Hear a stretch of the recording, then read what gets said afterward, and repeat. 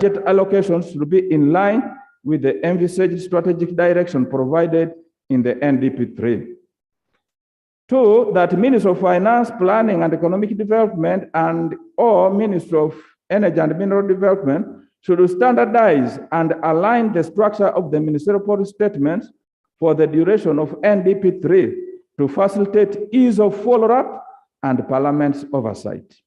3, that the sector strategic plans for the programs under the Ministry of Energy and Mineral Development should be provided to the committee not later than June 2022, so as to facilitate oversight of the committee. Regarding delayed commissioning of Karuma hydropower plant, the committee recommends that completion of all pending works under the Karuma Dam should be expedited to enable project completion and commissioning without further delay.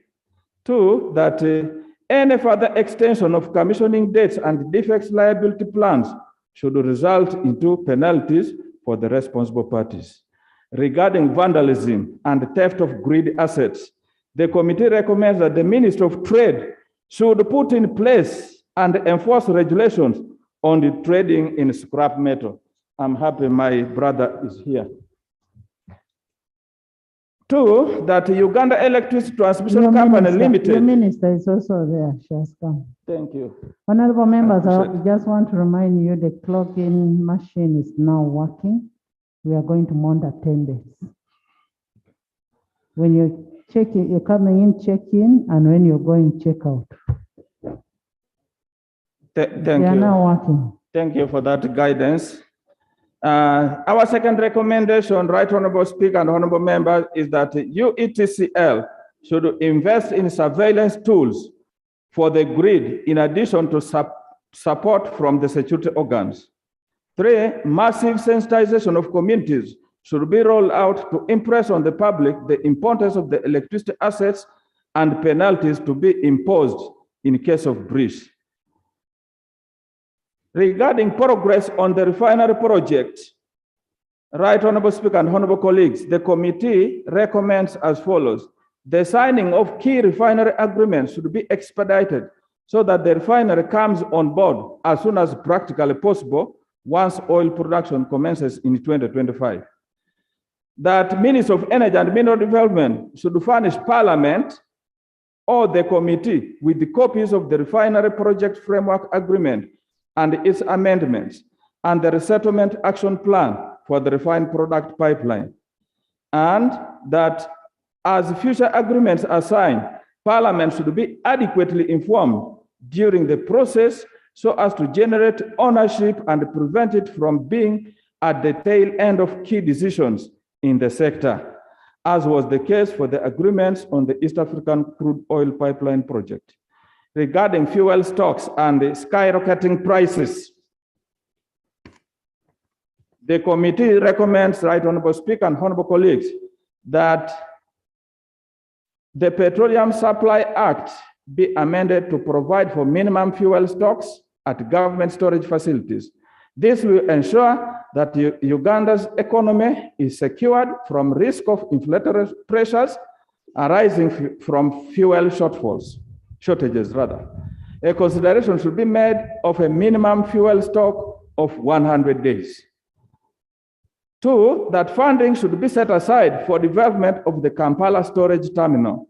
Regarding delays in completion of Osukuru phosphate and steel plant, the committee recommends that the ministry should assess the performance of this project as per terms of contract and re-strategize accordingly to ensure continuity of the project. Regarding understaffing of Directorate of Geological Surveys and Mines, the committee recommends that the Ministry of Energy and Mineral Development provide for additional recruitment of mines inspectors. 2, that the Ministry of Energy and Mineral Development should sign an MOU with the Uganda Police Force to provide staff to undertake surveillance operations together with the Directorate of Geological Surveys and Mines. Right Honorable Speaker, I now move on to the Ministry of Water and Environment and the agencies under it. And I will go directly to the observations and the recommendations.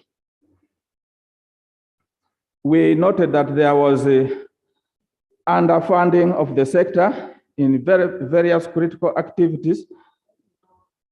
And I now want to go to vote 019, Ministry of Water and Environment, counterpart funding for strategic towns water supply and sanitation projects under Ministry of Water and Environment.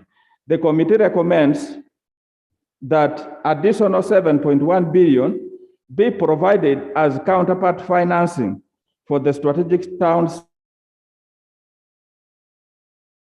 repair and maintenance of boreholes in the rural areas.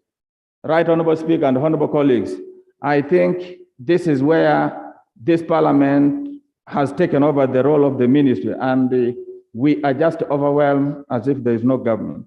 The committee recommends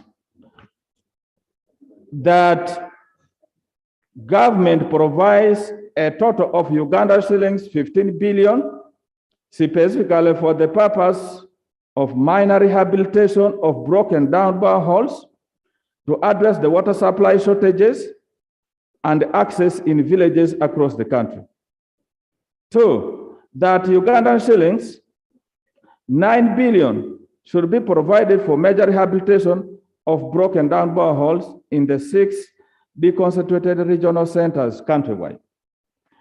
Regarding drilling of new boreholes, the committee recommends that government provides a total of Ugandan shillings 30 billion, specifically for drilling of boreholes to increase access to safe water supply in unserved areas. Regarding support to rural water projects, source per village, the committee recommends that additional 50 billion be provided for rural water projects, especially in those areas where you cannot drill boreholes and get water.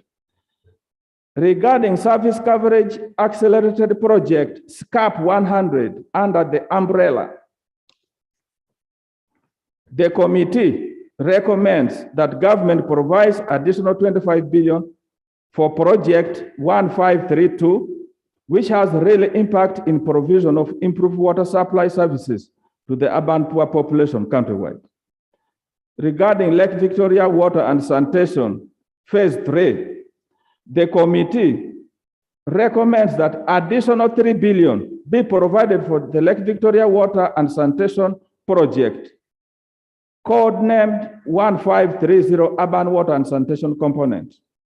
Regarding development of solar-powered irrigation and water supply systems under Nexus Green, the committee recommends additional 11 billion be provided as counterpart financing requirements for project code 1666. Regarding water and sanitation development facility, the committee recommends that government prioritizes funding and budget allocation to the above project for safe water coverage by providing an additional 55 billion. In regard to Inner Maxon Bay project, the committee recommends that 8.5 billion be provided for this project. In respect to environment and wetland management, which has a lot of unfunded priorities, the committee recommends that Ugandan shillings 29 billion be provided for environment and wetland management for the unfunded priorities.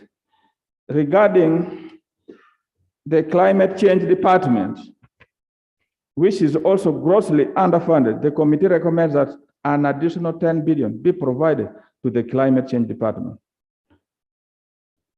In respect to gender compliance of the Ministry of Water's ministerial policy statement, the committee recommends that prioritization to address water shortage in water-stressed areas, environmental degradation, and access to sanitation be observed by the ministry. Right, Honorable Speaker and honorable colleagues, I now move to National Water and Sewerage Corporation, which receives a subvention from the ministry. 1, critical budget requirements under the National Water and the Sewerage Corporation for the financial year 2022-2023. The committee recommends that government allocates additional 102.88 billion to National Water and Sewerage Corporation for the above unfunded projects to clear the current outstanding invoices or certificates and ensure that the implementation of ongoing projects is not hampered with. Lack of investment in sewerage network. The committee recommends that the requisite budgeting for evacuation of wastewater from residential and industrial premises be expedited and the implementation of sewerage line connections made. A wastewater management master plan should be developed in all National Water and Sewerage Corporation serviced areas to guide sewerage connections. And finally, that future funding for wastewater treatment plants in cities should include a component for increasing the number of sewerage line connections. Right Honorable Speaker, I move now to National Environment Management Authority. This is another agency, especially now that we are going to, we are advancing on oil exploration, but also construction of roads and other infrastructure that require their input. The importance of appropriately funding them cannot be overemphasized. The committee therefore recommends that revenue collections made by NEMA, that the government allocates at least 40 billion for the above critical activities. Regarding gender compliance of NEMA's ministerial policy statement, the committee recommends that NEMA incorporates gender and equity issues in the execution of their mandate with a view of improvement. I move now to National Forestry Authority. Regarding resurveying and marking forest reserve boundaries with concrete pillars, the committee recommends that an additional 2.1 billion be allocated against forest encroachment by opening up the boundaries. Two, that National Forest Authority puts in place a coordination mechanism for forest management for effective monitoring and protection of biodiversity forests of both the central and local forest reserves in order to ensure increased forest cover.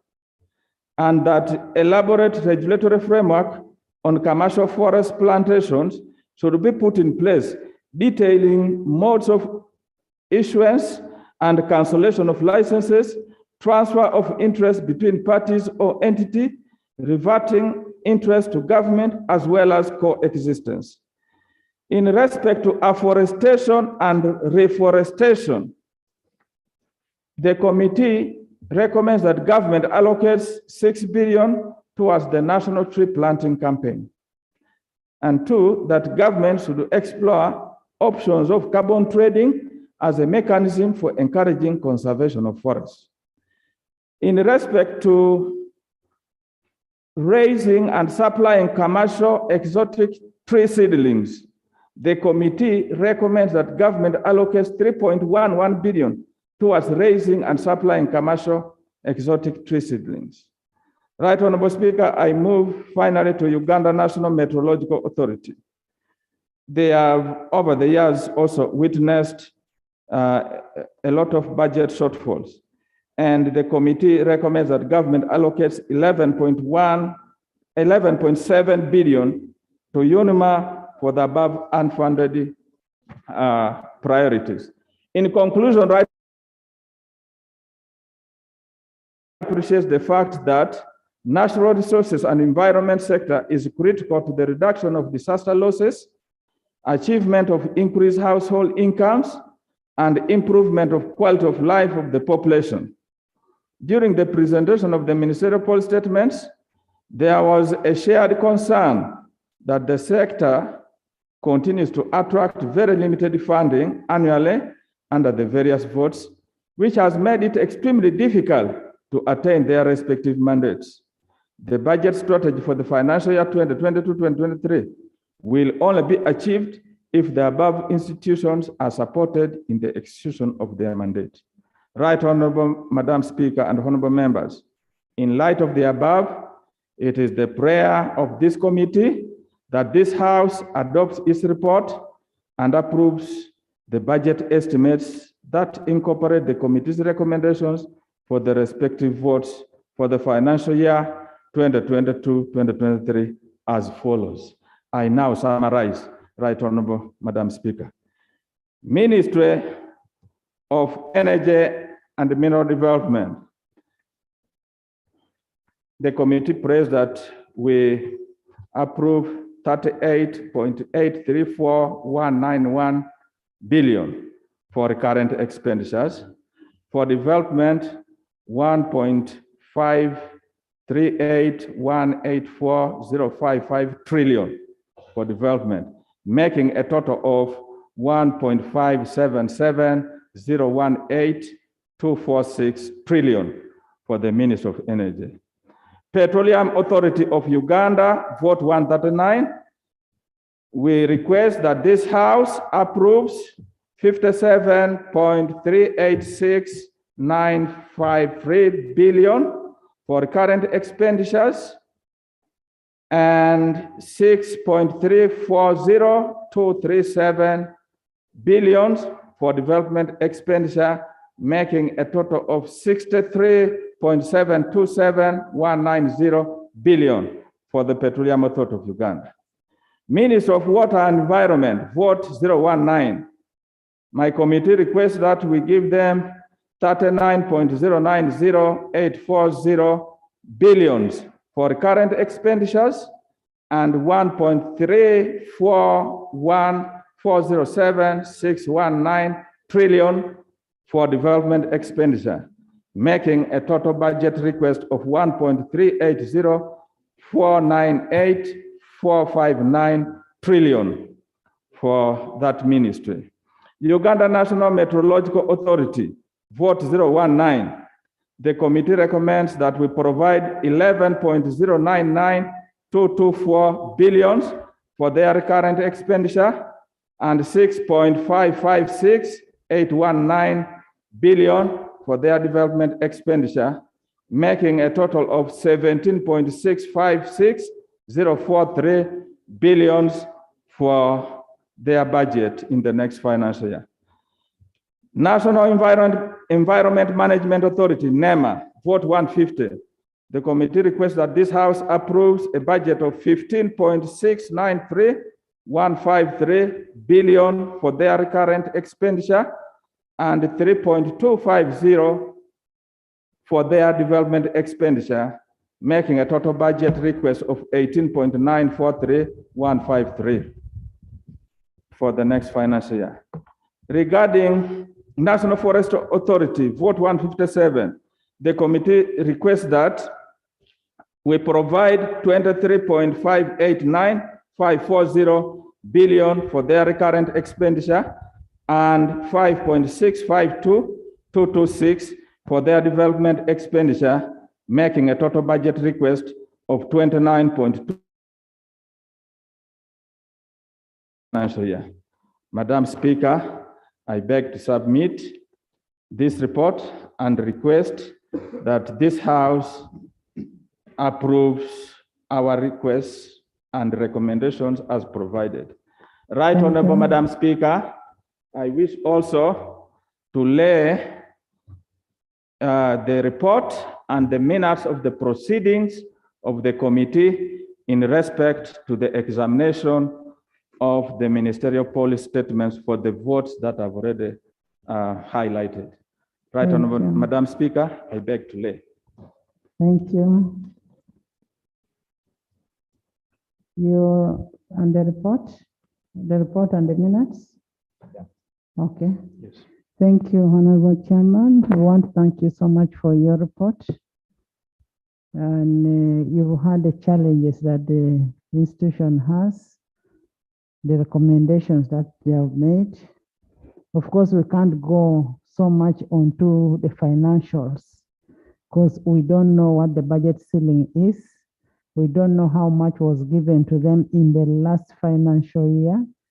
let's look at the challenges and see how we forward this to the budget committee that is under Rule 1492, so that it can be reconciled, harmonized, and then brought back to this house. You've had a minister, do you have anything to say? Honorable Chair, there was something on the tree planting, the campaign for tree planting, where you had 6 billion towards the national tree planting campaign. Does that include also the tree seedlings that they always give to the MPs to take to their constituencies?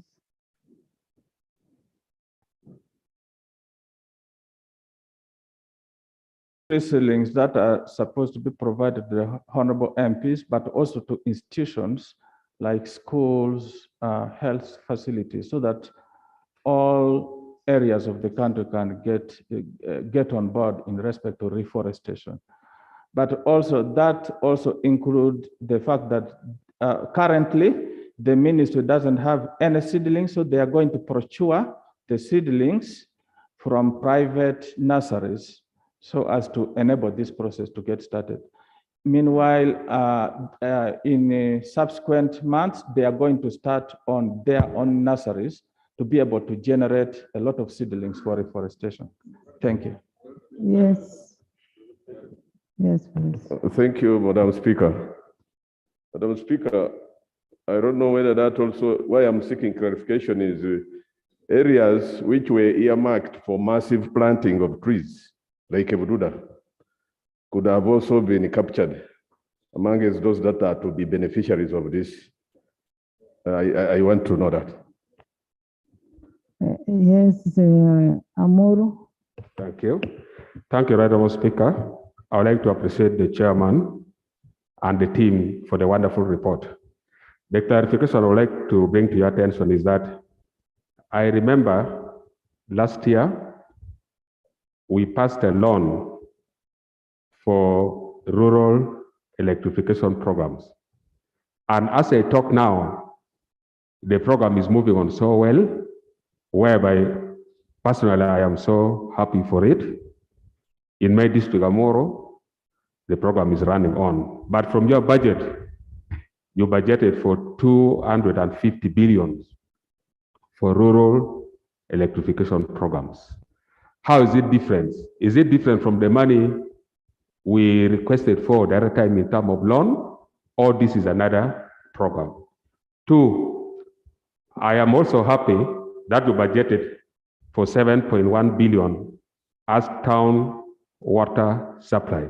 Madam Speaker, currently we have many town councils that are receiving clean water. I am so happy for that. And I pray if we could move to all the trading centers, let Ugandans enjoy clean water. And I'm also happy for the money that you put for the repair of boreholes. Right, Honorable Speaker, many of our people do not have clean sources of water, especially those on deep in the villages. So let the money be put into proper use. Otherwise, Madam Speaker, the committee's report is so convincing, and I pray the money should be put into proper use. Thank you. And just to add on what he's talking about the boreholes, I wanted to know how much was given in the last financial year for repair of boreholes. And is it reality on ground that these people repair these boreholes? Because at the end of the day, it is these MPs who are repairing boreholes. So we need to find out, do they repair these boreholes? And if they don't repair, where does that money go? And you're also talking about the water in the towns. What about in the villages? We also need water in the villages. Clean water. Right, Yes. Honorable Speaker, for the clarification. Where? Okay. Thank you, Right Honorable Speaker. I want to thank the committee chairperson for the report, but the issue is the islands. Whereas we are moving power to parishes. We have been singing the islands of Sigulu Islands and then the island district of Vuma. When are we going to have this power? At one time, they had talked of marine cable system, thermal system, and then solar. I want the minister to come out clearly and tell us, whereas we are moving to parishes having power, where are the islands in the program? Also, Right Honorable Speaker, I need the clarification on the Siabona water project. I'm happy they are going to drill boreholes, but those islands, it is very difficult to drill boreholes along Lake Victoria, especially Namaingo South and part of Bukoli Islands. We have had the Siabona water project that was supposed to supply water to Bojiri, Mayuge, and Namaingo. Is there plan for the government to help these people have access to clean water, despite the fact that they are near water, but continue using dirty water? Thank you. Thank you. Jehovah. Thank you, Right Honorable Speaker. We are just emphasizing the need for afforestation and reforestation. There is a need for us to venture into the possibility of financing using the external finances. We have a tendency of leaving the financing for most of the climate-related activities to external organizations. As a committee, we identified that we need to build the capacity of our staff in coming up with bankable proposals, because there are a number of, otherwise, the current budget may not allow us to have all the seedlings that we need. And we are also requesting that when there are budget cuts, let it not go across all the codes. It is good that we sit afresh and decide on some of these priorities. For example, the connection and the connectivity budget and electricity. Everybody is demanding for that. But if we just cut 40% from everything, yet these are priority areas, it is a serious challenge. Otherwise, my chair, thank you so much. We are just worried that the Minister for Environment and actually the whole ministry is not represented here. We are happy with the Minister for Energy. She has always taken our recommendations, and at least we are sure they will always cling in her mind. Thank you. Christine, I'm happy you can appreciate Dr. Nankabira. She's always here, and she's Dr. Nankabira, thank you so much. And Christine, thank you. The government is represented here, Christine. She's here. She's now Environment and Water. Katesh, Doctor, you will answer. Right, Before Katesh, you talk, I want to sound this warning. I am not going to entertain any report after today. I am going by the rules that this House made. And let's not start amending rules that will suspend any rule. Let committees present their rules. And as I said before, any mistake that we make in one process affects the other process. We want the budget in this House. We don't want to start making budgets on the 31st May up to like past midnight. Why should we do that? If you don't present your report today, you will present next year. Yes, Katesh. Thank you very much, Madam Speaker. I just wanted to give information to support my chair and also respond to a colleague. Right Honorable Gilbert Olanya raised the issue of the connectivity budget. I just want to inform the House that last year, this Parliament appropriated 128 billion shillings to REA for rural electrification. That amount was suppressed by 40% by Ministry of Finance for COVID purposes, and it came down to 76 billion. And as at the last 3 quarters, out of the 76, only 40 billion had been released. So you can see the situation we are in, Madam Speaker, that it is no longer enough to sit here and approve the budget if we are not able to control what happens after the budgeting process. And I think that explains why most of us in our constituencies, we have poor and they have not been connected. So, Madam Speaker, I want to call upon the House that as we do appropriation, if we identify key priority sectors, we must make sure that the ministry, once the budget has been approved, the releases are done according to the approved budget. Otherwise, we shall continue to have this problem, Madam Speaker. And finally, Madam Speaker, on the issue of water, the concern about boreholes, I think all the MPs, most of us here, we know what we have gone through. But there is an aspect of rural water. And that is why our committee, Madam Speaker, we have recommended a multiple approach for cities, for towns which can be supported by national water, let them be supported. But we have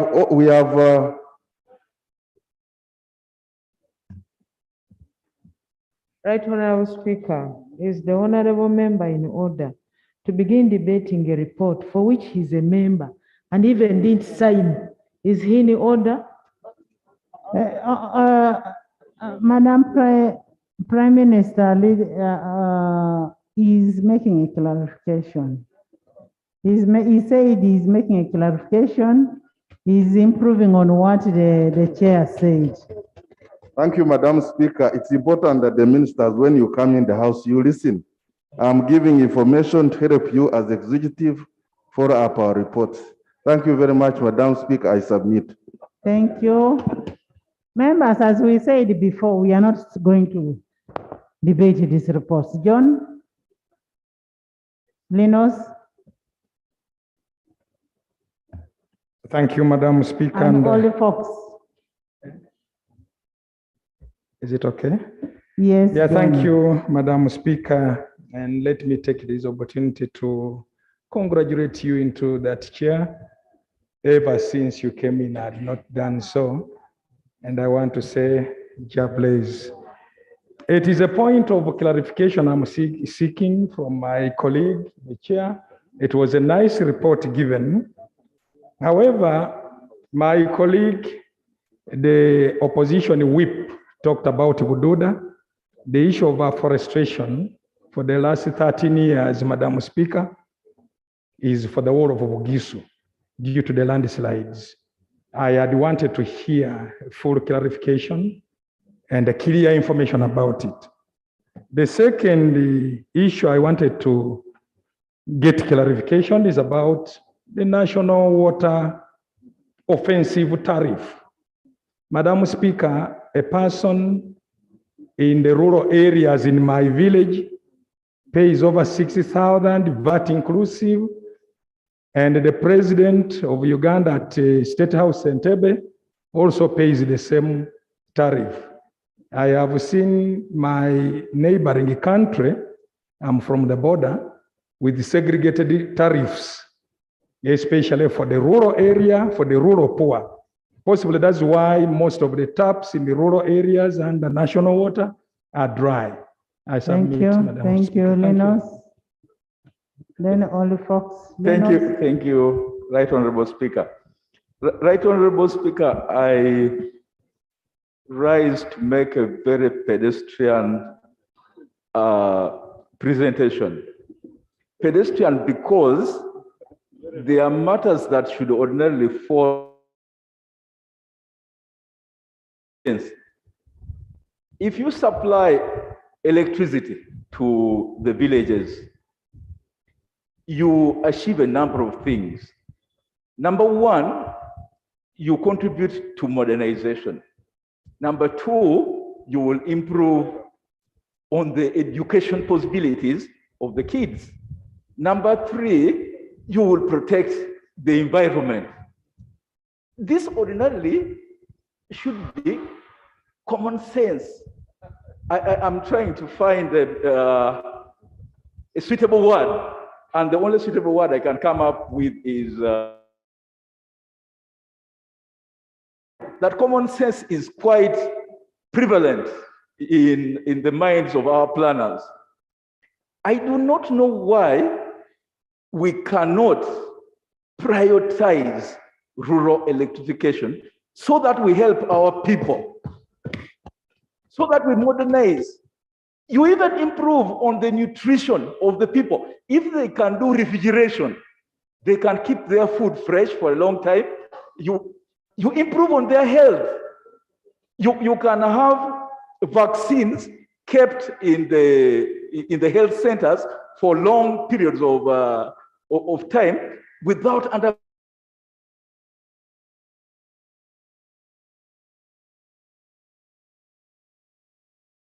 and vote funds for functions like rural electrification. I submit. Honorable Minister, we really need to find out what is happening with the rural electrification. From the time REA moved away from where it was to the main ministry, I think there is a little bit of a problem. People are saying poles are being planted there, there is no connection, including my village. I have lobbied for power. I am about to start begging.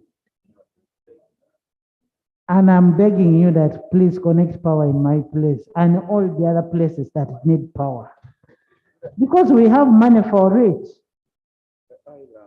And Honorable Mogasha, Minister, you're most welcome. Our condolences towards the loss of your son. As Parliament, we keep praying for you. Thank you for coming. Thank you, Right Honorable Speaker. For the last 13 years, since 2013, we have the project at Karuma, and the communities were promised CDAP, yeah, that is Community Action Plan, Community Development Action Plan. But for all those years, nothing has taken ground, and Parliament has been appropriating these funds, but the monies don't, the funds do not reflect what is on ground.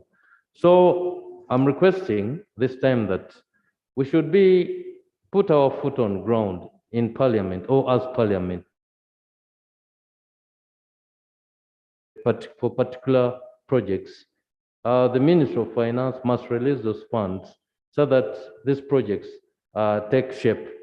On the 27th September, our dear Minister visited the plant and promised that this financial year, the CEDAP project would have taken shape, but to our dismay, up to today, nothing.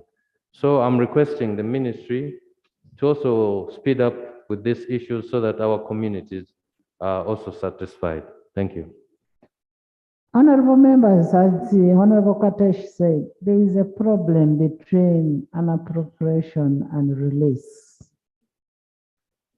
We do appropriation here, but what is released is not what we have appropriated. And if there are no funds, why don't you communicate to us that there are no funds? You just don't make a blanket ruling and say, we are not giving this amount of money. Honorable Prime Minister, can you help us on that?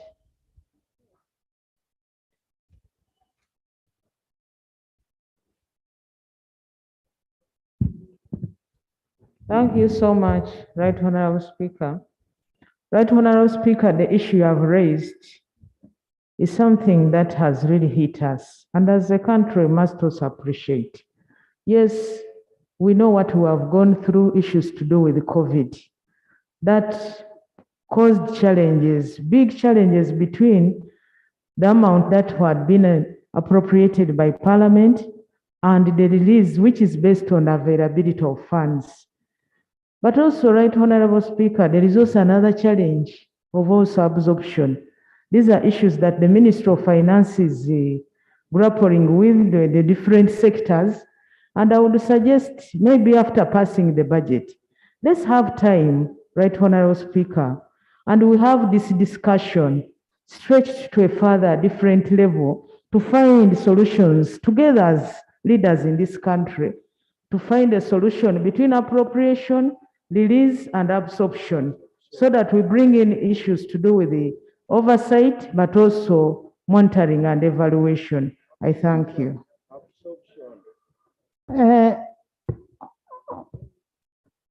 Honorable Justin Lumumba, the problem we have, finance wants to take over the power of appropriation. Finance thinks that they are the ones to decide on what should be given to an institution, on how much should be given to an institution, and also on absorption. So they want to take a role of appropriation, releases, and then absorption. So that is where we have a problem as Parliament. And that one, I want to assure you, we are not going to allow. That is the only role we have as Parliament. That's the only thing we are left with. Right, Honorable Speaker. That is the work of the Prime Minister, not the Minister of Finance. Because the Minister of Finance, before he releases funds, must do it in consultation with the Prime Minister as the leader of government business in this House. So, Right Honorable Speaker, the Prime Minister is going to do her work because that is part of her work. And that's why you see when funds are released to the different districts, the local governments, the members of Parliament are informed. I think we should even take a step further, that when funds are released, the Minister of Finance comes here and gives an update to Parliament and even explains why there was disparities in the different sectors. So that should have been what really happens, but it is the opposite of what is happening now. Right, Honorable Speaker, the suggestion I'm saying is that our part should improve, but also improve on communication so that everybody stays or works in his or her lane and everybody knows what is happening in the other. But we don't have intentions, Right, Honorable Speaker, to usurp the constitutional powers of the Parliament of Uganda. If we do that, then we should do it after explaining so that the people who are responsible know why we have done that and which circumstances. I thank you. Thank you so much, members. We've talked a lot about this report, and you want to speak before the Honorable Chair. In the last financial year, we had on tree planting. We are talking about climate change. And we should be the ones to show by example. In the last financial year, we had 36 billion on climate change. You've reduced by 7. You may need to explain why you have reduced, whether you've planted enough trees, and if you, actually I expected you to increase, not reduce. Leader of opposition, then leader of opposition. Madam Chair, I rise to support the committee report. I do chair the Parliamentary Forum on WASH, and therefore I have specific interest in this area. One, I want to, because you realize that in the urban areas, we are doing badly in terms of clean and safe water. And I want to invite the House to support the committee on this specific recommendation of giving 25 billion towards the SCAP increase in the water coverage in the urban centers. Two, Madam Chair, Madam Speaker, the issue of the 40% budget cuts should now first start by biting the Ministry of Finance. So I want to move this house to cut the budget of Ministry of Finance by 40% this year. In 2022, 2023, find those areas which are doing badly, we put that money there so that they feel the pinch. This house is the one which is mandated to appropriate money. It is not the Ministry of Finance, but they are developing, I don't know what to say, ahead. So my opinion is, let us cut 40% of their budget. Let us put it in the areas where we see really their priorities. The like 40% cut was because of COVID to take money to other institutions to help. That is okay, Madam Chair, Madam Speaker. But this one is because also we have gaps in unfunded priorities in many of the sectors. So I want to remove that 40 from their budget. They should feel it. And they have taken the Parliament for granted. How can somebody say they have frozen the budget for travel for Parliament? How can Parliament operate without money for travel? It is our core responsibility to travel and do oversight. How can that happen in 2022? Madam Speaker, I want to raise an issue to do with the water stress areas in the country. That you are undertaking measures to bring a map that shows that these are the areas which are most stressed in terms of water provision. I say so because we tend to be giving water to people who already have water, yet we should be concentrating on giving some water to those who don't have anything at all. I thought that would be very, very important. And likewise, on the issue of the water quality and safety, I thought that it is very important that we test the quality of water. People are drinking water without knowing the quality these days. So you don't know what happens. Madam Speaker, the issue of power connections is a real challenge under Ministry of Energy. In my constituency, Madam Minister, from the power connections you gave me in 2017 or 16, the poles have been standing there. The termites are even working on the poles. They are trying to put them down. There has been no connection, no power, idle and disorderly. So we are losing value totally because we are not mining about utilizing what is already there. So why would we first decide to put money in new investments and then we divert and leave those that are already started on? That's my concern. I beg to move. Thank you, Madam Speaker. Fred, then you. Thank you very much, Madam Speaker. Allow me to take this opportunity to congratulate you for having gone through the blast furnace of transformation to the speakership seat. And also thank you, Madam Speaker, that much as the winds are strong, you are steering the boat in the right direction. Madam Speaker, if there is any report to be accepted and taken as it is without any deviation, it is this report. Therefore, let me thank Honorable Otara for his able leadership. Madam Speaker, we are all talking about COVID. The standard soap for COVID prevention is washing of the hands. And we don't wash hands with dust. We wash hands with water. And water, we call it a universal solvent. I wish I could be given a chance to carry on a chemistry lecture here.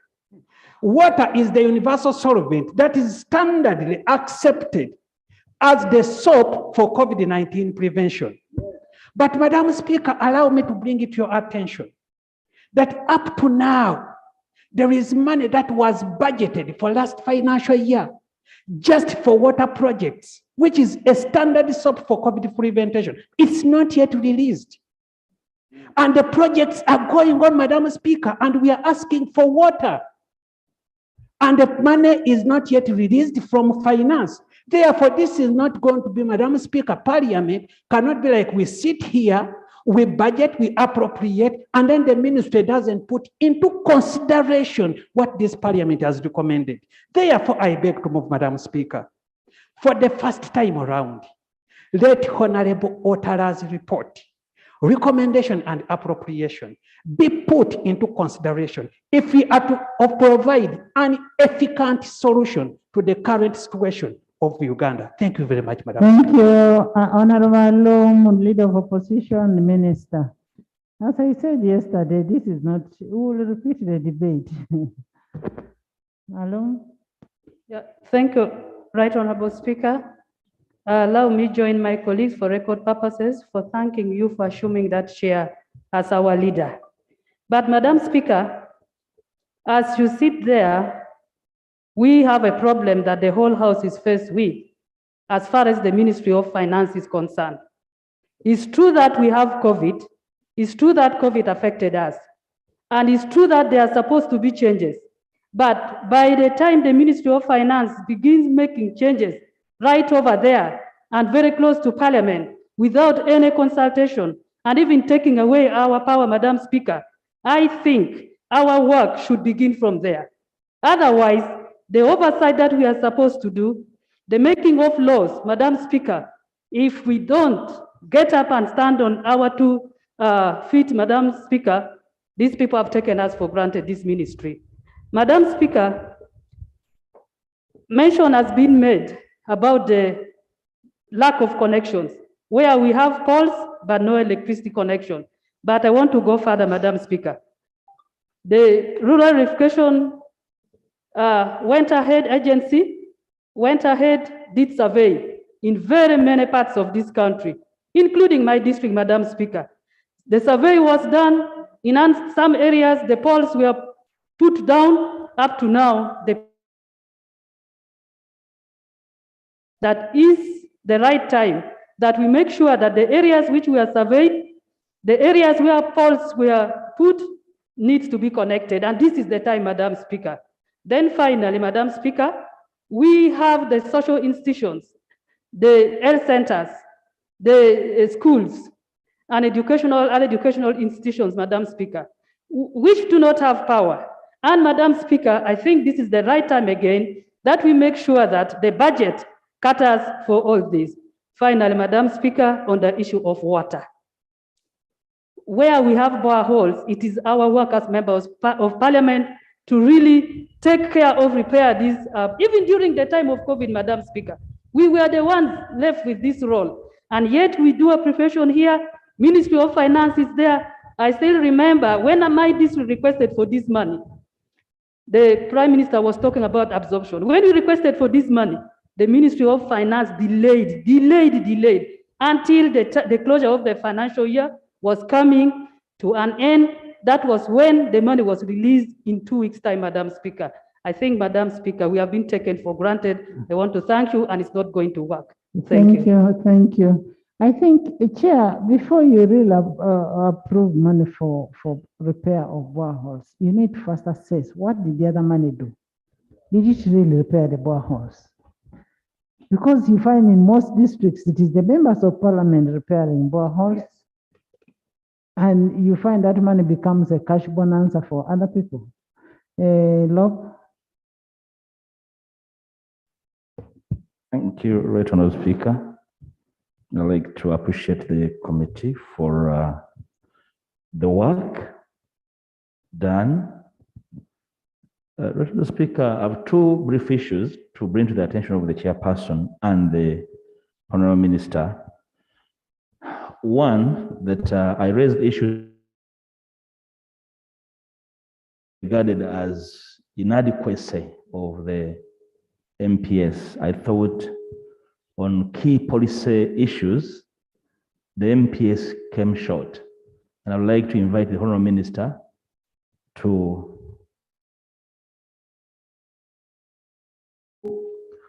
her to capture a few issues. One of them is electricity governance. Honourable Speaker, this House is aware that the Wenerico concessions are soon expiring. Wenerico in September this year, Umeme in 2025, but in the concession agreement, in the 17th year, which is actually this year, government is supposed to undertake a technical and management study. And there's no provision for finances for this study and any arrangement to migrate from this concession.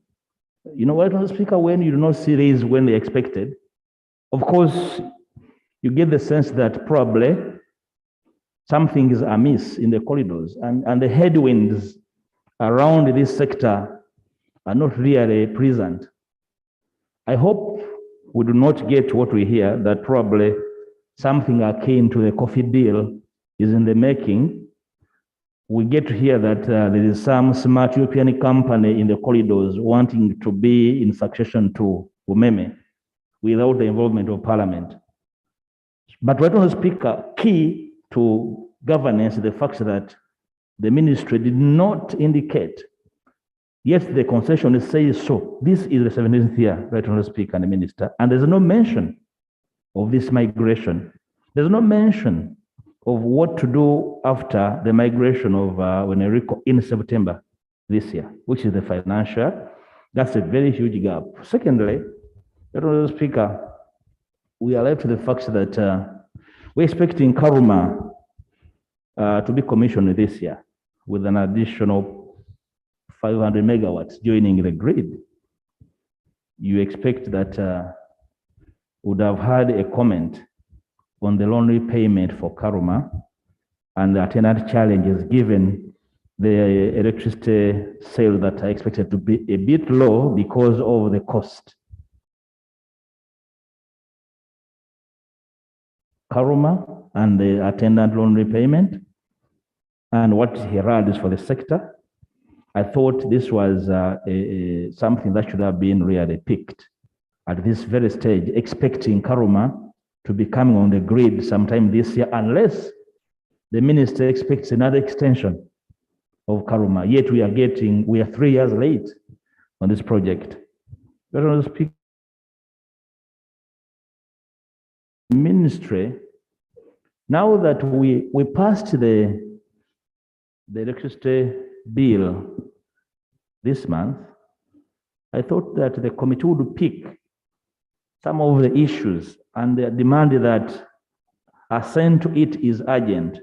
Because when I saw lamentations relating to funding electricity, especially ECP, Mr. Speaker, we did commit in the law to form an energy development fund. And the sources are very clear, and in those sources, money is there. I thought the committee would pick this issue and make mention in the report of how ECP is going to be funded, for them to be appearing to be beseeching and begging the minister to make money available. The polls are hanging. A member submitted that the polls are idle and disorderly. So, but the money is there. And I thought they would pick it and implementation begins immediately, because this is not money to look around for. Under the Energy Development Fund that we provided in the law, you would demand that the law be ascended to very fast as part of the migration to be able to make these challenges handled. Lastly, again, as part of the policy and governance issues, we are providing 113 billion for deemed energy. That money for me is very, very disturbing. It is money for energy available and not consumed. It's just actually money we throw somewhere in a pit. I thought the committee would systematically move and migrate and see that this money reduces by partly quoting the kind of policy discussion we had at the passing of the bill, to make sure that this money for me needs to reduce, because I expect deemed energy to reduce going forward. And therefore, would have this money channeled in ECP instead of actually paying for unused energy. Right, Honourable Speaker, I beg to submit. Thank you, Honourable Minister.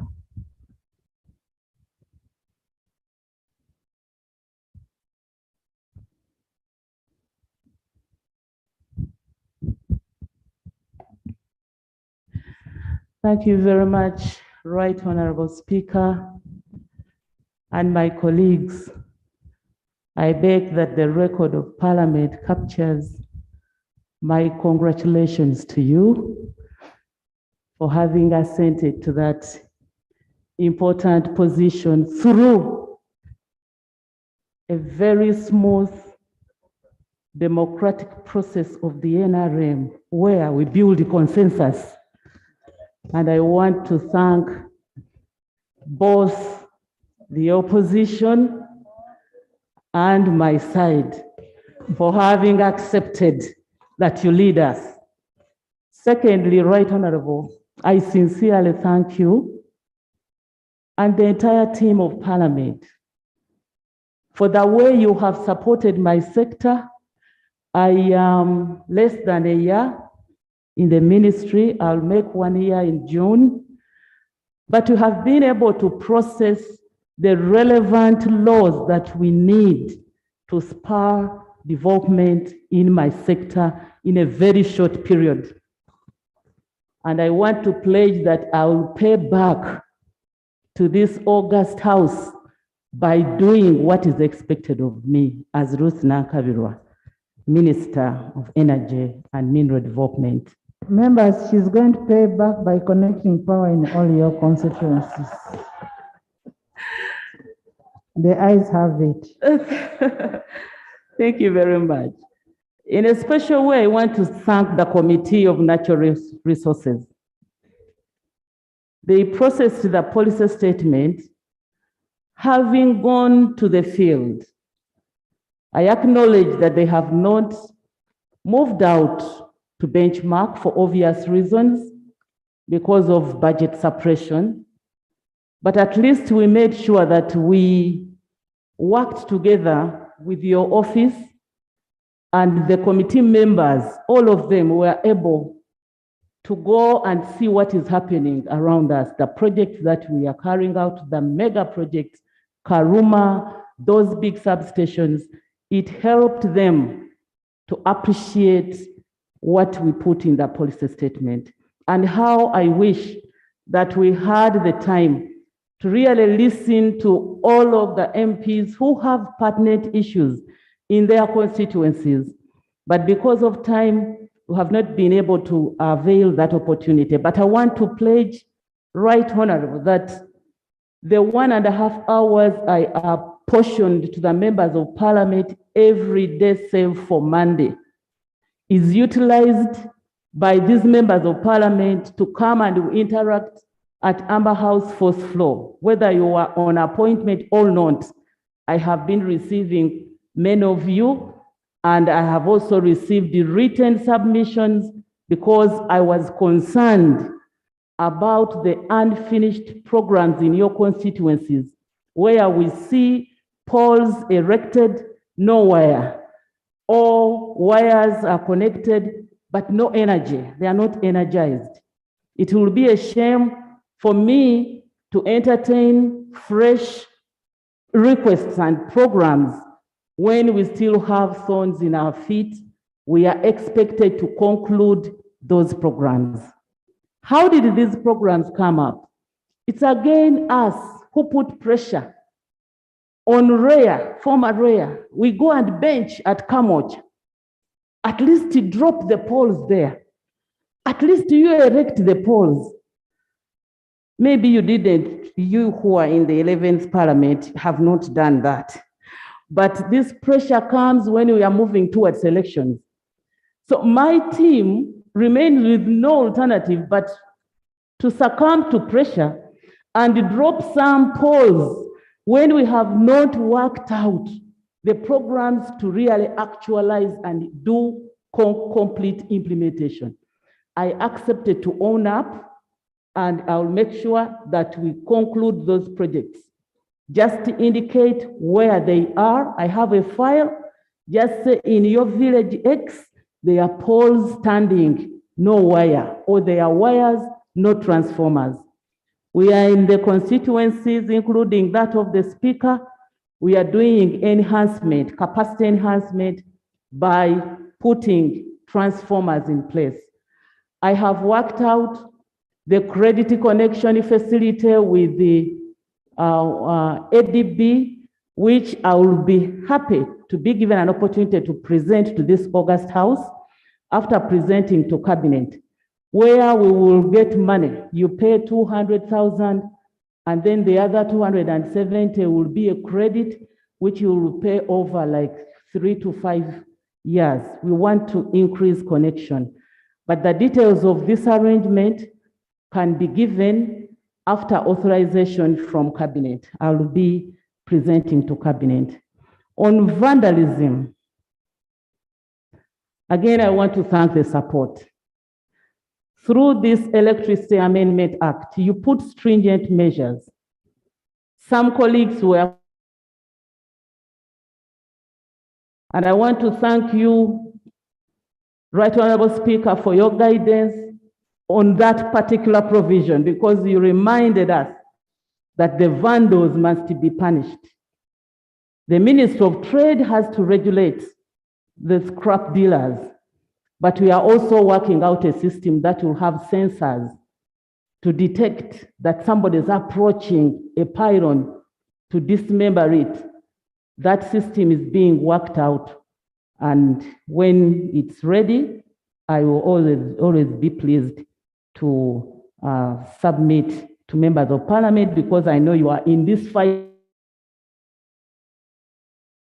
I must appreciate for the support that you have given us. On the islands, connectivity to the islands, our policy as government has always been to make all the district headquarters connected. And so for the fresh new districts, it's only Buvuma and Terego, which are not yet connected to the national grid as districts. For Buvuma and the Sigulu Islands, I beg to submit that October 2023, I want to see Buvuma connected. The Marini underground cable is being worked on. We are finalizing with a process of awarding the contract to somebody who is going to connect. But we also have mini grid arrangements like the one we installed in Dorwe, where we are even having IC being manufactured in Dorwe for the fishermen, because I know, you know, IC was being bought from Ginger to be taken to the islands. Now it is being manufactured in Dorwe. So we are having those mini grid arrangements for far, hard to reach islands. We are going to bring on board 10 more islands, but the plan is 45 such mini grids. So my colleague from the island, tell electricity is the answer to total social economic transformation. I know we don't have time, and I'm just picking a few things. Honorable Fox Odoi, on your pedestrian submission, common sense, yes. But have we failed to plan really? We have planned. I appeared before the committee and I told them that the question I fear whenever we submit for supplementary is as to whether the issue was unforeseeable or unavoidable. So I told my committee, I have foreseen everything and I have put them on paper, but I have shortfall of almost 700, is it 700 billion shillings? So that in the future, if I stand up to say I need money for ESCOM, because the money which was put in the budget for ESCOM, in the wisdom of the committee, is being proposed that it is put on CADAP to handle the CADAP project on Karuma. That is the Parliament's wisdom. But it will not stop me from coming on the floor to say ESCOM concession is ending in March 2023. I need money to pay. So they will ask me whether it was not foreseeable.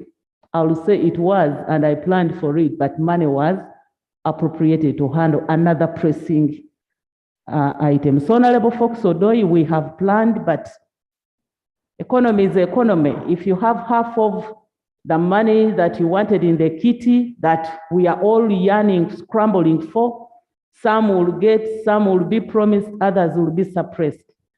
But I think the answer will be for us to make sure that we look at those areas which bring in money into the economy very fast. Thank you for passing the minerals bill. If that bill is followed and implemented, where we will be seeing much more money coming from mineral subsector, then you will be bringing in more monies in the kitty. Honorable Lop, thank you very much for the support towards socio-economic transformation. We take all your comments and we don't take your support for granted. You mentioned about the need to mention Umeme concession, which is about to end. I know that the concession is ending in 3 years' time.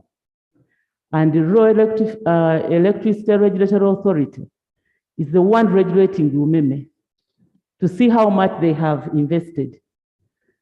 So for me, I had proposed that we begin putting in money so that we reduce on the buyout amount. But in the wisdom of the committee, this was not entertained. But I hope that next financial year, we will see us beginning on handling the preliminaries, so that we are ready come March 2025. I have a paper ready to be presented to Cabinet on Umeme.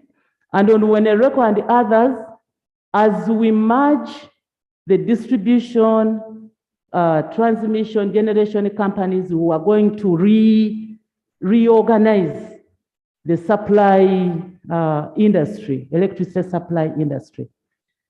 We are guided by what to put in the ministerial policy statement, but I've taken note that probably some of these things could be put somewhere for members of parliament to follow. Electricity Infrastructure Fund. I fought for this fund, and I sincerely thank you, honorable colleagues. To be there and you don't have money even to do feasibility study, so that investors find you with your feasibility study, you just tell them what you want. It's a shame. But I expect this electricity infrastructure fund to have money that we can use to do things like feasibility studies to reduce on the cost of generation of electricity, which will end us in reducing the end user tariff, because the key cost drivers in the tariff is the money you use in generation, transmission, and distribution. So if you have your own money to handle some of those, then the end user tariff will be reduced. I don't know whether I have left something very pertinent, but there's something that somebody from survey was raising. He sent me a note, which I think. Thank you very much, Madam Speaker. I want to thank the chair for this very good report. And I felt like I should put my problem forward, since we are with the Minister of Energy. I have listened to the report very well, and I think it's a good one. However, from my area of Sabay region, particularly Kwen, we have a very big problem with the power. When I read on, when I look at the report, and considering the information from Honorable Alanya, when he talked about the raw electrification moving on very well in his constituency, I got shocked. Because for us, we are just reading it on paper, but we have nothing on ground, totally, in the entire region. Sabay region, as per today, is generating about 16.5 megawatts of power from river SIP. And yet, for us, we only get power maybe in a week. We can only have power for maybe 24 hours. I have never got power in my house whenever I go home. And yet I always go like 2 times in a month. So the entire region has lost hope We do not have power. We are doing very bad in education because our children cannot study at night. And that is the reason why Sabey is. And why even the last one, industrialization, we have no factory, even a mere grinding mill. Okay. So good enough, I want the Minister of Energy today to really tell me whether she's aware of these problems in Sabey, offer the power. At least you're always We are the really very best. disappointed that we see power passing us. At least And we you're can't always have the best in athletics. Yeah, but we were also the best in academics. We want to. Okay, let the minister answer, but also you say you go 2 times in a month. Yes. You're supposed to go 4 times in a month. We pay you to go 4 times in a month. Yeah? Okay, I will improve, So Madam. stop cheating your voters. Right, Honorable Speaker. Maybe I didn't conclude the policy of electrification from the district, every sub-county, because it's our plan to have community information system at the sub-county. That's where we even see graduates being recruited at sub-county. So every sub-county is supposed to have been connected. I know that we are remaining with a few of them. But now from the sub-county, I'm being really stretched out. We want to see power almost in every village and in every home and at a go. So I want to beg that we are given, my sector is given chance to plan how we are going to move from the sub-county downwards. Remember, we are implementing the parish development model. So there are those parishes which will host the value addition centers, which are going to be a priority. But now the way I found things is either first come, first serve, or depending on the relationship with Nankabirwa, maybe Uganda ask for one line, which is not sustainable. I am working out a network that will see us getting power to where it is critically needed first. I know that we need power in every home. But what about those value addition centers in your constituencies which do not have power now? Those factories. So after that arrangement, yes, okay.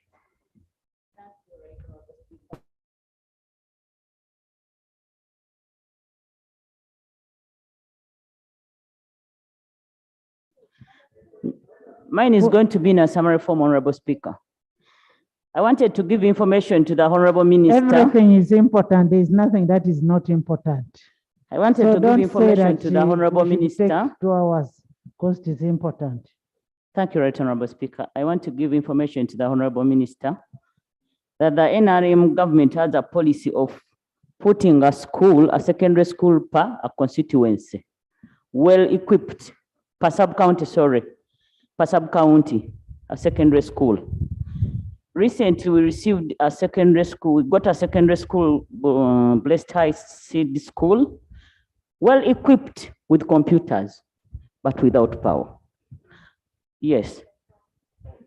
Nakaseke sub-county, Blessed Seed School, well equipped, worth 2 billion, but without power. Honorable Minister, that should be very urgent. Thank you so much. Honorable Minister, I think Can that we some cuts permission? across the whole country. It cuts across the whole country. You need to make sure that these government schools, especially the city schools, have power because they have computers. Without power, Honorable Speaker, thank you very much. including health centers. Honorable Speaker, my concern is that whereas the committee is looking at deficit budgeting, the minister seems to be in excess surplus budget because the committee has said because of the 40% cut, the budget came from 43 trillion to about 30 trillion, meaning that government did not undertake all these programs. But when the minister comes here to promise to undertake some of these without looking at deficit budgeting, where even the government has done political budgeting from 43 trillion to 47 trillion. When you cut the 43 by 30%, you get 30%. I mean, you got 30 trillion. So what are we budgeting about when we failed to realize the 43 trillion, where we cut 40%, and now we are on 47 trillion, and now the budget committee, I mean, our committee on natural resources says we are in a shortfall. If we have this, we shall have this. Now the minister brings in the element of politics to give hope to the members. So can we really have realistic budget for this house, not to promise our voters things that will not come? I thank you. The realistic budget will come in when we are making the budgets. But what the minister is telling you that we are going to do it. I mean, you must have hope in life. She can't tell you that I can't do it. She's going to do it. What you need to do as parliament is appropriate money to her ministry. Honorable members, we need to look at issues of rural electricity. We need to look at issues of reduced tariffs, the safety of our transformers as we passed in the bill, electricity fund, like the Lopard said, that we should not continue begging. You should have always fund somewhere that you have to make sure that everybody has power. You have to make to reduce the what is happening, the global warming. And then we must ensure that we do forest restoration and then rural water provision for all the areas. Honorable Chair and the committee, I want to thank you so much. And the minister, I wish the hopes that you're giving to the members become reality. We are just waiting for a payback from you. I now put a question that a report of the Committee of Environment and Natural Resources be adopted by this House. Those in favor say aye, to the contrary, nay. The ayes have it. Honorable member, thank you so much, and the committee. I now refer the report to the Budget Committee as per Rule 1492 for consolidation, harmonization, and reconciliation, and to be presented to this House by the 30th of April of this month. Thank you so much. Agenda. Item 3.2, the report of the Committee on Gender, Labor. Honorable members, let's use 20 minutes. Remember, we have afternoon sitting. We continue.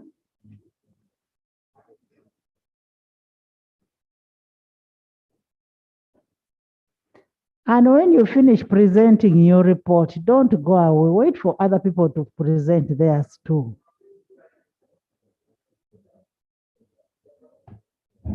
Otal, I promoted you today, you're a minister. You sit there.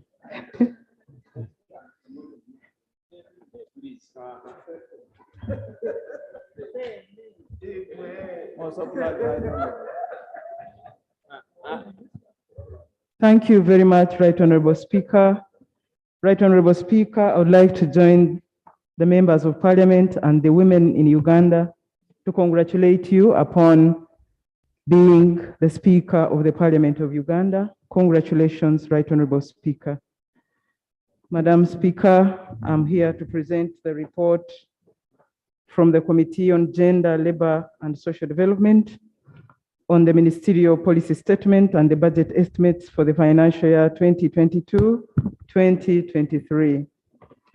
Madam Speaker, allow me to lead the honorable members without taking much time, that I implore them to read the introduction and the methodology we used. And before I go straight to number 3, the compliance with legal provision, allow me to lay on table the documents that include the report and the minutes that processed this report, Madam Speaker. Thank you. Madam Speaker, we complied with the provisions of the Public Finance Management Act 2015 and 3.1, the compliance with gender and equity under section 1315G 1 and 2 of the Public Finance Management Act. The ministerial policy statements are accompanied by a certificate issued by the minister responsible for finance in consultation with the Equal Opportunities Commission, certifying that the budget is gender and equity responsive. Madam Speaker, the Equal Opportunities Commission assessed all the ministerial policy statements for all the votes for financial year 2022-23 and found that overall there was a compliance rate of 65.2%. But the committee again observes, Madam Speaker, that the performance indicates a decline of 1.6 percentage points, which is a cause for concern. Another cause for concern is the disparity among the best and worst performing votes. The best three complying votes, for example, are the Ministry of Gender, Labour and Social Development with 92% compliance, Ministry of Water and Environment with 82.16%, and Equal Opportunities Commission at 81.16%, while the least performing ones included the Uganda's missions in Belgium, Uganda's mission in Qatar, and Uganda's mission in Malaysia, who are performing at a minimum of 50 to 52%, Madam Speaker.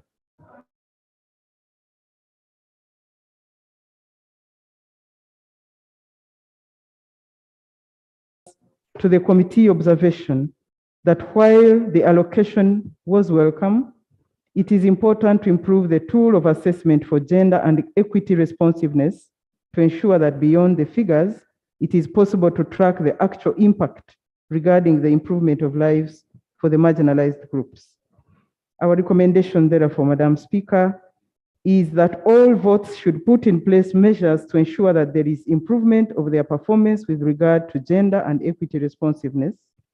B, the Equal Opportunities Commission review the criteria used in assessment for compliance with gender and equity responsiveness to measure the impact of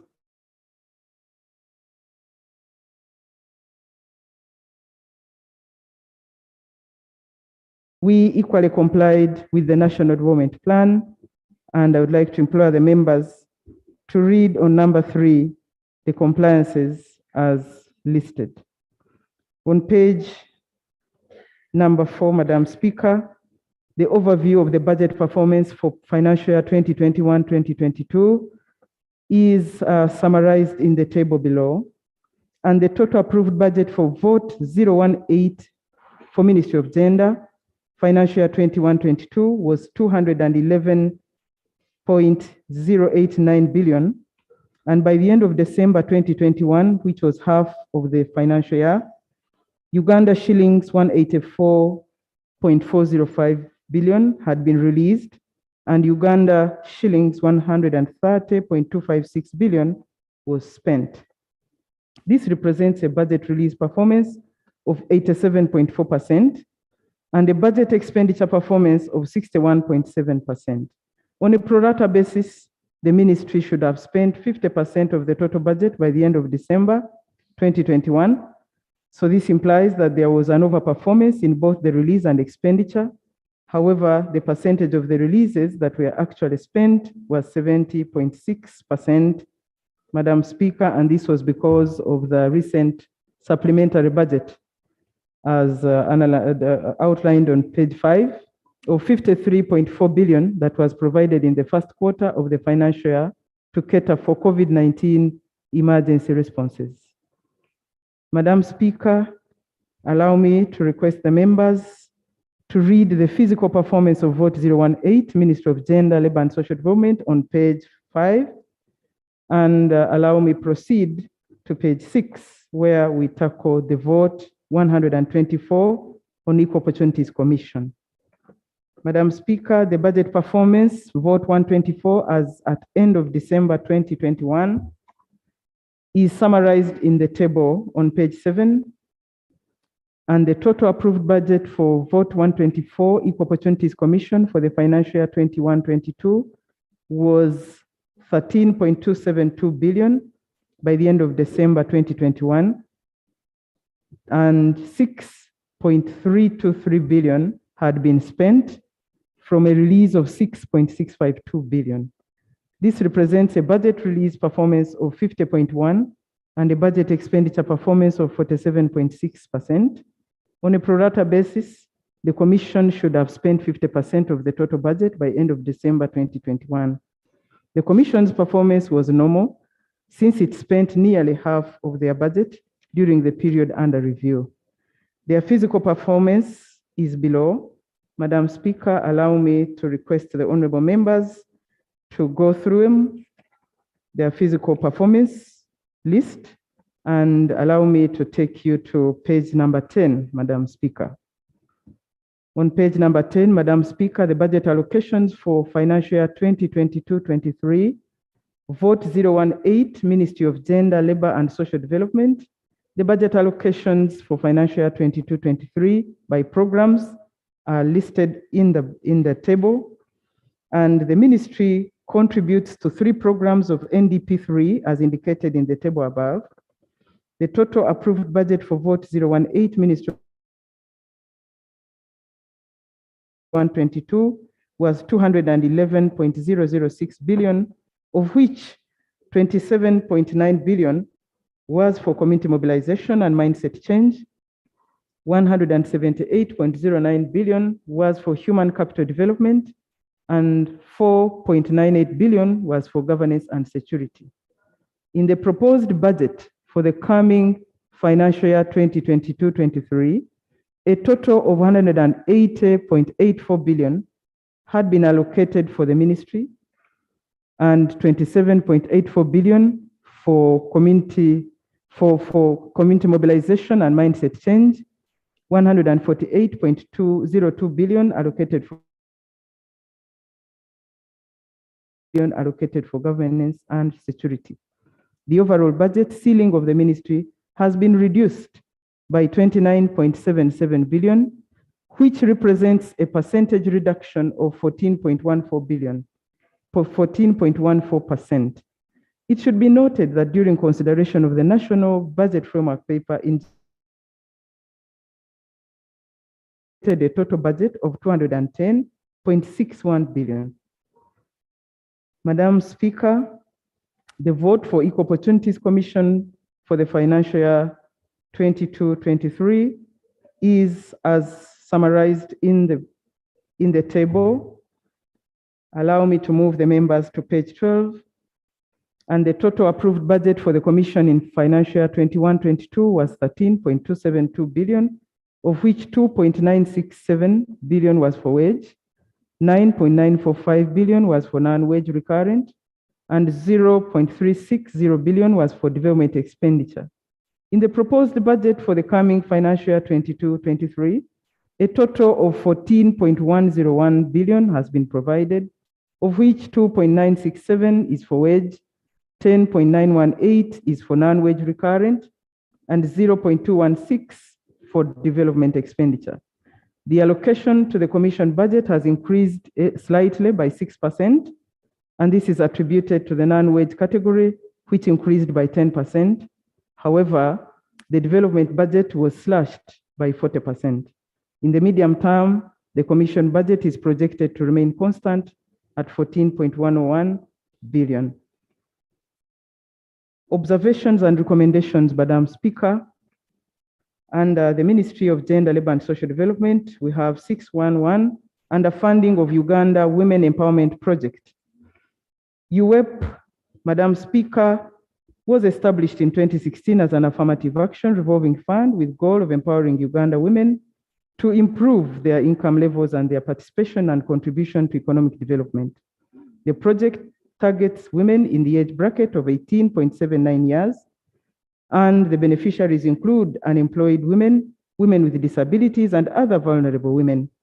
The project has benefited 16,542 across the country and 191,476 women to date. The project has an impressive recovery rate of 72.8%, which is the highest among all the poverty alleviation projects in the country. Madam Speaker, even this was compromised by the COVID-19. Otherwise, it was 81.3 before COVID, the recovery rate. A total of 29.02 billion out of the UEP budget of 32 billion has been reallocated from the Ministry of Gender, Labour and Social Development to the parish development model, leaving a balance of 2.98 billion for only secretarial operations and just salaries for staff. This stops the program, and it will not only put the lives of women at risk, but will also make it impossible to recover the money already in circulation. Because, Madam Speaker, the Secretariat requires money for operations in order to recover the 127 billion that is still circulated in the women groups throughout the country. Whereas special interest groups are allocated funds in the parish development model, the bulk of the funds are aimed at agricultural enterprises, and yet the vast majority of women in Uganda have limited access to factors of production, especially land, and would therefore not benefit from the PDM as much as they do from UEP. Moreover, the COVID-19 pandemic has negatively impacted on the economy, and many informal businesses collapsed. As a result, the demand for the funds by women is growing even bigger. The committee is cognizant of the Cabinet resolution via minute number 110 CCT 2022 on 28th March 2022, where His Excellency the President directed the Minister of Finance, Planning and Economic Development to allocate the 34.7 billion from the recovery account to the Ministry of Gender, Labour and Social Development to be replowed back into revolving fund for youth livelihood program and UEP. Madam Speaker, this 34.7 billion has been lying on the recovery account as recovered from ILP and UEP, and the ministry could not access it because of the threats that were coming from the Ministry of Finance to scrap UEP and only promote PDM. Madam Speaker, this of course gives hope for the continuation of UEP and YLP. However, Madam Speaker and the House, Ministry of Finance wants UEP to use the meager 2.98 that is meant for the salary for the Secretariat staff to also recover the remaining outstanding on YLP, which is going to be very difficult. YLP equally has staff, but no money is provided for them.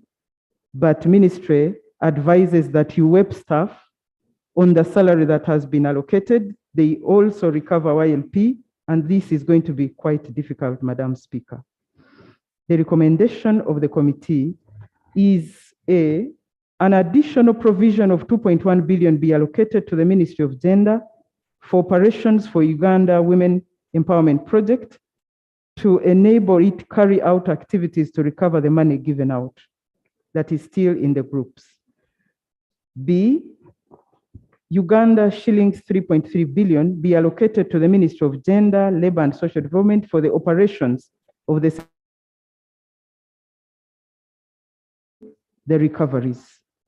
C, both projects be allowed, as it were before, to utilize 10% of the recovered funds for the Secretariat operations for the respective projects in order to run as per their roles to recover and revolve the funds.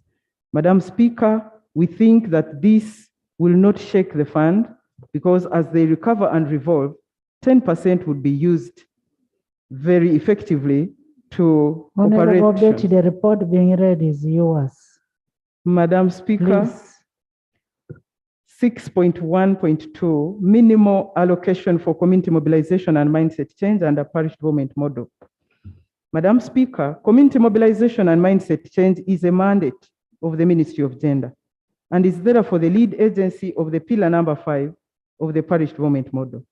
The pillar seeks to enhance effective mobilization of households and communities for socio-economic transformation and implementation of cross-cutting issues. However, the committee notes that the ministry was allocated a meager 1 billion for this pillar under the PDM out of the budgeted 18 billion, leaving a funding gap of 17 billion. This is worrying given that the PDM is new and there is need for people to get to know about it. And also the committee notes that there is need for massive awareness about the program, given the amount of money that is going to be sunk into it and the impact it should have on the target populations. Moreover, lessons from other projects indicate that mobilization and mindset change are key for the successful implementation of government projects, especially those aimed at poverty alleviation. Our recommendation, Madam Speaker, is that the committee, that at least an additional 9 billion be allocated to the Ministry of Gender, Labour and Social Development for community mobilization and mindset change under the parish development model. Social assistance grants for empowerment, SAGE. The committee observes that SAGE program has been operational since 2010. Cabinet announced a national rollout of the program to cover all older persons aged 80 years and above across the country in 2018-2019. The grant is faced with three significant challenges, Madam Speaker. First, in the financial year 2022-23, in order to pay all beneficiaries, a total of 146.7 billion is required. However, the funds provided amount to only 120.7 billion, leaving a shortfall of 26.9, and the same shortfall was experienced in the current financial year running, but was covered by development partners. Secondly, there are areas amounting to 36.2 billion to date, out of which a provision of only 14.4 billion has been made, leaving a funding gap of 21.6 billion, which is required to cover the areas for 270,203 beneficiaries that did not receive remittances in the fourth quarter of the financial year 2020-2021 due to inadequate funds on the side of government, not on the side of development partners. And Madam Speaker, protect me, the clerk is disorienting me. Thirdly, while the deficit during the current financial year was covered by development partners, these... Honorable Chair, kindly summarize. Madam Speaker, I have a few things. And while the deficit during the current financial year was covered by development partners, these will cease to support the program in June 2022. This therefore leaves the funding of the program to jeopardy, and areas are likely to continue. The budget shortfalls of the program continue to impede the effective running of the program and the general welfare of the beneficiaries of this program, Madam Speaker. Social protection strategy continues to hinder coordinated planning and eventual financing and interventions for social protection in the country. A recommendation, Madam Speaker, that 21.6 billion be provided in the financial year 2022-23 to cover areas for 270,203 beneficiaries that did not receive their remittances in the fourth quarter of the financial year 2021. 2, 26.9 be provided to cover the shortfall to ensure that all the beneficiaries aged 80 and above are covered. 3, the Ministry of Finance, Planning and Economic Development provides to this Parliament a statement of assurance on the sustainability of SAGE program after the withdrawal of the funding partners in June 2022. And 4, that the government put in place a national social protection strategy that will take us to legislations on social protection, since we already have a running national social protection policy. 6.1.4, green jobs and fair labor markets. Madam Speaker, the Green Jobs and Fair Labor Market Program seeks to provide solutions to the problem of youth, which contribute more than half of the country's GDP. The program also helps these youth groups to transit from the informal to the formal service sector with business startup kits, with equipment and green technology, and helping them to manage the transition.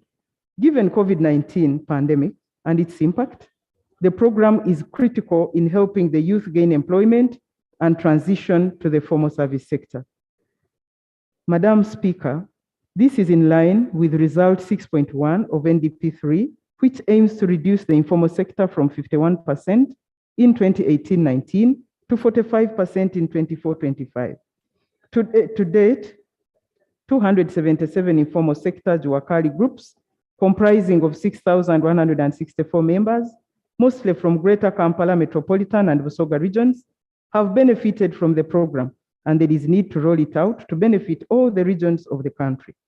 This should be a welcome development given the impact of COVID-19, and in order for us to roll it out to all parts of the country, we would actually have required 50 billion, but at present only 2.9 billion is provided in the budget, leaving a huge funding deficit of 49.1. Our recommendation, Madam Speaker, if we have to phase the rollout, is that 10 billion at least be allocated to the Ministry of Gender to start a phased rollout of the green jobs and fair labor market programs throughout the country. The scheme, Madam Speaker, in 2018, Cabinet approved the Uganda National Apprenticeship Framework under Minute 358 CT 2018. The ministry was then directed to urgently design and implement apprenticeship scheme in the key sectors of the economy. The ministry kickstarted the scheme to develop employability, self-employment and labor productivity, enhancement opportunities of the youth. Annually, the scheme targets 3,500 youth. The ministry has so far placed 235 graduate volunteers and 100 apprentices in workplaces in manufacturing and service sectors with support from UNDP and ILO, respectively. The graduate volunteers have gained relevant employability skills required in the labor market, and more than 73%. Madam Speaker, there is no provision for the scheme in the proposed budget, and this threatens to halt the scheme, and yet it has the potential to help alleviate the challenge of unemployment for the graduate youths. Our recommendation is that 5 billion be allocated to the Ministry of Gender so that they can continue and expand the National Apprenticeship and Graduate Volunteer Scheme. 6.16 under funding for the Uganda National Cultural Center and Creative Arts. The creative arts industry is one of the sectors of the economy that remained closed long after the rest of the economy emerged from the lockdown imposed due to the COVID-19 pandemic. The industry presents a huge opportunity to curb unemployment problem in the country, especially for the young people, and is a potential revenue earner and strategic community mobilization tool. The UNCC is a subvention under Ministry of Gender. The center is critical to revitalizing creative arts sector. However, it is critically underfunded. Financial year 2020-21, the UNCC was appropriated a wage bill of 2.34 billion, and this was enough to cover only staff salaries, gratuity, and statutory obligations. However, 21-22, the wage bill was now reduced to 1.57 billion, creating areas of 770 million. The center also requires 30 billion to establish regional studios to help artists from various parts of the country, and also carry out a feasibility study for the land redevelopment at UNCC. Our recommendation, Madam Speaker, is for the committee this House to avail 33.57 billion to Uganda National Cultural Center to establish regional recording studios throughout the country, statutory obligations, and carry out a feasibility study for the redevelopment of the premises. Budget enhancement for special interest groups, councils. Committee observed that councils of special interest groups have countrywide structures, actually up to the doorstep, Madam Speaker. However, the councils require funding to enable them operate effectively and reach out to their structures and constituents. Failure to fund these councils impedes on their efficiency and makes it difficult for their constituents to engage in national programs. The National Youth Council was allocated 2.07 billion out of the required 4.07, leaving a funding gap of 2 billion. As a result of the funding deficit, the council is unable to hold vital meetings or undertake training and sensitization of the youth throughout the country. The National Council for Older Persons, on the other hand, is allocated 700 million annually out of a required 2 billion, making it difficult for them to effectively mobilize the older persons structures throughout the country. It is especially critical for the National Council for Older Persons, which is relatively new. Moreover, when His Excellency directed on the Day of the Older Persons, an increment of 3 billion to each of the statutory councils and a provision of 800 million to the National Youth Council to organize annual youth conferences. A recommendation, Madam Speaker, is that 2 billion and also 1.3 billion respectively be allocated to the National Youth Council and National Council for Older Persons to enable them effectively execute their mandate. B, that 15 billion be allocated to all the statutory councils in fulfillment of the pledge by His Excellency the President. 6.1.8, funding for interventions to address challenge of street children. Madam Speaker, the committee observes that street children abound in all urban centers, cities, and towns throughout the country and represent a serious challenge to the development of this country, especially given that the majority of Ugandan population is made up of the young people. The committee notes with concern that while there have been numerous attempts to address this challenge, not enough has been done, and particularly there has been insufficient funding. In July 2019, Parliament appropriated 3.4 billion to support efforts to get children off the streets by addressing the root causes and the push factors and to provide for rehabilitation services to children resettled. Out of that money, only 1 billion was released.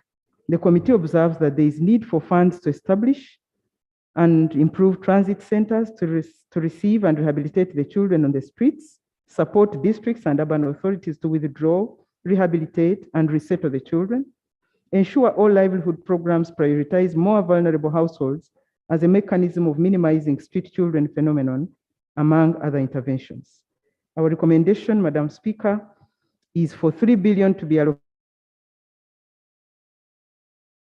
to children in urban and city centers in the country. Funding for GBV, there has been an increase in the number of gender-based violence by 29% as a result of COVID-19 pandemic and the resultant lockdown as noted in the annual crime report 2020. There is therefore need to address the causes of the violence and to provide remedies for the victims and those at risk. While there are centers in some districts in the country, these centers are established and operated by civil society organizations who depend on foreign donors, and they are only reception centers, Madam Speaker. They are not gender violence shelters. This has made,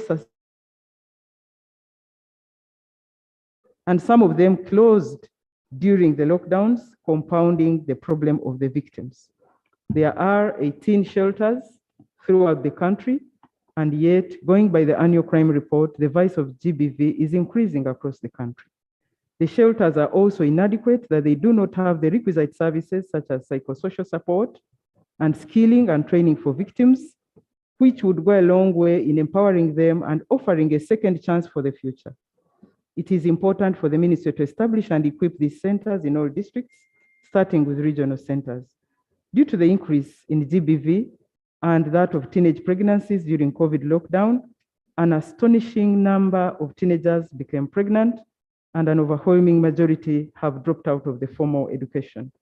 Ministry intends to place these children in the children's homes and reception centers, while the teenage mothers are skilled and alternative formal skills supported with startup capital. However, no funds are provided for this in the financial year 22-23. Our recommendation, Madam Speaker, the committee recommends that the ministry be allocated 10 billion to start a phased establishment of regional gender-based violence shelters in Uganda. And of course, Madam Speaker, we would like to even implore the ministry to interrogate and review the GBV Act to find out whether it effectively addresses the current challenges of GBV since 2010. Things could have changed. 6.110, the renovation of the habitation centers for persons with disabilities. Madam Speaker, there are 5 vocational rehabilitation centers for PWDs in Uganda. These centers should play a critical role in imparting skills to the PWDs to help them earn a living, since it is, on average, much harder for them to get employment because of the stereotypes and discrimination that they face in society. However, all the 5 are in a deplorable state, with many of them roofed with asbestos, filled up pit latrines. In their current state, Madam Speaker, these centers are not habitable. It is important for these centers to be refurbished and retooled to make them serve the purpose for which they had been established. The recommendation, Madam Speaker, is that 10 billion be allocated to the ministry to enable them renovate and retool these rehabilitation centers. The industrial court and access to labor justice. While strides have been made in establishing interventions in the direction of creating jobs for various segments of society, including youth and women, little has been done in ensuring that there is adequate provision for employer-employee relations, which has given rise to an increase in labor complaints and, of course, industrial actions. COVID-19 pandemic made matters worse, and the ministry registered an excess of 20,000 labor complaints and disputes unresolved. The absence of a clear system to resolve labor disputes attracts industrial action, destruction of property, and loss of man hours. This leads to exploitation and violation of human rights and impedes economic development. The coming into force of the Labor Disputes Arbitration and Settlement Amendment Act 2021 expanded the mandate of the Industrial Court and granted it the status of a high court, provided with 3 more judges, registrars, and panelists, as well as other staff of the court. This requires 8 billion in the financial year 22-23, which has not been provided, Madam Speaker. The committee recommends 8 billion be allocated to the ministry to establish structures and infrastructure of the industrial court across the country. Equal Opportunities Commission, enhancement of the budget of the Equal Opportunities Commission. Madam Speaker, our recommendation is for 6.8 billion to be allocated to Equal Opportunities Commission to recruit more staff, undertake research and report on equal opportunities, and conduct tribunal hearings. Madam Speaker, governance challenges at the Commission. The committee notes that 7 of the staff of the Commission, that is the Equal Opportunities Commission, including the former secretary, that were informed that matters of 6 of the 7 staff are ongoing. The committee was further informed that the former secretary wrote to the commission indicating that the DPP had dropped charges against him and was requesting to be reinstated. The committee was further informed that the commission wrote to the Attorney General seeking for guidance on how to proceed and was still waiting for the response. In the meantime, the commission assigned an acting secretary. Madam Speaker, our recommendation is for the committee, our recommendation is for the Office of the Attorney General to expedite the legal opinion regarding former Secretary of Equal Opportunities Commission so that a substantive secretary is appointed. Conclusion, Madam Speaker, Right Honorable Speaker and honorable members, social development is a key component in attaining the goal of NDP3, which is to increase average household income and improve the quality of life of Ugandans. The votes under the purview of the committee have a mandate that includes everyone: women, youth, children, workers, people with disabilities, older persons, and other marginalized and vulnerable persons. There are numerous projects and activities which are well thought out and go a long way in attaining virtually all the sustainable development goals. If implemented, these projects and activities can go a long way in transforming this country. Whereas this is the case, underfunding threatens most of the critical projects and activities. It is the hope of the committee that the House provides the additional resources as indicated in the committee recommendations. Madam Speaker, I beg to move that the report, the recommendations of the committee, and the appropriations of the votes herein contained be taken and adopted by this House. I beg to move, Madam Speaker. Thank you, Honorable Chair. Honorable members, you've heard what the chair is saying. This is gender, labor, and social development. And we are going to refer this to the Committee of Budget as per Rule 149. And the matters are basically on gender and equity responsiveness, the WEP, We need an increase in the money for women, and you cannot scrap money from WEP to parish development model. That one is a no-go area. Women need their money. Because if you're talking about a parish development model, not all the women will be in those circles. For us to want our money as women, we are comfortable the way we have been using it. And the issue of labor exploitation, Madam Honorable Minister, you need to look at it. Yesterday, we talked about amendment of the labor laws to include the missions abroad. That the people who are going to a particular country must first report to the mission. And we must have labor officers deployed in the missions abroad. That is what was discussed yesterday. And the issue of youth unemployment. You know, you have so many people in the streets there because of unemployment. So if you can have an affirmative action for them, it would really help them, like what you have for the women. You need to have this youth have something to do. And the SAGE, most of these people have now died without getting their money. First of all, it is very little. And on top of that, you don't give them. So you need a solution to that effect. And most important, I know you're in the team of the parish development model. Never take our money as women. First of all, women are the responsible people in a family. They run the families. And if you look at the payment rate, 72.8% is very high. Remember, you're learning as a man and we are paying you back. So you need to add on this on the UWEP than removing it. Clark, I want you to capture all the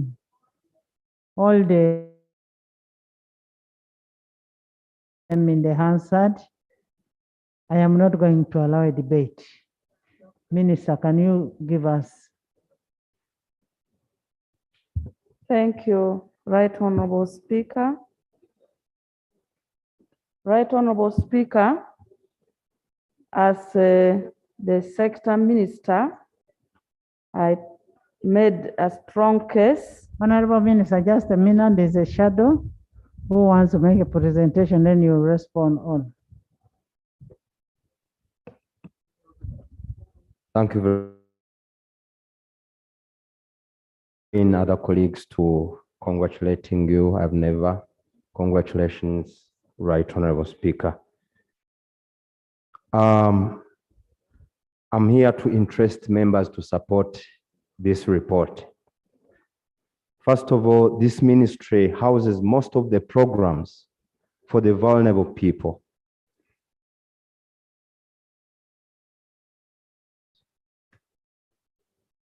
That however much the ministry could not have done the visibility aspect, the awareness for these programs are very paramount for our people and need your support. But Right Honorable Speaker, I need to highlight on a few things.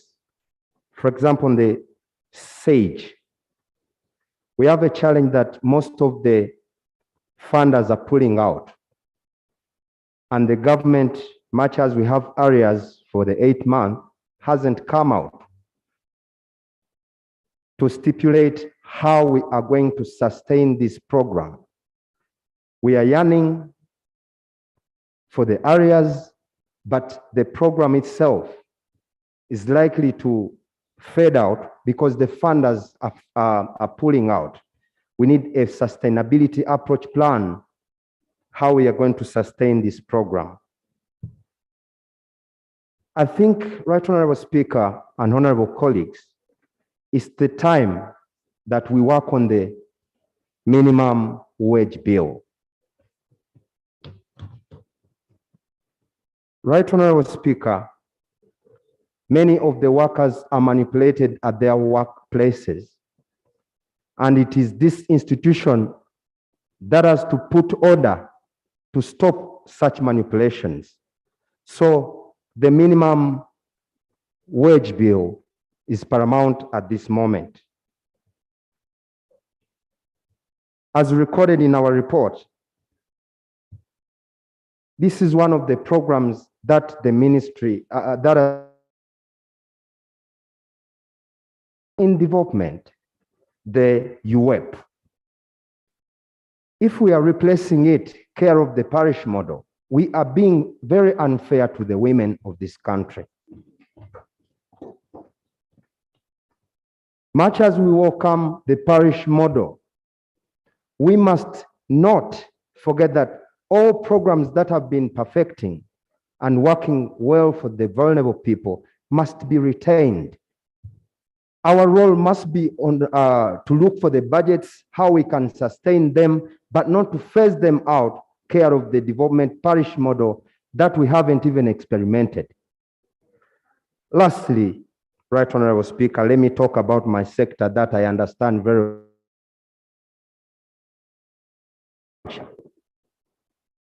I'm the Shadow Minister for Arts and Culture, Right Honorable Speaker. And I must thank government for taking care of the cultural leaders and cultural institutions. But we also have the creative arts. Government has for so long neglected this sector, yet this sector houses most of the youth. So if we are to work on the unemployment problem, let us champion, let us advocate, let us finance, let us empower the art sector. There are lots of challenges, Right Honorable Speaker. Even as we talk, the late speaker championed the copyright law bill. It is this August House to respect his will and take on artists, Right Honorable Speaker. Which bill? The copyright law bill. Copyright bill, okay. 2006. So, Right Honorable Speaker, we need to invest in the art sector because this sector houses most of the youth who are a problem to this nation. Information. Honorable Minister. So, Right Honorable Speaker, in that regard, I beg to encourage the committee members for the budget and this entire House to support the gender budget as proposed. I beg to submit. Thank you very much, Shadow Minister. Right Honorable Speaker, I stated earlier that as Ministry of Gender, we made the justification for retention of WEP extensively in all the forums that we sit in. We held several meetings with finance, and we presented equally in cabinet, but the decision of cabinet was that the 32 billion under WEP be removed and merged under parish development model. In the first budget allocation, we had that money retained, but in the second budget call circular, it was removed by finance. And so if this House feels that the 32 billion should be retained, then the recommendation of the committee should be amended and it captures the 32 billion. The only thing I managed to succeed. Honorable members, can we have the Minister of Finance come and explain why he had to remove the 32 billion? Can the Minister come and explain to this House?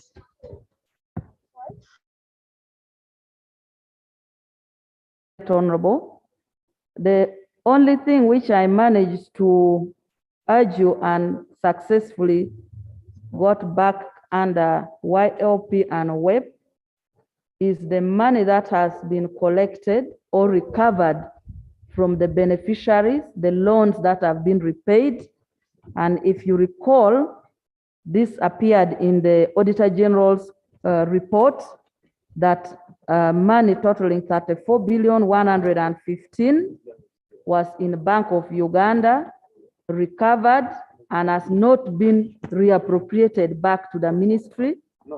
That one I managed to present to Cabinet, and His Excellency the President directed that we replow it back to the two programs. However, even if we replow that money back, Youth Livelihood Program does not have money to run its secretariat. So I've been directed by Cabinet to merge the structure of Youth Livelihood Program or WEP and have a lean structure of both, adding on to the roles of parish development model, and the two programs will work hand in hand to recover money that have already been loaned and revolve the ones that have been recovered. Therefore, it will be important. Should I accept that? Recovery is very No, important. that is a very serious issue. Yes, How do you take away your recover? You only know you're recovering the money to be absorbed by another sector. Yes, thank That you, is Right Honourable wrong. Speaker. Right Honourable Speaker, on the recovery, right now the ministry is budgeting 2. OWEP. Madam Speaker, OWEP was being supervised by the community development officers. And the community development officers are the employees of the government. They are being paid every month. And right now the ministry is budgeting 2.1 billion to help in the recovery. Why is that so, Madam Speaker? Why the operational cost of the 2.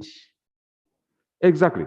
And to Madam Speaker, on the Youth Livelihood Program, on the secretariat running, the ministry is budgeting 3.3 billion to run the secretariat on the Youth Livelihood Program. Madam Speaker, the Livelihood Youth Program is the program being run by the district. And we have the district employees who are running this program. And right now, the ministry is budgeting 3.3 billion just to help the secretariat. Madam Speaker, we are not understanding all this money that we are budgeting for. That's the clarification I want to. And if you are to give out that money to the women, how many women would benefit out of it? Let's first hear from Dorcas, then you respond. Yes, thank you so much, Madam Speaker. Right Honorable Speaker, I would like to seek clarification from the Honorable Minister. While we propose about 3.3 billion to have the Secretariat for YLP, but we know that when we want to merge YLP together with UWEP, the recovery rate for YLP has been extremely low overall, all over the country. I don't think when we moved around to the districts, we found any district which had information that was showing that YLP was performing very well. However, for UWEP, if I pick on, for example,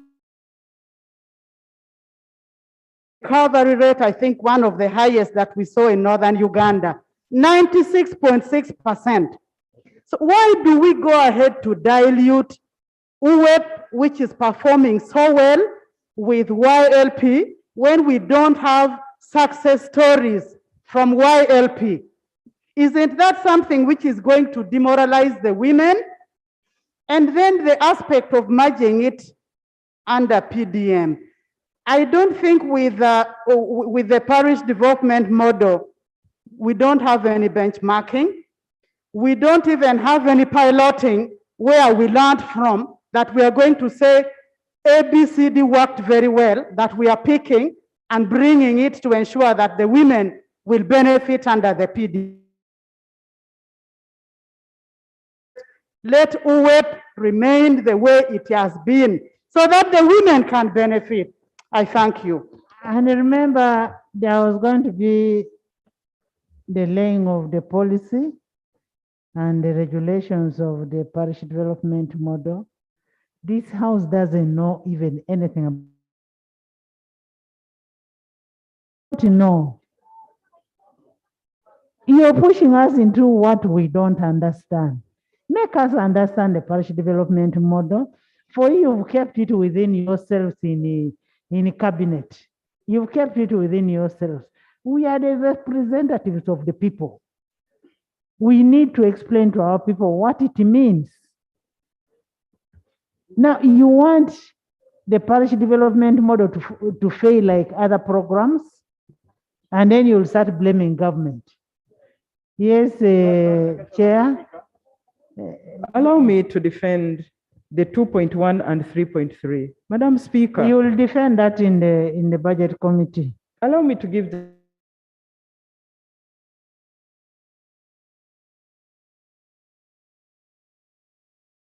to monitor these groups, form them, train them so that they can get money. And so when you only pay salaries and you don't provide money for the CDOs to move for fuel, not salaries necessarily, they must monitor, they must train these groups and bring them on board for them to be supported with UEP funds. And Madam Speaker, the 3.3 billion had earlier been budgeted for YLP staff and was scrapped. We are only reclaiming it, Madam Speaker, that the Secretariat of YLP also runs, and so that they can also recover, do their recoveries and their mandates as per policy, so that the programs can be seen running. We are not only paying salaries, but we need operations to mobilize and group these people. What Honorable is raising is, are these people paid salaries? Are they civil servants? And if they are civil servants, they are paid salary. Why would you pay somebody money to go to the field? Why would you spend a 2 point something instead of giving that money to the women to use? You're paying again people who are earning salary. Eh? Let's have that money. Let's have that money given to the women to do their work. Yes. Clarification, Madam Speaker. Madam yes, Speaker. Further clarification. Madam Speaker, it is perturbing for the report that the chair of gender is reading to the August House. Whereas all the development of a home bases on a woman, the committee gets money for WEP to put in the parish development model that has already died at initiation. Because the parish development model has almost the same principles like Emioga, which is making Ugandans cry day and night. The fact women are crying, Madam Speaker, where some of us come from, because those who borrowed Emioga money, the men have run away from homes. There is no giving birth. Now, how do you take the women's money? What have the women of this country done to us that we take only their money that we are getting? Why really? And really, Madam Speaker, the Prime Minister should tell us, why do they begin fake programs in the cabinet and not tell us? Because as I talk now, I am the only member of Parliament. For Busia municipality, there is nobody in the 11th Parliament. But I don't know anything concerning the parish development model. And we are taking the money for the women. What do you want the women of Busia to do? Where do you want them to go? Moreover, they gave NRM 90% of the votes. Is that the way you are paying them? Honorable, this is very unfair to the women of Uganda. Honorable, we can't say they are fake programs. These are government programs. All we need is to have information about the program. We need information. We need the guidelines. We need the policy. What is our involvement as members of Parliament? How do we come in? Tomorrow you're going to fail in your constituency because you've not been involved. And this is the same thing that happened with the Mioga. Lutamaguzi, you're all on clarification. Thank you so much, Madam Speaker. For the record, my name is Wakole Simon Peter. I represent the people of our constituency in this parliament. Madam Speaker, we need not to deceive ourselves. As a matter of fact, all the three concepts of the youth livelihood program, their weight and policy development model, they cannot meet in a moment. They cannot meet. When they meet, I believe they can start fighting among themselves. The clarification I was seeking, Madam Right Honorable Speaker, is we heard clearly from the Minister for Gender that in the first draft that they sent for the budget, the money of a wife was intact, nobody touched. But in the second discussion now, the Ministry of Finance scrapped everything. I believe the Ministry of Gender were not even consulted. Are we going to move in that same line as the country? I see a big challenge with the Ministry of Finance. The clarification I wanted, was there a formal discussion, Madam Minister, in that regards, before it was cut away from your vision as the ministry? I submit. Honorable Prime Minister, can we have the Minister of Finance here tomorrow to explain about our web money? We want our web money. Right, Honorable Speaker, I thank you so much. I'm going to inform the Minister for Finance to come here and explain about that money. But secondly, I want also to inform this House that the guidelines for the parish development model and the regulations are with the Attorney General. So he is going to bring them here to Parliament so that members of Parliament are on board in as far as the parish development model is concerned. Order, Madam Speaker. Order. Order, Madam Speaker. Honorable Prime Minister, yesterday, Order, Madam Speaker. Yesterday, the Prime Minister made a commitment that today before the debate, they will have laid the policies and the guidelines on the floor. Now you're contradicting within yourselves. How do you want me to help you? Right, Honorable, that's why I'm Anyway, saying. Attorney General is here, Attorney General. Yeah, it's good that he has come. That's why I was saying that we pledged that we are going to bring them here to Parliament. I was just confirming what was said yesterday. Attorney But General, he's here, let him say something. He's laying the documents.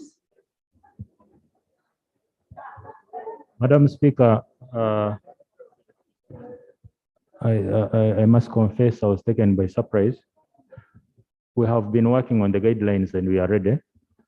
Let me liaise with my office and see if we can lay them today.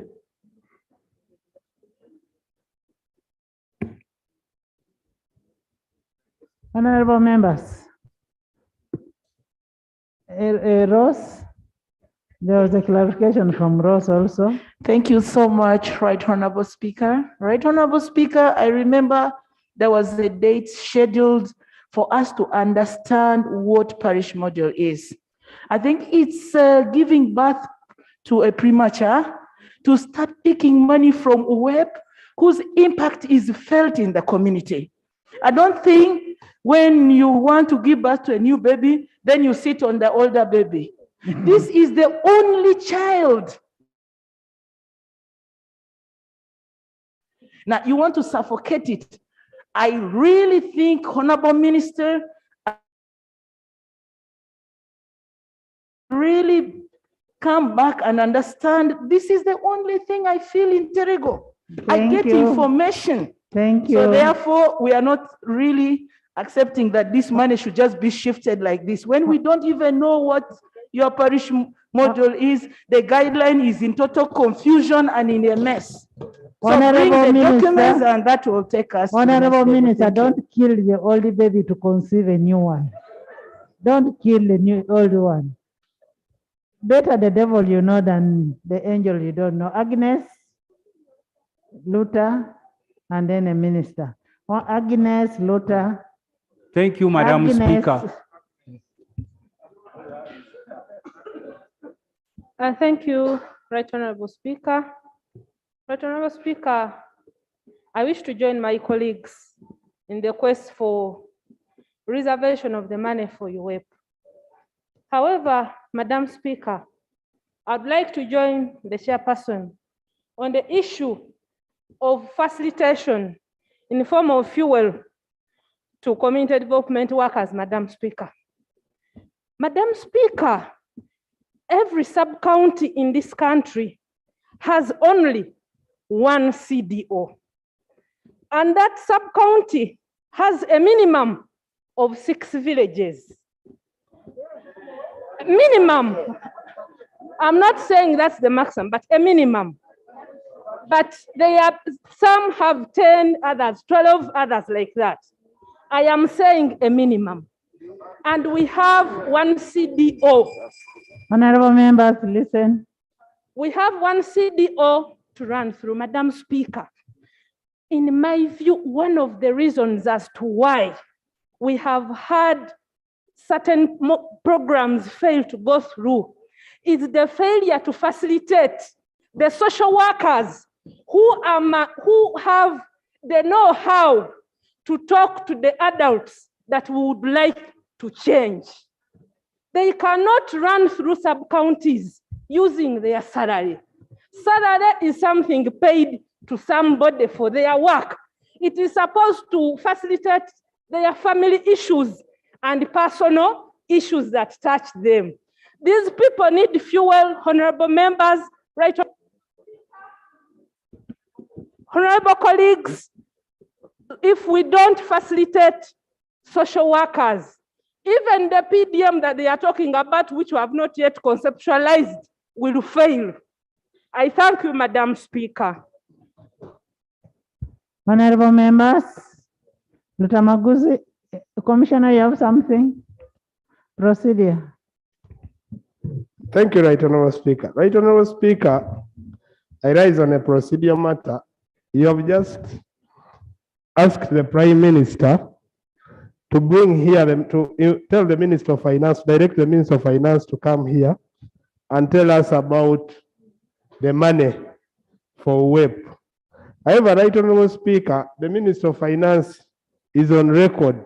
The whole of this week, the Minister of Finance has been on radios, televisions, telling people that he will not listen to Parliament and he is not willing to be guided and directed by Parliament. Would it be procedural right for the Prime Minister tell the same person to come and present to us without apologizing first for bashing us as Parliament, because we were just inquiring about the coffee agreement, and is busy bashing out every member of Parliament who tries to talk and says he will not listen to Parliament, and Parliament cannot get directives to direct the minister. So would it be procedural right, Honorable Prime Minister, for you to prevail over your minister, not to bash Parliament?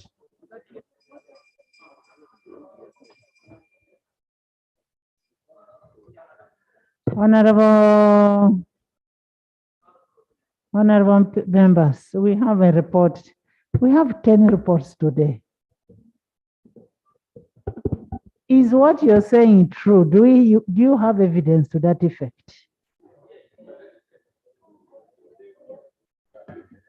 Right, Honorable Speaker, when you give me leave, I will go and pick all these recordings. And then can we have evidence to what you're saying? Because whatever you're saying now is a hearsay. Right, Honorable, it is not a hearsay because it is on all media. Give us, lay on table the evidence. I'm giving you leave, lay on table, and then we will take appropriate much action. obliged, Right, Honorable. I will come and lay. There is nobody who has a right to come to start abusing this Parliament. It is only in this Parliament where we can make decisions, whether they are good or bad. So nobody will do it.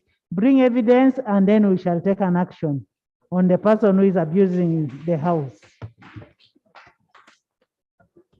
Honorable members, you've talked about the women. Yes. Lutamaguzi, then the minister. MP. Thank you, Right Honorable Speaker, for giving me this opportunity. Right Honorable Speaker, Parliament worked very hard to ensure that we pass the minimum wage bill.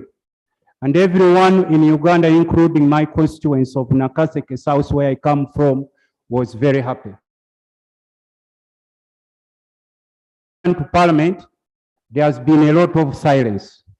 I wanted to know from government, what are those key salient issues which the president pointed out that stopped him from assenting to that bill, such that, Madam Speaker, they should be worked on quickly. Which bill?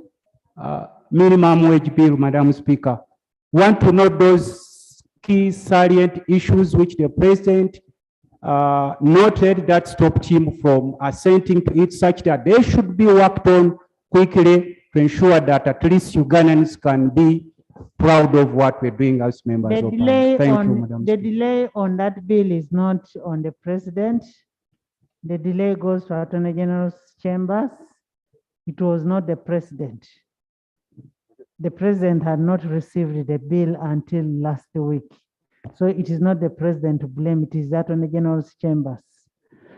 In FEMA. Thank you, Right Honorable Speaker. Right Honorable Speaker, people have discussed issues of women, but now I want to bring on the floor of Parliament issues of persons with disability. Right Honorable Speaker, this Parliament works through committees, and as person with disability representative, we went through the gender committee and we got allocation for things to help person with disability in this country. And we went in the budget committee. The budget committee agreed with us, but when finally finance came out with the document, all our things, most of our things were removed from the budget. I know yesterday, Right Honorable Speaker, you guided that we may not discuss those things here, but I want you to direct the Committee of Budget to listen to us when we go there to present issues of persons with disability. Right Honorable Speaker, our people are suffering. They don't have mobility appliances. Children are suffering in the rehabilitation centers. There is no money allocated to those children in the centers and so many other things.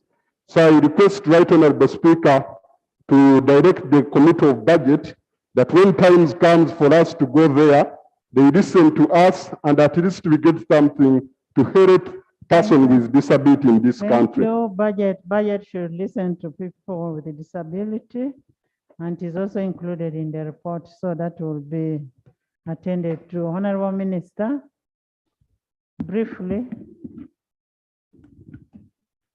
Right Honorable Speaker, on the issue of cost, which the members raised, administrative cost, I think that is part of the reason why Cabinet instructed that we have a lean structure, because under WEP, we are not using Government of Uganda staff. Because it started as a project, both YLP and WEP has staff recruited outside government structure, and they are paid different scale. For instance, a manager earns 11-point-something million, and it goes down up to a senior person up to 5 million, then the rest are paid according to the original donors. But donors have left. I've had the concern of Parliament. It's the same concern of Cabinet who will assess. But I think the most important issue here that members have raised is how to facilitate the CDOs more, because they're the ones on the ground, they're the ones who are doing the work, they're the ones who are generating the projects. And if the committee or Parliament reinstate back the 32 billion, back and brief on the issue and how we have handled it. On SAGE, the arrears of 26.7 billion still stands, and I hope that that arrears Parliament will handle. On labor externalization, we had proposed that we require labor touches in some of the countries that have a lot of complaints.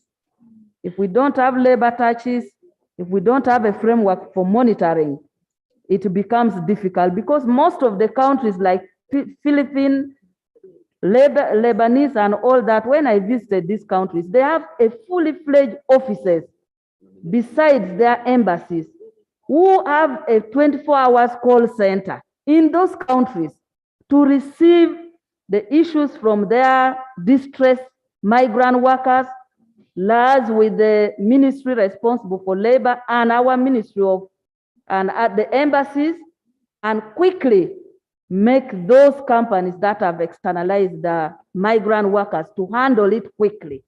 So we had asked for 5 billion to have at least start with Kingdom of Saudi Arabia, United Arab Emirates, and Qatar, but that money has not been provided. So it means, Honorable Minister, you want to attach those people without amending the law? You'll be acting under which law? the labor laws and policies and regulations was approved by this parliament. So it covers those ones. That requires And you the to regulations. attach Yes. your workers in another country? To attach them under our embassy. It is provided for in the regulation. Even the charge of $30, which is being collected in the consolidated fund, it is there. So that, and the monitoring aspect, which is through application and others. On the issue of, I think, the copyright bill, we have started consultation on the copyright bill and all the attendant issues of copyright, and we will have a more elaborate explanation later.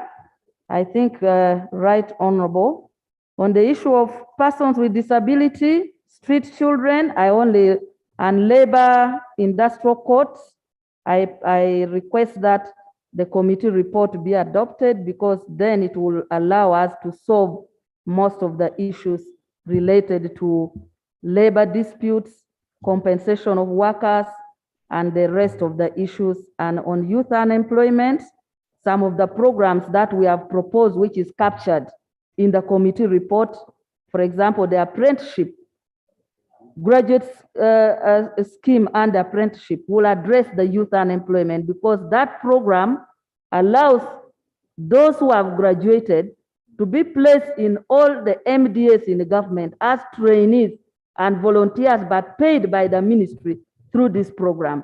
And in most cases, the pilot, which we did with UNDP, most of those who have been placed as volunteers and we pay them under this program have ended up retaining their jobs. So with that and the green jobs, we will be able to substantially deal with that. I want to thank you, Right Honorable. Thank you so much, members. The the money for facilitation that is supposed to be given, analysis must be made first to determine whether these are civil servants that are getting salary or not. Short of that, that money should not be released since they are being paid salary. I now put a question that the report of a Committee of Gender, Labor and Social Development be adopted with amendment that must be determined first. Those unwept should be retained.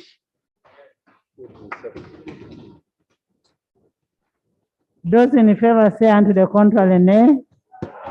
The ayes have it. Legal. Motion for adoption of the report of the Committee on Legal and Parliamentary Affairs on the ministerial policy statements and budget estimates for the financial year 2022-2023. Now that one, we only need a brief summary, not a...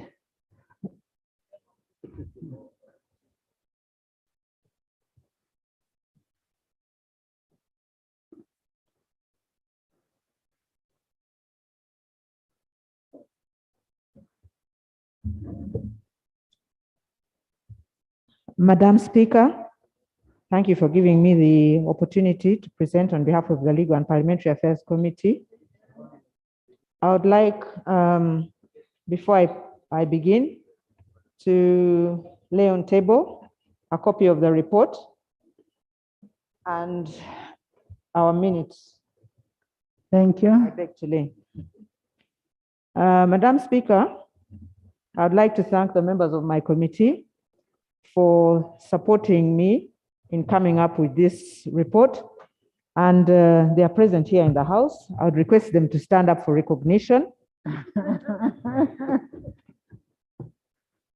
Thank you very much. Those are the able members of the Legal and Parliamentary Affairs Committee.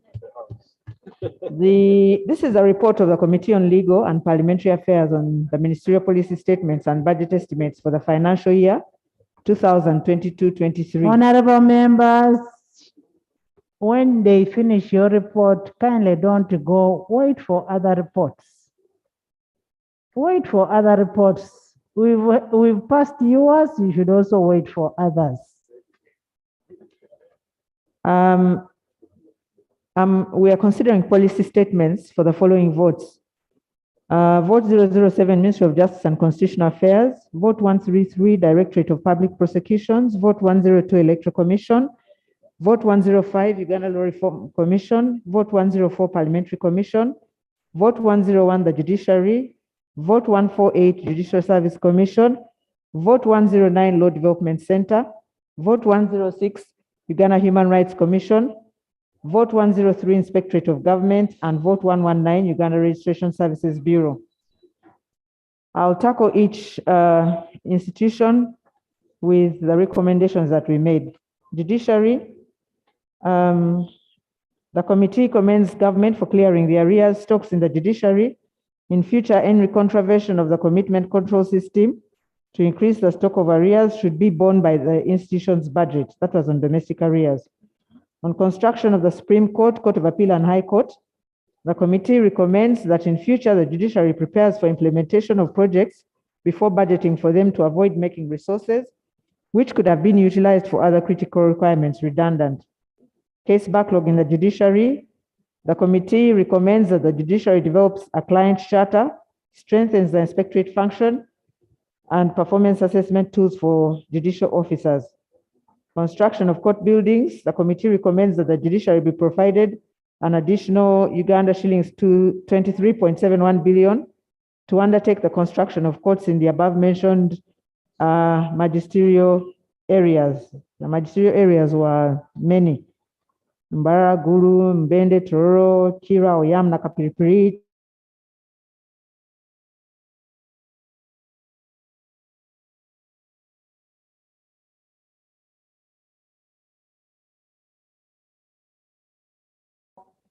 Uganda shillings 1 billion be provided to the judiciary to renovate various courts across the country. Retirement benefits for judicial officers and non-judicial officers. The committee recommends that the judiciary be provided with an additional 5.3 billion to pay retirement benefits to judicial and non-judicial officers. Medical expenses. The committee recommends that the judiciary be provided with an additional amount of Uganda shillings 5.25 billion to enable it to fulfill its obligations of meeting medical bills for its staff. Gender compliance. The judiciary should prioritize gender mainstreaming in its activities and make provision of breastfeeding children rooms in the court premises. I now go on to LDC, Law Development Center. For Law Development Center, on the construction of the multi-storied building, the committee recommends that Uganda shillings 3.2 billion be reallocated to its unfunded recurrent activities to avoid redundancy of funds for yet another year. The committee recommends that Law Development Center should expedite fulfilling all the conditions so that the project can be provided with a development project code and financing to avoid any further delay. Allowances for staff of Lira campus. The committee recommends that LDC be provided with an additional Uganda shillings 2 billion to cater for allowances of part-time staff of Lira campus. Legal aid services. The committee recommends an additional 1 billion to LDC to facilitate legal aid services. Gender compliance. The committee recommends that LDC expedites the implementation of the gender policy at the workplace and also set up sign language services and visual impairment aids for persons with disabilities. Now, Law Reform Commission. On its budget performance, the committee recommends that for 2021-22, Committee recommends that Uganda Law Reform Commission expedites recruitment to fill vacant positions in order to utilize the wage budget and operate optimally.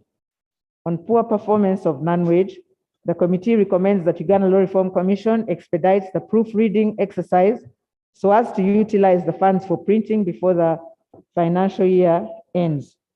On the ban on recruitment due to proposed rationalization, the committee recommends that government expedites the rationalization process so as to pave way for filling of some critical positions.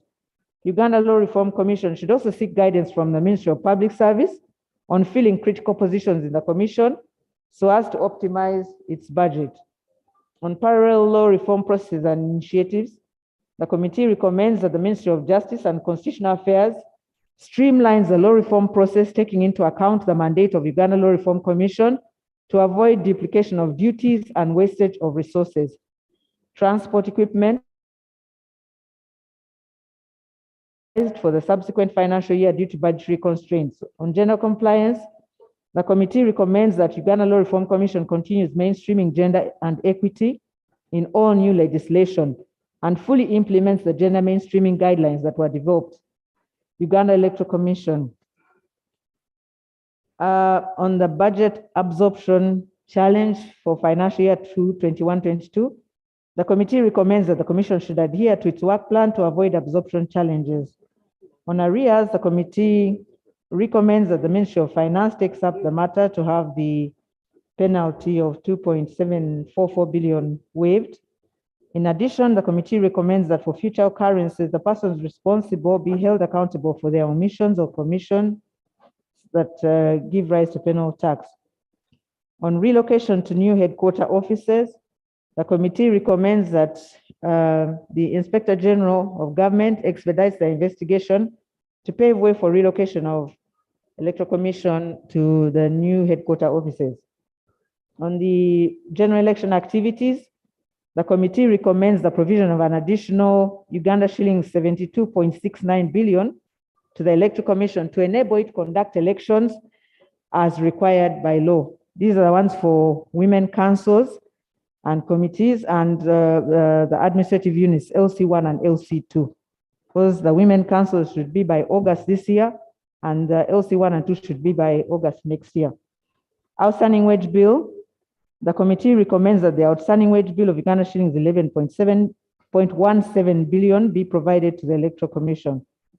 Operationalization of offices in 10 new cities and Terego districts, the committee recommends the provision of Uganda shillings 7.26 billion to operationalize offices in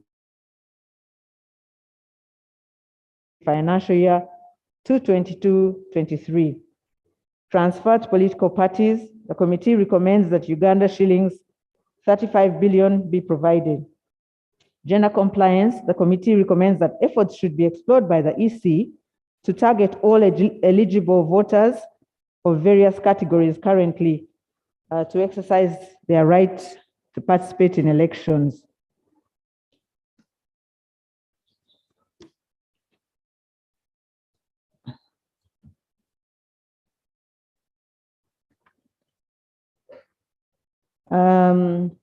The Parliamentary Commission, audit committees should be supported in the disposal of all audit reports in a timely manner, and Parliament should prioritize debate of audit committee reports and other statutory reports as provided for in the various laws and rules of procedure. Technical departments be provided with adequate resources to improve their respective capacities in scrutinizing statutory reports. This will enable them provide adequate support to committees to expeditiously handle all reports. Government should provide sufficient funding for committee activities to enable them scrutinize and dispose of statutory reports in a timely manner. On law absorption under the development budget, committee recommends that Commission should expedite the completion of the new chambers to enable members of the 11th Parliament acquire sufficient office space and improve the working environment. The Parliamentary Commission should review the performance of the contractor with a view of terminating the contract. Poor physical performance, the committee recommends that government avail sufficient funds to the Commission and later prioritizes allocation of resources to the committee activities so as to improve Parliament's performances related to the oversight role. The committee has also made recommendations regarding wage and non-wage. On gender compliance, the committee recommends Parliamentary Commission's efforts of addressing representation related to older persons and persons with disabilities.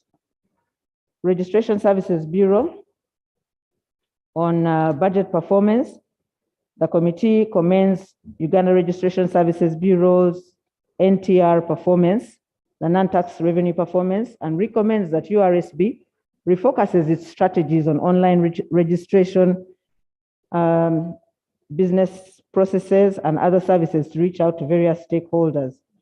On the development and upgrade of ICT systems for an all-online system, the committee recommends that shillings 1 billion be provided to URSB to develop and upgrade its ICT system for all online systems. Rent arrears, the committee recommends a provision of Uganda shillings 3.9 billion to URSB to settle its rent arrears. Operationalization of 2 regional offices in the Albertine and Eastern Uganda, the committee 8 billion in financial year 2022-23 be provided to enable the Bureau roll out the planned 2 one-stop shops stroke centers in the Albertine and Eastern Uganda in order to take services closer to the people as well as boost business in the area. Mass business registration, the committee recommends an additional amount of Uganda shillings 6.2 billion to be provided to URSB during financial year 2022-23 to activate its potential of NTR mobilization. Short-term consultancy, that's ISO. The committee recommends the provision of Uganda shillings 0.32 billion to URSB to facilitate acquisition of ISO certification. Gender compliance, government should expedite regulatory, legal and policy reforms geared towards achieving equity in accessing services provided by the Bureau. In addition, URSB should develop alternative access mechanisms for its services to target persons with disabilities. Inspectorate of Government, IG. On the low absorption of development budget, the committee recommends that IG expedites the construction of its headquarters as per the procurement plan. On prosecution of corruption cases and civil litigation, the committee notes that the cost of corruption in Uganda is estimated at Uganda 2,000 billion annually, and with adequate funding, at least Uganda shillings 200 billion can be recovered out of the 5,000 cases under investigation. Mainstreaming of transparency, accountability, and anti-corruption in projects. The committee recommends that the Inspector General the Inspectorate of Government be provided with additional Uganda shillings 4.48 billion to mainstream TAC in line with NDP strategic interventions. Capacity building of IG staff to fight corruption and maladministration in the public sector.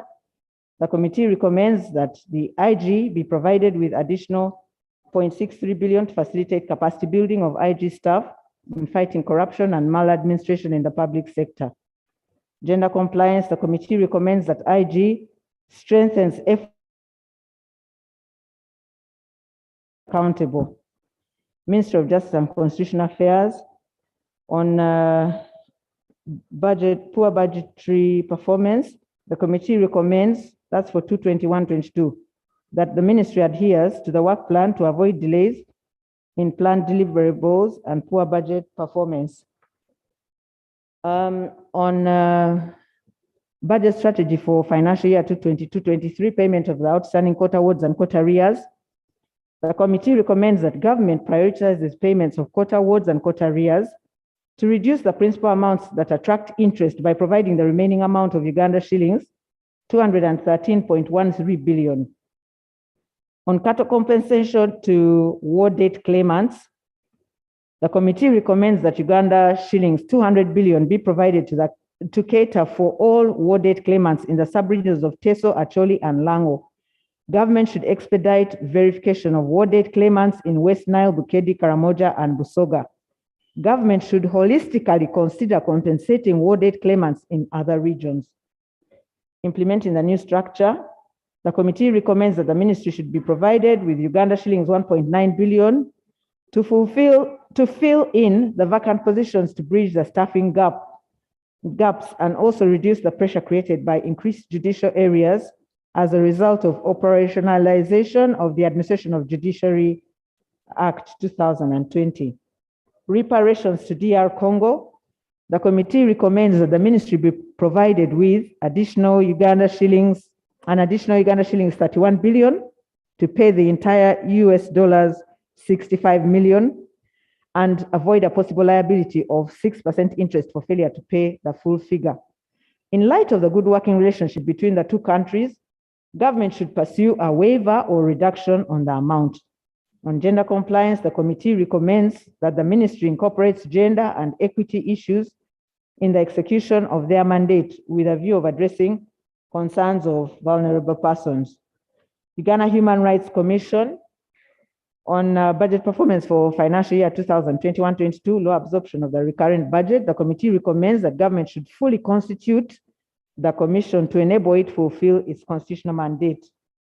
Budget strategy for 2022-23, salary enhancement of staff. The committee recommends that government provides 11.75 billion Uganda shillings as an additional wage bill for Uganda Human Rights Commission for financial year 2022-23. Wage-related expenses. The committee recommends that Uganda Human Rights Commission be provided with Uganda shillings 2.70 billion for wage-related expenses and also cater for arrears accrued on NSSF, gratuity, and allowances. Vehicles and transport machinery.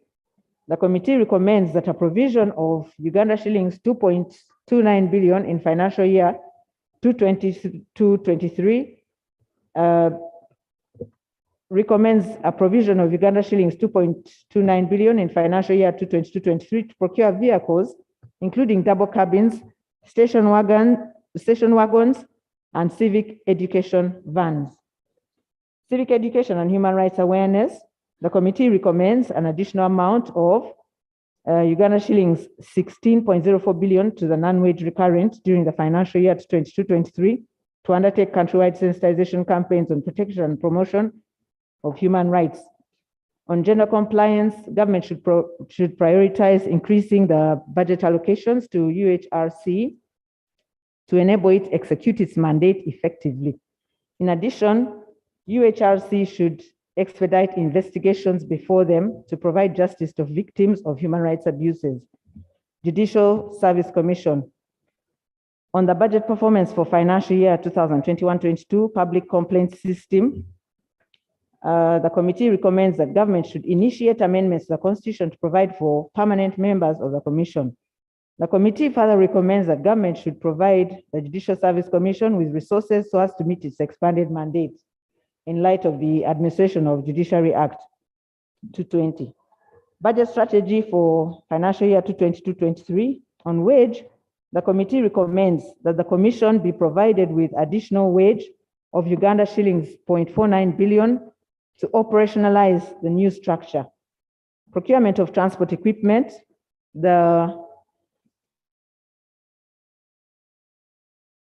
The development budget for Judicial Service Commission be adjusted upwards by Uganda shillings 8.2 billion to enable it procure vehicles in financial year 2022-23. Procurement of furniture. The committee recommends an additional Uganda shillings 1.4 billion be provided in financial year 2022-23 for purchase of furniture. Implementation of the expanded mandate. The committee recommends that Judicial Service Commission be provided with Uganda shillings 3.5 billion to facilitate recruitment of judicial officers and non-judicial staff of the judiciary. Gender compliance. The committee recommends that Judicial Service Commission should expedite recruitment process of more judicial officers since it facilitates increased access to justice. DPP.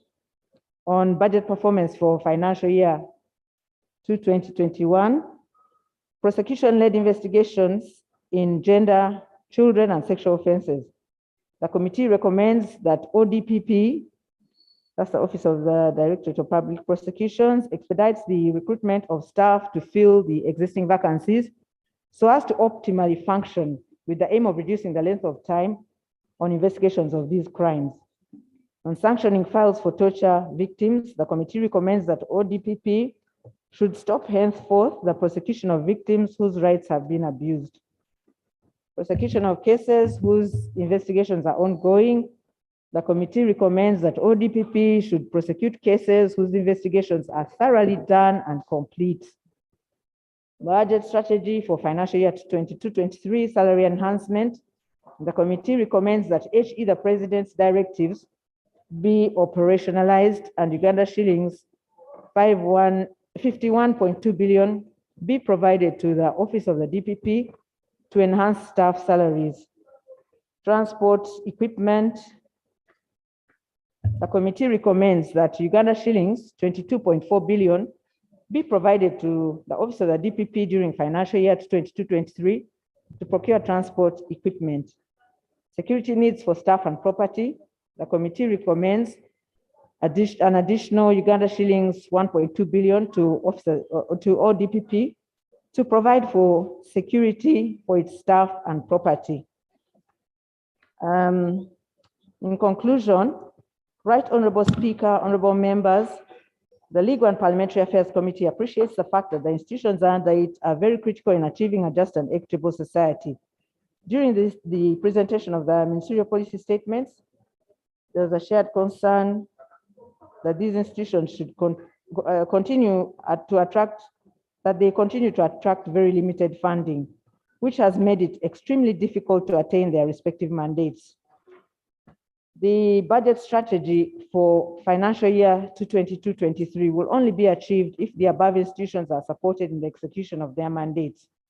Right Honorable Speaker, honorable members, in light of the above, it's my prayer and the prayer of the committee that this House adopts its report and approves the budget estimates that incorporate the committee's recommendations for the respective votes for financial year 2022-23, and the summary is as contained in the uploaded reports.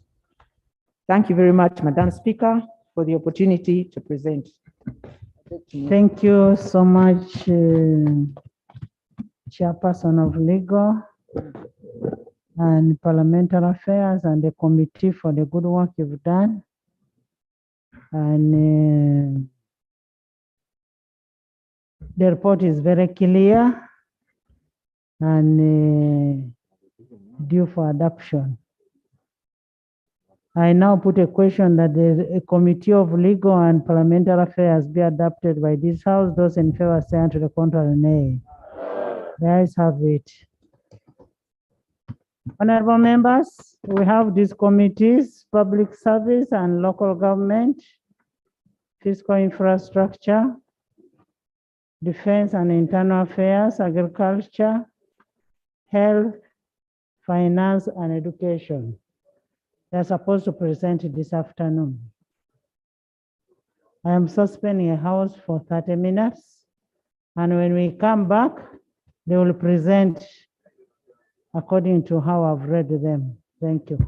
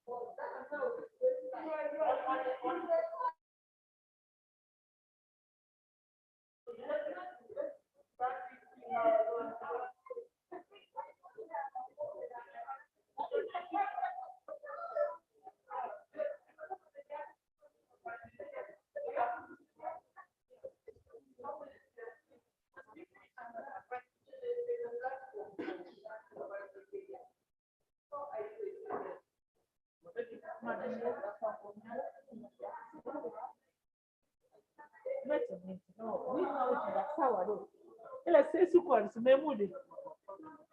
Ay, diraki. E kalu dere ni pap malu pap. Ay,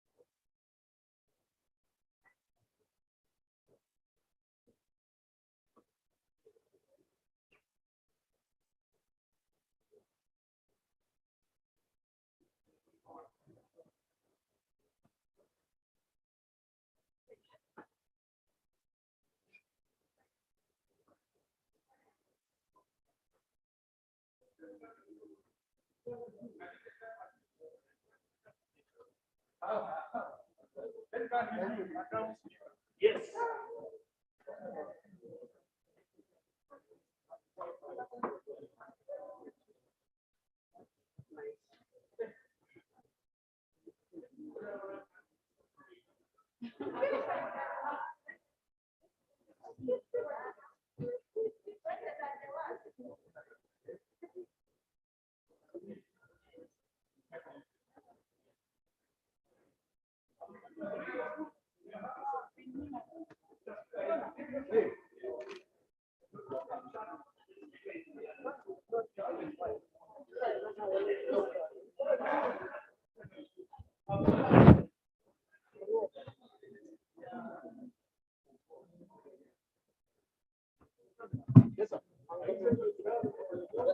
No, I'm not. I'm not. Okay, I look at how people are riding. I said, how you sit down. Are you okay? I always call you Bernard. I don't know why. I always call you Bernard. I don't know why. You are who? Rashid.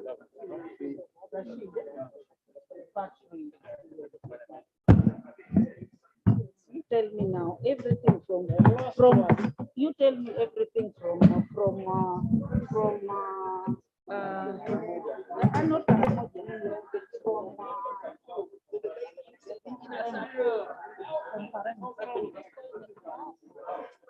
okay.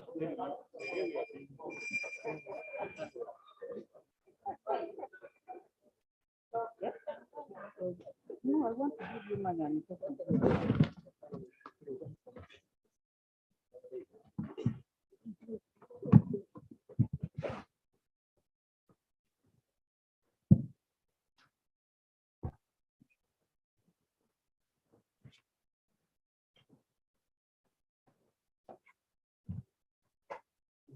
Yes.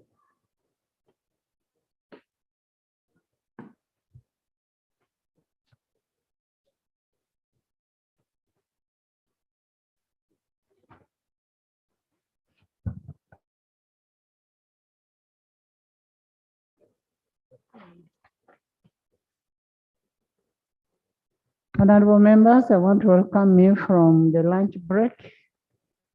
And as I'd already given a schedule of which group should present first, I don't know which chairs are available.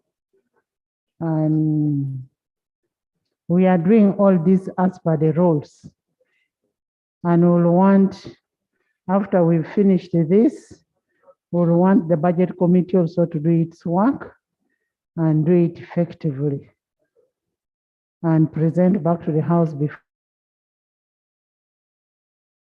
30th of April.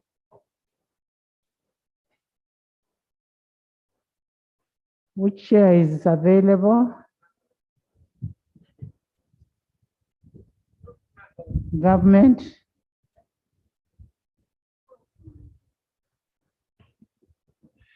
Right Honorable Speaker, I just wanted to beg your indulgence. My committee, the Committee of Infrastructure, allows them to just conclude in the next 25 minutes. They are binding and signing their report. And I don't know whether you could use the powers that you have to allow another committee to make a presentation as they wind up, as they conclude, Madam Speaker. Can I have another committee?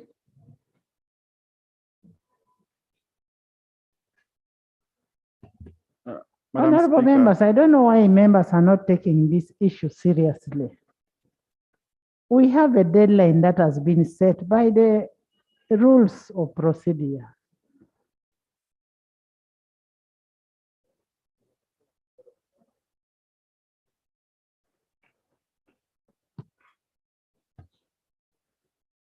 Madam Speaker, I think it will take us another 10 minutes to get somebody, the chairperson. They were finalizing the committee reports, signing up. So we rather request another 10 minutes to get the chairperson and the committees ready.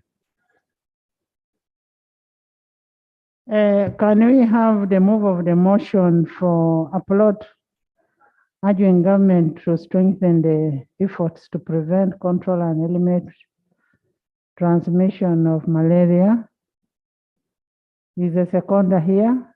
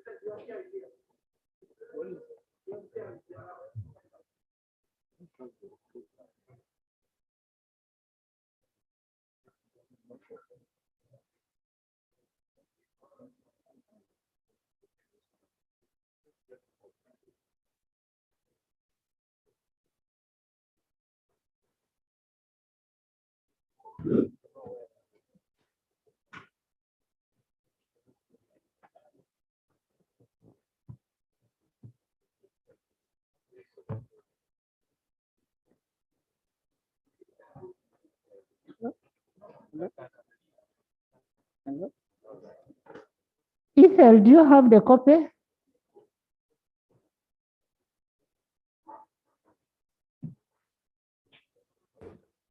Madam Speaker, I request we be excused just for 5 minutes because we are done everything. They should be uploading right now. We request. That's which committee? But it's ready. Everything is ready. Which committee is that? Public Service and Local Government. It's ready, Okay. but we request for some few minutes for the chair to arrive here. Thank you, Madam Chair. Yes. Thank you, Right Honorable Speaker. Right Honorable Speaker, as we wait for the committees to upload their reports. Honorable members, the malaria report is on. The shadow is going to move the motion. Yes, Chair, I just wanted to raise a matter that I raised about a week or 2 weeks ago regarding the funding to the local government. The presiding officer then, the Honorable Thomas Tayewa, directed the Committee on National Economy to expeditiously handle this matter and report back to the House, because as we speak now, we are getting to the final tail end of the financial year, and the new town councils and new sub-counties have not received funding. So, Right Honorable Speaker, I just wanted to raise this to find out when we shall be considering this report on the national economy regarding the funding for these town councils and sub-counties. Thank you, Right Honorable Chair. We had a discussion with the national economy on the domestic borrowing and looking at the timing now vis-a-vis the amount that is required, and you find most of these institutions had already been paid. So we are going to take an administrative decision on that, and these people will be paid very soon. You cannot start giving out supplementary when you're already on the budgeting process. It's not proper. But we are going to make sure that those people are paid. By Monday, we will have a solution to that. Thank you, Right Honorable Speaker. Maybe we shall wait for the committee to come and report, because I think it was the minister who laid that request here, and the committee has to report on that specific matter. Thank you, Right Honorable Speaker. Okay. Honorable Batua. Thank you very much, Right Honorable Speaker.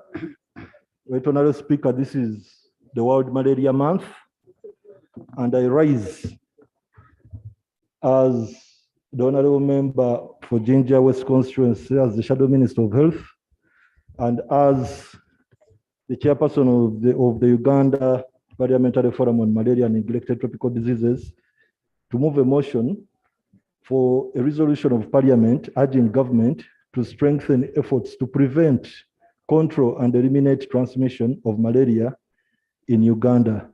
This is moved under Rule 56 of the Rules of Procedure of this Parliament. whereas the objective of the national objectives and directive principles of state policy of the 1995 Constitution of the Republic of Uganda enjoins the state to take all practical measures to ensure the provision of basic medical services to the population, and whereas the World Health Organization, to which Uganda is a member, instituted the World Malaria Day, commemorated on the 25th day of April every year, with the objective of highlighting the need for continued investment and sustained political commitment for malaria prevention and control, noting that this year's commemoration of the World Malaria Day will be marked under the theme, Harness Innovation to Reduce Malaria Disease and Burden and Save Lives. Aware that Uganda has one of the highest global cases of malaria and is ranked 4th in the African region, with over 90% of the population at risk, especially children and pregnant mothers, concerned that malaria is responsible for over 30% of the total outpatient visits and 15 to 20% of all hospital admissions, with a total of 20.4 million cases and a death toll of 30,900 in 2020 alone, including over 70,000 to 100,000 children under 5 years annually.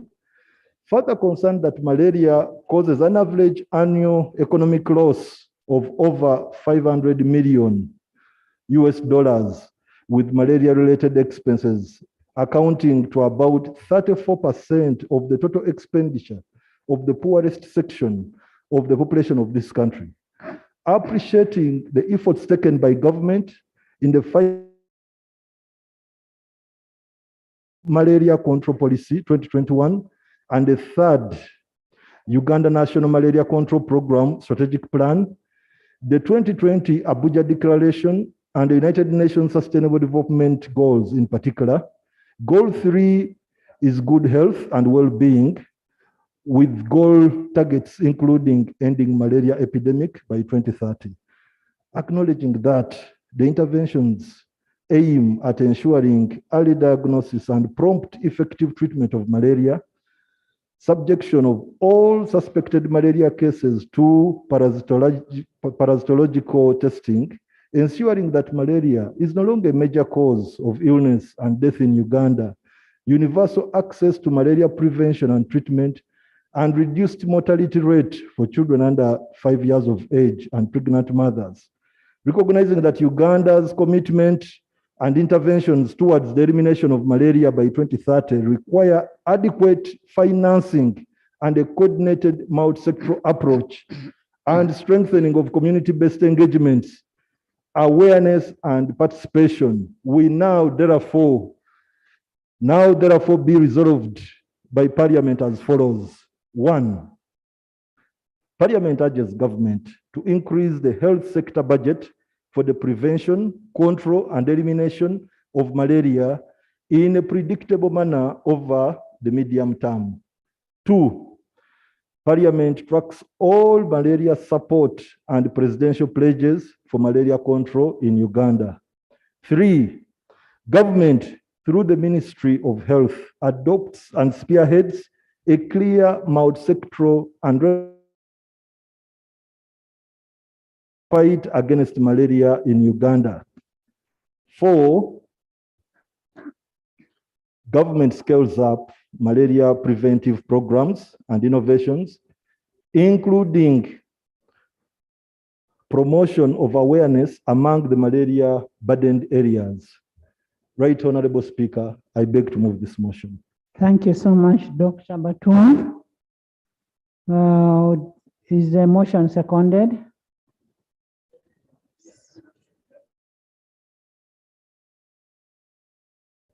Mitoma, Chukweni, Bogiri, John, Alan, Esther, Helen, seconded by the whole house, Achayo, Whopper, Serere. Would you love to speak to your motion? Just briefly. Okay. Because we have 2 reports to dispose of now. Thank you very much, Right Honorable Speaker. Ladies and honorable gentlemen, the disease we are talking about is of great interest internationally, but it burdens us in Uganda most unless we come together as parliament, because we are endowed by our constitution with the mandates that can actually help us fight the disease in appropriating money, in making laws and policies that can actually help in fighting this disease, because we have stakeholders who have made effort to see to it that malaria ends, and in representing our constituencies to ensure that there is good access to treatment and that government delivers treatment. However, I attract your attention to the delivery of malaria treatment, the policy in delivering malaria treatment. It is important to note that malaria treatment has been subsidized. The most common treatment known to all Ugandans is a drug called Coartem, which now, because of the subsidy, costs about 2,000 shillings to 3,000. But this is a drug that should ideally be in the range of 50,000. And had that been the case, very many people would have died. But even when that is the case, when there is that subsidy, we are still using Ugandans in big numbers. Over 10 die due to malaria daily. And as I've spoken for the time I've been speaking, Uganda has lost about 3, if you're to make some divisions, due to malaria. And the vulnerable ones are the pregnant mothers who are about to give birth, and the children, especially those under the age of 5. I wish we revise this policy to also subsidize the drugs that are used in emergency care. Malaria is a peculiar disease. When it is severe, the patient vomits. The drugs that are subsidized are in tablet form, are in syrup form. They are taken orally. Those are the drugs that are subsidized. So when a patient is severe and is vomiting, he needs drugs that are taken through other routes, either through injection or what you call the IV, intravenous. Now, the drugs that are used that way are not subsidized. They are still very expensive. Could that be the case? Could that be the reason why Ugandans and Africans are continuing to die regardless of the subsidy established at these drugs which address the mild cases? So equally important is to subsidize the treatment that is used on severe cases. We need to appreciate the stakeholders. They are coming up with different approaches. There is use of the mosquito net. However, it has some shortfalls. In a family of 8, 10, or 12, they will distribute 2 nets. So there will only be 2 family members who will enjoy the privilege of sleeping under a net. So it hasn't been effective. And maybe that's why that very good government effort has not translated into seeing these values coming down. So we need to think beyond the nets.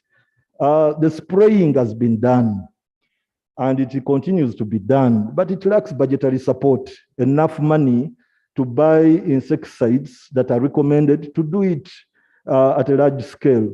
Technology has come in, and I'm not shy to share with you that there are people, scientists who are researching, who are doing the gene drive technology, because science has informed us that it's the female mosquito that transmits malaria. Logic informs us that if these female mosquitoes reduce in number, then the transmission will ultimately reduce. So the gene drive technology, which you would call genetic engineering, the same technology used to make vaccines that save our lives, the same technology used to make so many medical innovations that are now accepted, that very technology is also now being put in intervening malaria by way of coming up with a population of largely male mosquitoes, since they do not spread malaria. So if it's done, and if we have a common approach as East Africa, since mosquitoes do not need passports to cross from Uganda to Kenya, Kenya to Tanzania, if we do good in Uganda and our neighbors are not doing so well at the same As UPFM, we've met with our counterparts in Tanzania. They're called the TAPAMA. These are parliamentarians who have also mobilized themselves into a forum like us to do over and above the parliamentary work, but to do over and above this malaria fight. So we need to integrate with other parliamentary forums so that we form one East African forum, and interventions that are acceptable in Tanzania, we accept them in Uganda. Those ones that are acceptable in Uganda are accepted elsewhere, so that we have a common approach against malaria. One last thing that I should leave behind is that the fight against malaria is really very, very important. We have a very big population that lives on $1, which the population we call the poor. There are so many, and those people, when their breadwinner is sick, many of the family members are deprived of a meal. And when that breadwinner dies, those people are left as destitutes. I want to tell you that many Ugandans are just one sickness away from destitution. So malaria being one of the big diseases that are burdening us, I implore you at this time to see to it. It's very strategic for us that we are in the budgeting process, to see to it that we allocate money to malaria. President Museveni committed himself that he will put there to enable the fight and elimination of malaria. We should keep committing to this, and we should see that the government commits to what the president committed to. But we thank him for that kind of.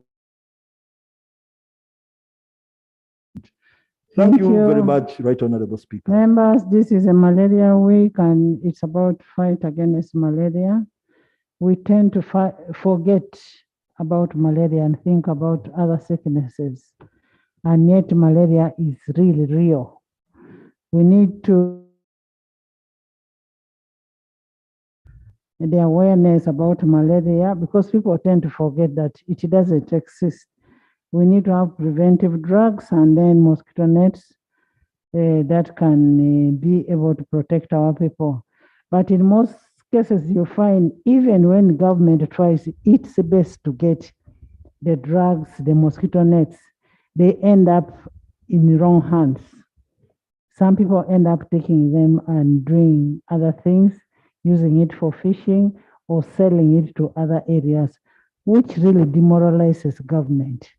Yes, I will allow, yes, Linda. Thank you so much, Honorable Speaker. I'm Irene Linda, Woman MP for Poto. Madam Speaker, I raised to second the motion and specifically urging government to increase the budget of health department, more especially us as members of parliament. And it's good time this motion is coming when we're in the budgeting cycle. Yes. Right Honorable Speaker, last month I was carrying out the oversight role. I went to 3 health centers and almost all the statistics were showing that malaria cases were very high. Out of the 10 patients that were coming to the health centers, all of them had malaria. Madam Speaker, my prayer would be that we increase the budget so that the health centers, more especially at Health Center 2, where most of the people go for treatment, and Health Center 3 are able to receive enough funds so that they can get drugs that can take them at least like for a month, because they were telling us that the allocation they get cannot even help them run a health center for 1 month. Madam Speaker, I pray that honorable members stand with me and we increase the budget for the health sector. Thank you. Taka.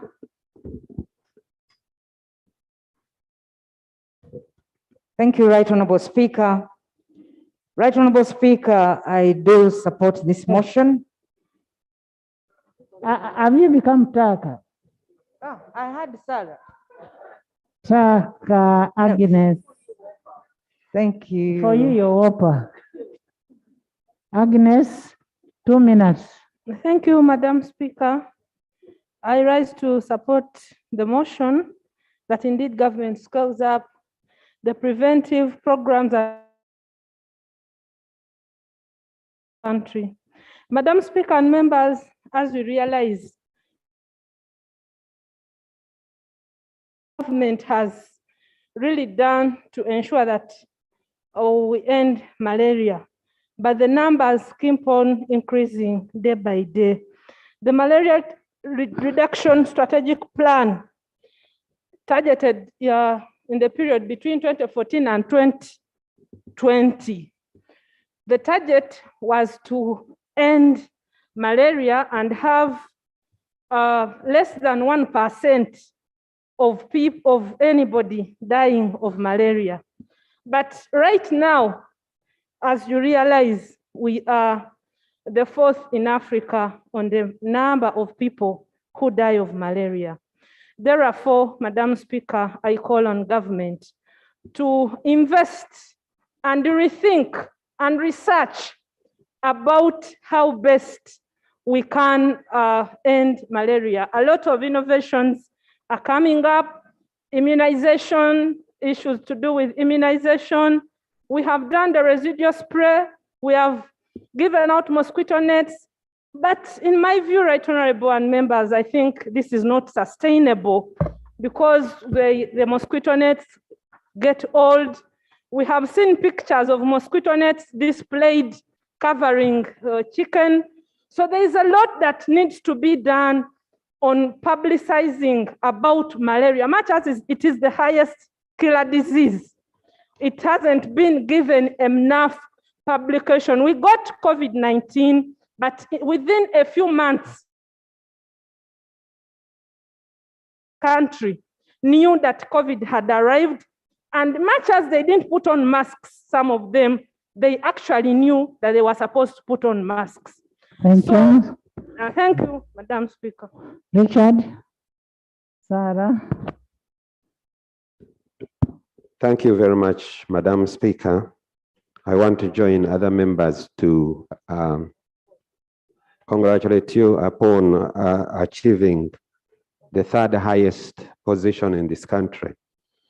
Madam Speaker, I support the motion, but also I want to inquire from Dr. Batua, because he said science has proved that it is the female mosquitoes, yes, which are actually dangerous. And I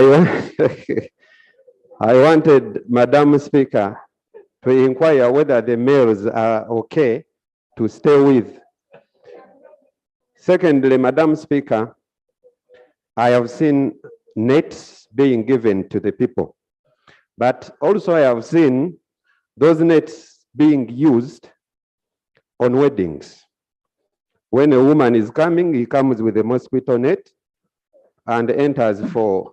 No, that is an abuse to women. No, I'm telling you. No. Those are not the nets the women use during wedding. That is not what I want to say. I am even surprised that you're wedded. Is that what your wife used? I withdraw the statement. But Madam Speaker, I wanted, yes, they didn't allow me to finish. Madam Speaker, the spray would actually help more than the nets, because the spraying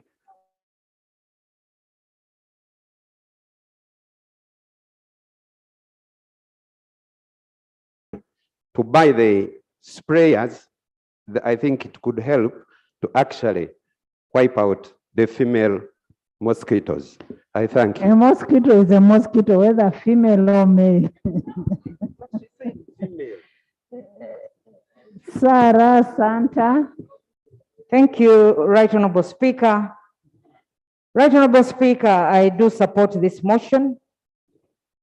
And from statistics, Right Honorable Speaker, actually malaria kills more than any other disease in the country.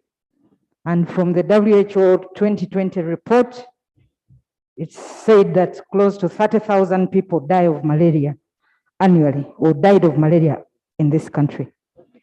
And Right Honorable Speaker, efforts have been made by the ministry to try and sensitize the public about malaria. It's not true that nothing has been done. I was in the health sector, and we always carried out drives, especially when we had mosquito nets. The challenge is that there is limited funding for the interventions to deal with malaria in this country. And much of the funding is actually from the donors, the Global Fund and others in the fight against malaria. The indoor residual spraying, which was being done in about 14 districts where malaria prevalence was highest, was actually also funded by the US government. So, Right Honorable Speaker, in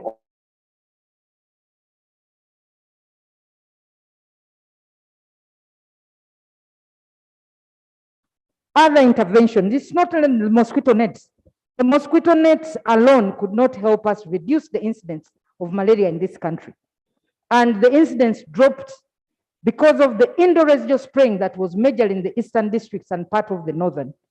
And Right Honorable Speaker, that intervention was fairly successful because the hospitals were seeing about 4 or 3 patients in a day. But as we speak now, you find close to 25% of those that go for the outpatient are actually as a result of malaria. So, Right Honorable Speaker, we need funding from the government, but the larviciding program that would actually kill the larvae at the water sources has never been funded. And yet that would help us reduce on the mosquitoes that get into our houses. So, Right Honorable Speaker, we need to support government as we're appropriating funds. Let us focus on this killer disease. In addition to the road accidents, malaria and road accidents in this country are claiming the lives of Ugandans. Right Honorable Speaker, just over the Easter period, we lost about 59 people, just 3 days. You can imagine. And on road accidents, which are actually preventable. So, Right Honorable Speaker, I support the motion, and I hope that this Parliament, at an appropriate time, can be able to prioritize. Yeah, thank you. Thank you, Santa. Thank you, Right Honorable Speaker. Right Honorable Speaker, when you look at the statistic given by the mover of the motion, it's really not impressive at all, and it's not acceptable. Madam Speaker, we are talking of 30% of the total outpatient visits, and 15 to 30% and 20% of hospital admissions. Madam Speaker, we have many diseases, and if malaria alone takes this number, that means that we have a lot of work to do. Madam Speaker, there is a mismatch between the drugs given for the treatment of malaria and also the number of the patients. In many of our health centers and hospitals, the drugs come and within 2 or 3 days, they are done. So I would like to call upon the Ministry of Health to make sure that the data that they use for bringing or for supplying the drugs or the commodities is the data that they get from the district. Secondly, Madam Speaker, we have been having indoor residual spraying in some of our districts. And Madam Speaker, it has done wonders to us. So I would like to urge that this one is scaled up so that areas which are so much affected by malaria, at least they are catered for. Then finally, Madam Speaker, I've been seeing VHTs managing malaria, more especially on the ages between 5 downwards. I would like to ask the Minister in charge of health whether it's possible for this to be scaled up so that they also manage people from above 5, so that we reduce on the distance that is walked to seek the health treatment and the drugs that are found in health center 3s, which are normally quite a distance in some of the areas in the communities. Madam Speaker, I want to support and urge that we need budget. We need money to the Ministry of Health, but specifically for malaria. I beg to submit. Apollo Fred. Members, we are going to limit a debate on this report. It is a fact that we need funding for malaria. We'll hear from the minister what plans they have for this. And then we go back to our ministerial statements. You know, we have the timeline. Yes. Thank you, Madam Speaker, for giving me the opportunity. Madam Speaker, I rise to support the motion. And Madam Speaker, in the 10th Parliament, several issues or concerns were raised on the underfunding of malaria. These were obviously raised as matters of national interest, petitions, and so forth. Madam Speaker, this really should be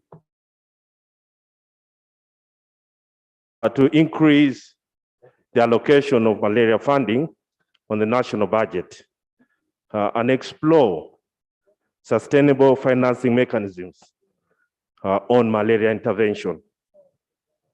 Madam Speaker, collectively, we must really renew our public interest and political investment in malaria elimination by the year 2030.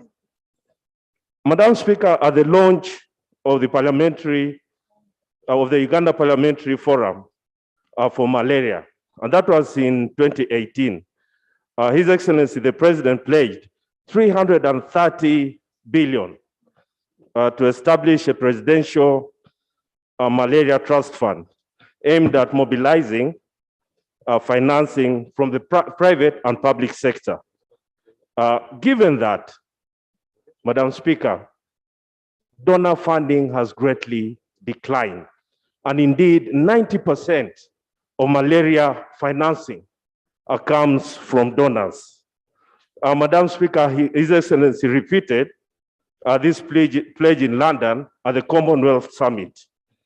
Therefore, Madam Speaker, there's an urgent need for us as members of Parliament to fast track the malaria control bill with a chapter establishing a fund to be known as the Presidential Malaria Trust Fund Uganda, whose main objective will be to secure a predictable and sustainable means of procuring goods and services for malaria prevention, testing, and treatment. Madam Speaker. Thank you, Honorable Minister. Members, kindly allow me to let you talk in the next submissions. Honorable Minister.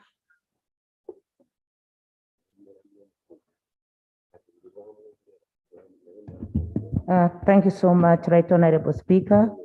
Right Honorable Speaker, I wish to congratulate you upon attaining that highest chair. Since this is my first time, and being my twin sister, I thank God for that chair, and I wish you the best. Right Honorable Speaker, I want to thank the mover of this motion, and I want to appreciate the honorable members' concerns and recommendations as have been raised on this floor. I only want to say that the issue of malaria burden is not only. Speaker, I had an opportunity to represent this country where we had to launch the cross-border Great Lakes Malaria Initiative in the county of Busia in Kenya. And we are 6 members, country state members from the Great Lakes region. And indeed, we appreciated that it's together as an East African community region that we can fight if we are to manage to control and ensure that we reduce the burden of malaria in our region. And we came up to say that this center shall be for purposely monitoring data collection, awareness, and with our East African Regional Supportive Council that all the regions have to ensure that we agree to what we are putting in place, especially mobilization of funds, sensitization and awareness, use of mosquitoes and spraying, as have been said, and putting into effect mechanisms that should be preventive. As concerns the issues that have been raised, I want to say that I'm supportive of the motion and supportive of the members' concerns that this sector needs more funding. And if we are to do anything in the health sector, we must walk the talk together.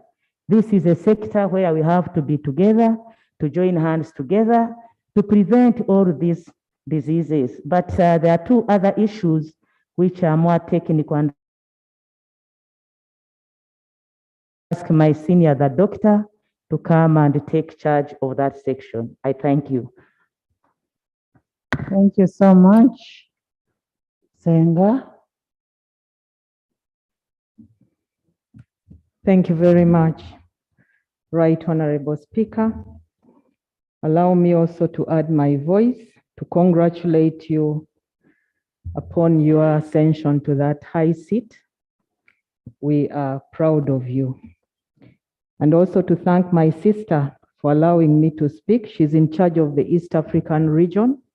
So she was talking about the initiatives that we are carrying out as the East part of the East African community. Right Honorable Speaker, it is true the burden of malaria in Uganda is high, and I want to support the mover of the motion and also to appreciate the support that we get from Parliament regarding malaria. But we have come a long way from a high prevalence of 42% in 2009 down to 9.2%. That means the country really need to appreciate that. Right Honorable Speaker, there are many interventions that are being carried out. Unfortunately, many of them cannot be carried out to scale. And one of them is the indoor residual spraying, which is extremely expensive. It has to be done every year. You can't stop it. In some of the areas where we tried to stop because of lack of resources, the malaria epidemic went up. So we have never brought it to scale. The other one which we have not brought to scale is the larviciding that we are carrying out in selected areas, and it is being funded by the government of Uganda. We have tried to bring the distribution of mosquito nets to scale and also the test and treat. Right Honorable Speaker, the budget for malaria is heavily donor supported. Allow me to inform you that we spend approximately $120 million on malaria annually, and it is majorly donor supported. Through government of Uganda, we get about 13 billion, 10 of which is for medicines, 2 is for larviciding, and 1 billion for various interventions. However, I would also want to share with you what the Ministry of Health has been doing. First of all, allow me to thank members of Parliament for the MAM initiative, Mass Action Against Malaria. And I do hope that it is going on because we had requested members to take it upon themselves to reduce malaria in their constituencies, talk about it, and about the preventive measures. We have also gone into partnerships with the private sector and the Rotary Club through Malaria Free Uganda, and they have been reaching out to banks and other private sector people to mobilize resources. And up to now, they have managed to mobilize $100,000 for malaria to support various interventions. The Global Fund is our highest contributor for malaria, together with President's Malaria Initiative of the US government through USAID that supports the indoor residual spraying and other activities. However, Right Honorable Speaker, we are on the verge of introducing the malaria vaccine. Many of you are aware that scientists have been studying the malaria vaccine, and research has been carried out on the vaccine. We are now ready for implementation. So we have received offers from Gavi to apply, and we are in the process of applying. The vaccine introduction may take place at the end of next year, majorly for children. It is not 100% effective. It is about 50% effective, but it is good enough for us down. So allow me to appreciate the members, and the fight against malaria continues because it still remains #1 killer. I thank you. Thank you so much, Honorable Doctor, for that. And government, we ask you to continue supporting the Ugandans on fight against malaria, and members of parliament speak about malaria, create awareness about malaria to the locals so that we can be able to fight malaria together. And once we work together with the government, then we can be able to curb this killer disease. I now put a question that the motion on resolution of parliament urging government to strengthen the efforts to prevent, control, and eliminate transmission of malaria in Uganda be adopted by this honorable house. Those in favor say unto the contrary, nay. The ayes have it. Honorable Nzima. Motion for adoption of the report of the Committee on Public Service and Local Government on the ministerial policy statements and budget estimates for the financial year 2022. Please give us a summary of your report.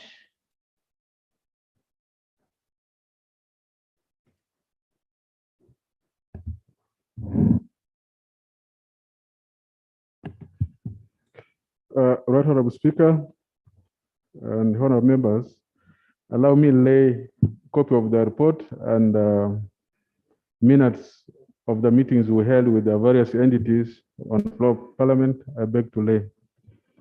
Please lay. Right Honorable Speaker and honorable members, the report is uploaded, so I'm not going to read the whole thing. I have summarized the version, and that's what I'm going to read. Report of the Parliamentary Sector Committee on Public Service and Local Government on the sector ministerial policy statements and budget estimates for financial year 2022 and 2023. Right Honorable Speaker, the report covers vote 11, that's Ministry of Local Government, vote 147, Local Government Finance Commission, vote 500, that's from 601 to 950 local governments, vote 005, Ministry of Public Service,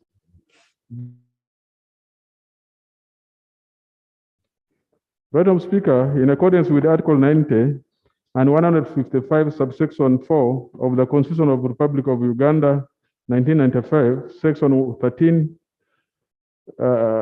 of the, and also section 14 of the Public Finance Management Act 215 and the Rule 189 of the Rules of Procedure of Parliament, parliamentary secretary committees are mandated, among other things, to examine and comment on policy matters affecting ministries and departments under their jurisdiction, and examine critical government recurrent and capital budget estimates and take recommendations on them for general debate in the House. Monitor government compliance with the approved plans and programs. Pursuant to the above mandate, the ministerial policy statement were laid on floor of Parliament on 19th March 2022. Consequently, the Right Honorable Speaker referred these statements to the respective committees for scrutiny. The Committee on Public Service and Local Government therefore presents its report in respect to the ministerial policy statement and budgetary provisions for financial year 2022-2023 for consideration and adoption. Right Honorable Speaker, the methodology adopted, the committee analyzed the ministerial policy statement for the local government sector and public service. The committee also reviewed related electronic materials from the Ministry of Local Government,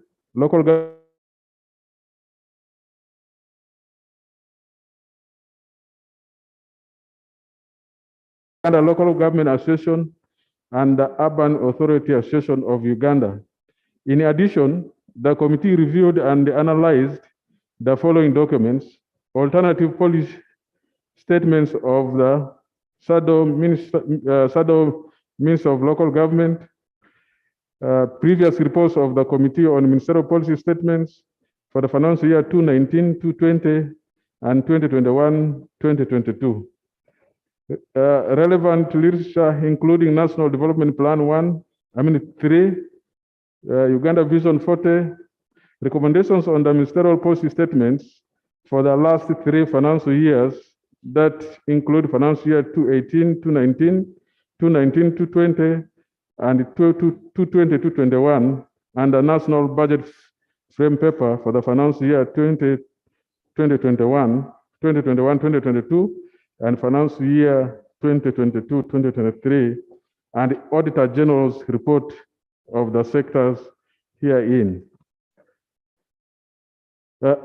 Other sections talk about the compliance with laws. Right now, Speaker, I beg to leave those out since they are clearly written. Members can read those. So let's go to observations. Committee observations.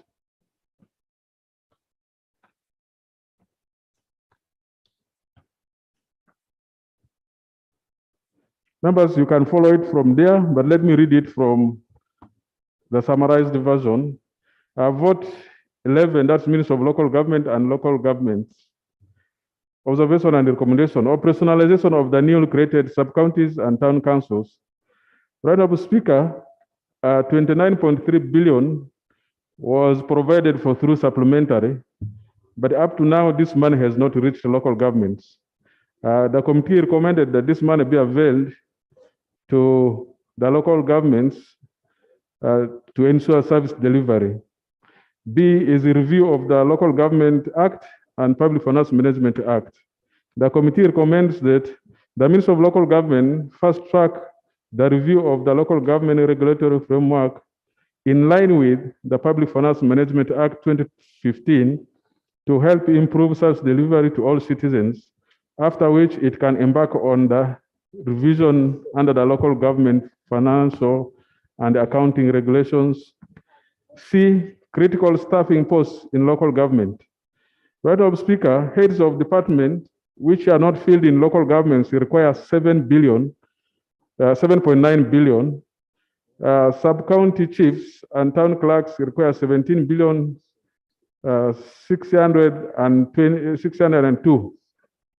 Parish chiefs require 2.69 billion.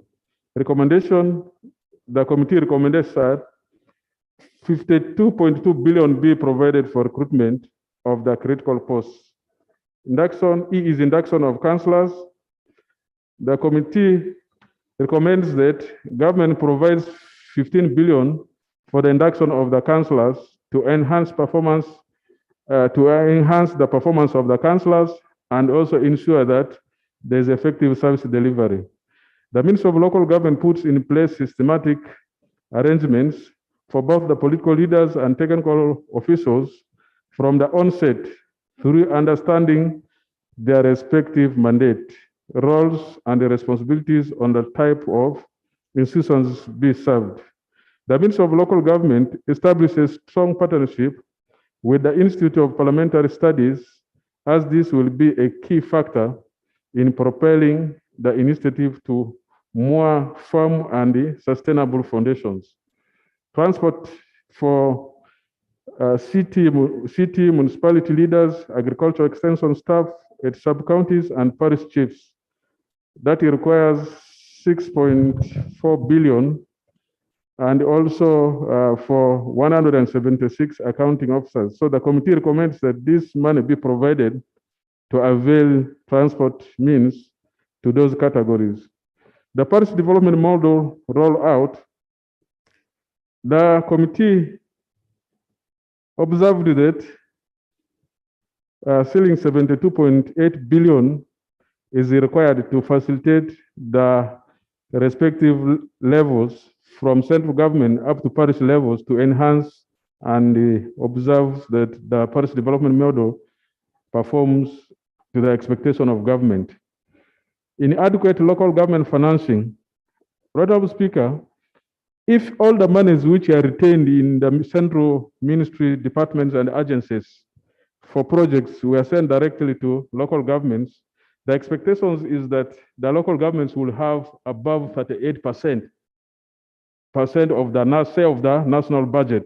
But because much of these monies are retained, it appears that local governments do not have money just because their mandate is being carried by these central ministries. So the committee recommends that funds meant for decentralized services shall be sent to these respective local governments. Governments will also maintain the discretionary development equalization grant. This was meant to bridge the gap between districts that are fair and those which are doing badly. But once it was scrapped, when it was scrapped off, this has left those other categories of districts with a very huge gap to be bridged. So the committee recommends that this money be maintained as it was. Delayed disbursement of funds to local governments. The committee recommends that local governments will ensure timely sending of monies to, Ministry of Finance will ensure timely sending of monies to local governments, because sometimes some of these monies go a week to the end of the financial year, and it is one of the reasons as to why local governments send back a lot of money. And functional local government accountability structures. Honorable Speaker, the committee recommend on that the Ministry of Local Government should strengthen accountability and oversight at the local government level for improved service delivery. There is need to ensure appropriate budgeting and adequate budget allocations to the functioning of local government park to ensure that it can be able to meet regularly and conduct public hearings, investigations, and field verifications where necessary. Unapproved district K is unapproved district development plans.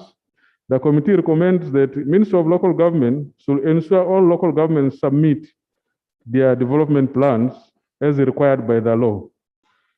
Vote 147, Local Government Finance Commission.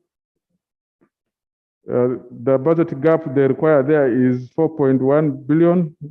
We also recommend that this be availed to the Local Government Finance Commission. Vote 005, Minister of Public Service. Item number 1 is pension irregularities. Right now, Speaker, money sent for pension is not adequate enough. This causes a lot of irregularities. The committee recommends that the Minister of Public Service, together with the Minister of Finance, Planning and Economic Development, should provide adequate budgetary provisions to cover the deficits of pension and pay retirement benefits of those set to retire in the financial year 2022-2023. B, the Minister of Public Service should extract the list of all the retirees per vote and monitor their time access to the payroll from time to time. I is delayed the rationalization of government agencies. Committee recommends the government should fast track the mergers, mainstreaming, and transfer of the government agencies and present a report to Parliament. Next is salary disparities between the scientists. Next is salary disparities between the scientists.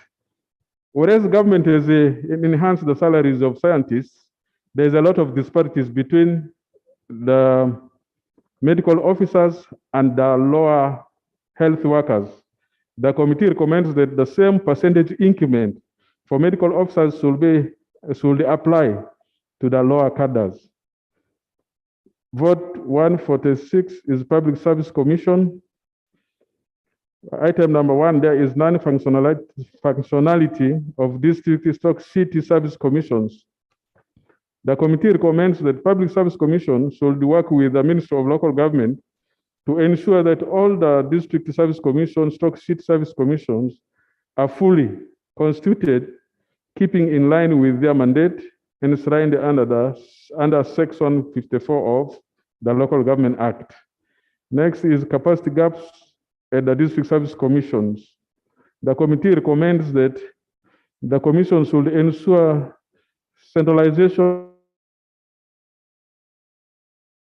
retainer fees pay enhanced. Right, Honorable Speaker, this takes us to the overall budget of the sectors. Right, Honorable Speaker and honorable members, the budget estimates for the financial year 2022-2023 for the respective votes under the Committee on Public Service and Local Government are as follows. Vote 005. In the main report, it is on page 44. Vote 005, Ministry of Public Service. Recurrent budget is 23,732,065. Development is 2,947,655, totaling to 26,679,720. Ministry of Local Government, recurrent budget is 31,060,839. Development is 99,647,168, totaling to 130,708,007. Public Service Commission, recurrent budget is 9,047,194. Development is 1,533, totaling to 10,323,727. Local Government Finance Commission, the recurrent budget is 4,929,795. Development is 94,200,000, totaling to 5,019,995. Local governments have 3,713,597,556. Development is 912,708,303, totaling to 4,626,379,865. The total for the sector recurrent budget is 3,782,363,448. Development is 1,016,751,000,000, 1,799,115,315. Right, Honorable Speaker and honorable members, I beg to submit and pray that the report on the Committee of Public Service and Local Government be approved by the House. I beg to submit to Right Honourable Speaker. Thank you so much, Chairman. And as you're aware, this committee is more of a backbone for service delivery in this country. And it is critical that we really look at what is in this sector and ensure that it is funded for our people to be served appropriately. Shadow?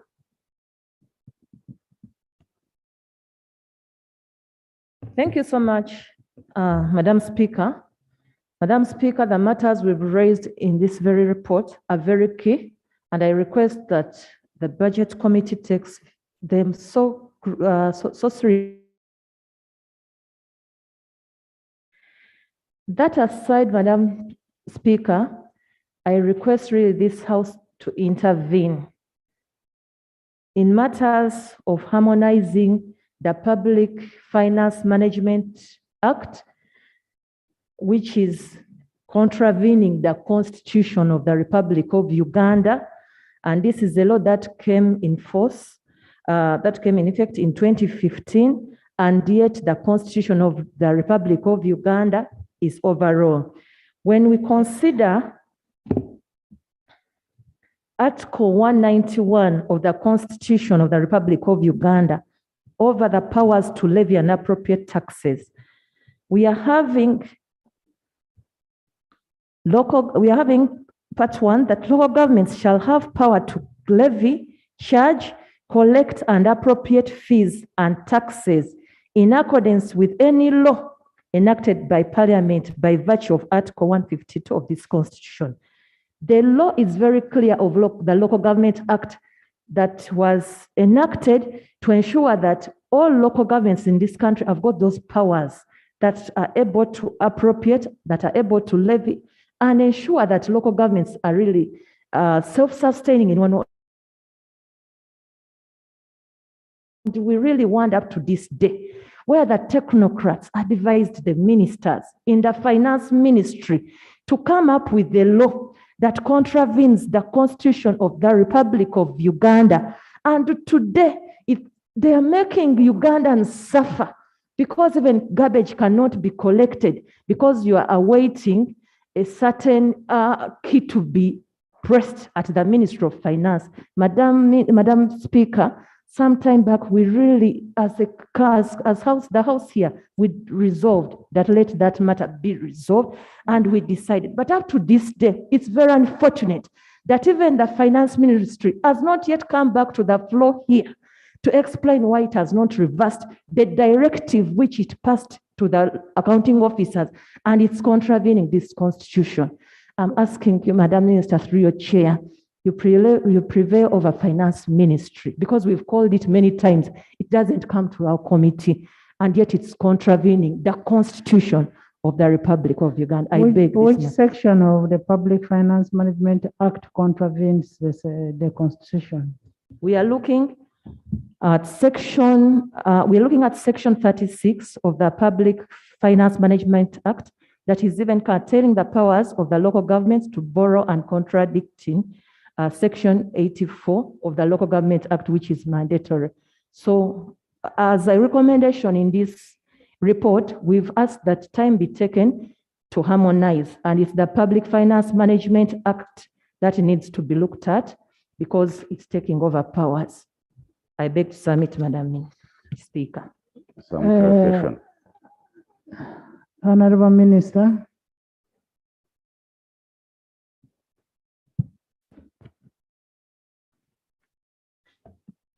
Thank you very much, Right Honorable Speaker. Allow me to begin by congratulating you upon being elected by this Parliament to be the Speaker of the Parliament. And as local government, we'll be very happy to continue working with you, Right Honorable. Allow me also to thank the chair of the committee and the members of the committee for a good report. It's a fair report. They've done it quite well. And we are generally satisfied with their recommendations, with just a few comments that I'll make as an exception. Allow me also for record to thank the Shadow Minister of Local Government, the Honorable Nariuma, for a good job done, and for the way you've explained the challenges we are having as local government in terms of inconsistencies in the financing laws. And I'll explain that in addition to what he has said. But first, the recommendation on operationalization of new sub-counties and town councils. Right, Honorable Speaker, you've already guided on this earlier, and we hope that by Monday, the Minister of Finance will come out very clearly on the amount being released in this quarter, which was approved by Parliament as a supplementary budget for the new sub-counties and town councils. On the inconsistency between the Public Finance Management Act and the Local Government Act, I'd like to thank the Shadow Minister because she has captured it very well. The committee's recommendation is that the Minister of Local Government should fast track the review of the local government regulatory framework. No, it's not the problem is not with the Local Government Act. It's not with the Local Government Finance and Accounting Regulations. The problem is that in 2015, the law on the Public Finance Management Act centralized too much of the powers which are supposed to be with the local government.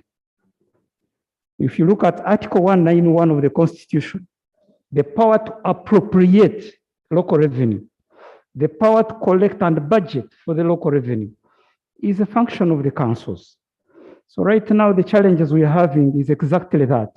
And what the recommendation should have read here is Minister of Finance should fast track amendment of the Public Finance Management Act in line with Article 176 and 191 of the Constitution. For me, I think that should be the recommendation. And that does not bring in Section 36. Because Section 36 is about an authority to raise loans. So what finance needs to do is harmonization of the Constitution vis-a-vis the Public Finance Management Act in terms of the levy and appropriation of taxes. Right, Honorable Speaker, it's the other way around. They should harmonize the Public Finance Management Act with the Constitution. Yes, that's what the Constitution is supreme. Yes, that's what we are saying. I thank you for that.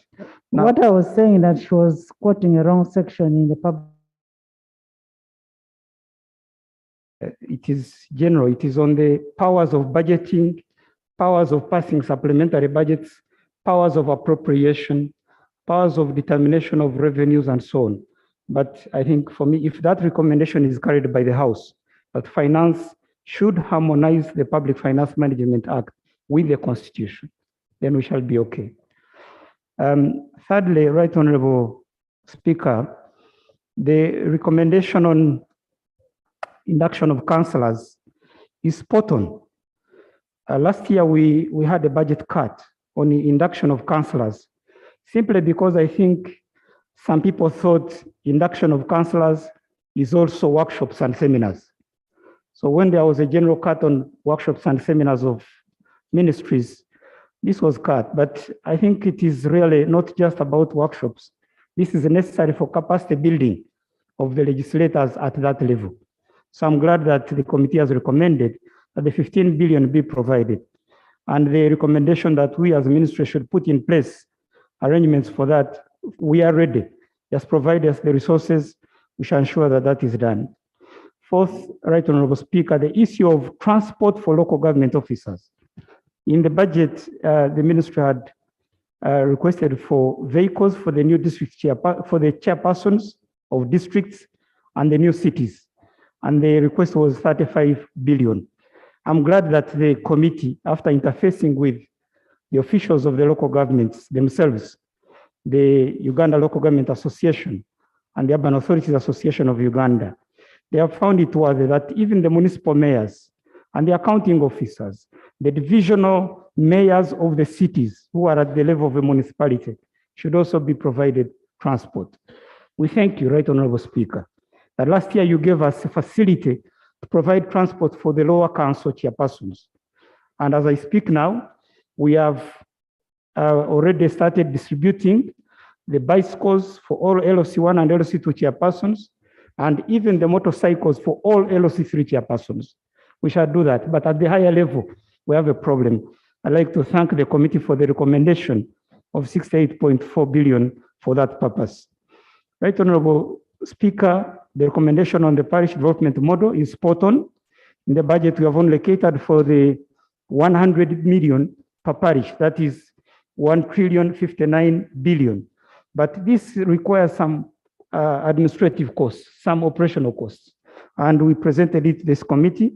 I'm glad that the committee has properly catered for this, and they have recommended 72.8 billion for that purpose. I thank them, and I fully recommend this. Honorable Minister, your committee was not fair to you in regards to the parish development model. This house does not know anything about the parish development model. You promised this house you're going to lay the guidelines on the floor. You're going to bring the policy here. We are approving what we don't know. We need to know more about the parish development model. That's one. Two, since the parish development model is under your ministry, we are also told that you want to take away our money of women who weep. As women of this country, we want our money. Start your parish development model, but leave our money. Procedure, Madam Speaker. Right Honorable Speaker, I thank you for those very important observations. Right Honorable Speaker, the guidelines for the parish development model were laid here. I laid them myself, I think in the middle of February. What you requested for is the policy framework. Right Honorable Speaker, I'll be in position to lay the policy framework tomorrow without fail. Members, the policy framework will be laid tomorrow.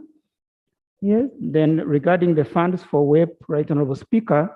Right Honorable Speaker, I'm raising on the point of procedure. Whereas the minister is talking about the districts and the budgets. Here I have Public Service Act, where in Uganda, instead of having 146 districts, the corresponding laws have never been amended. We only have 80 districts.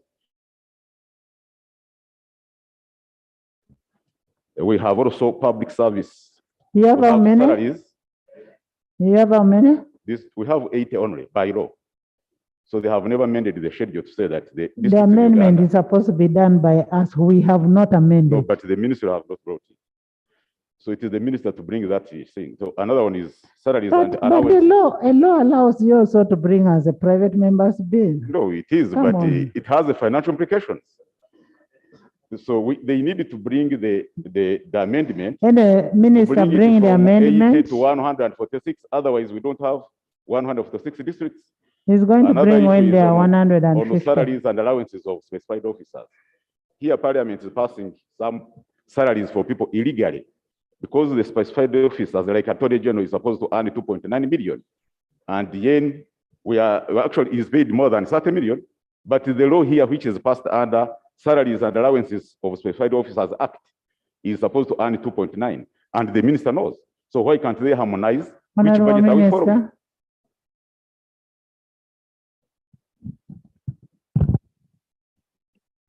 Right Honorable Speaker,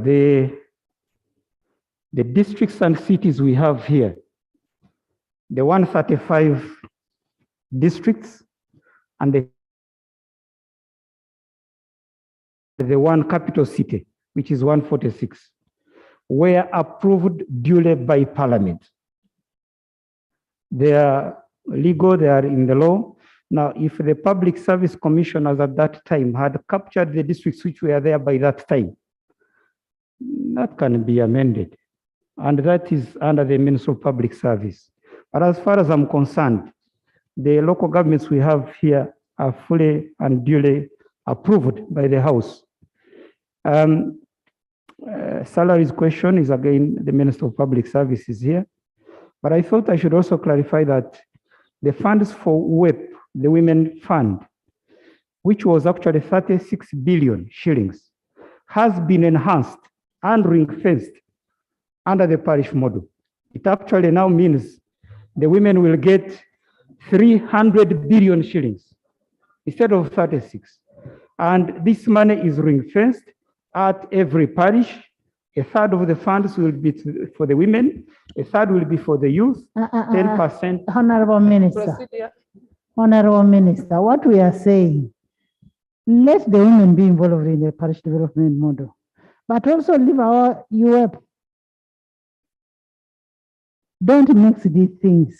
There was a saying here that you want to kill the old baby for you to produce a new one. One of the MPs say, don't kill our UF.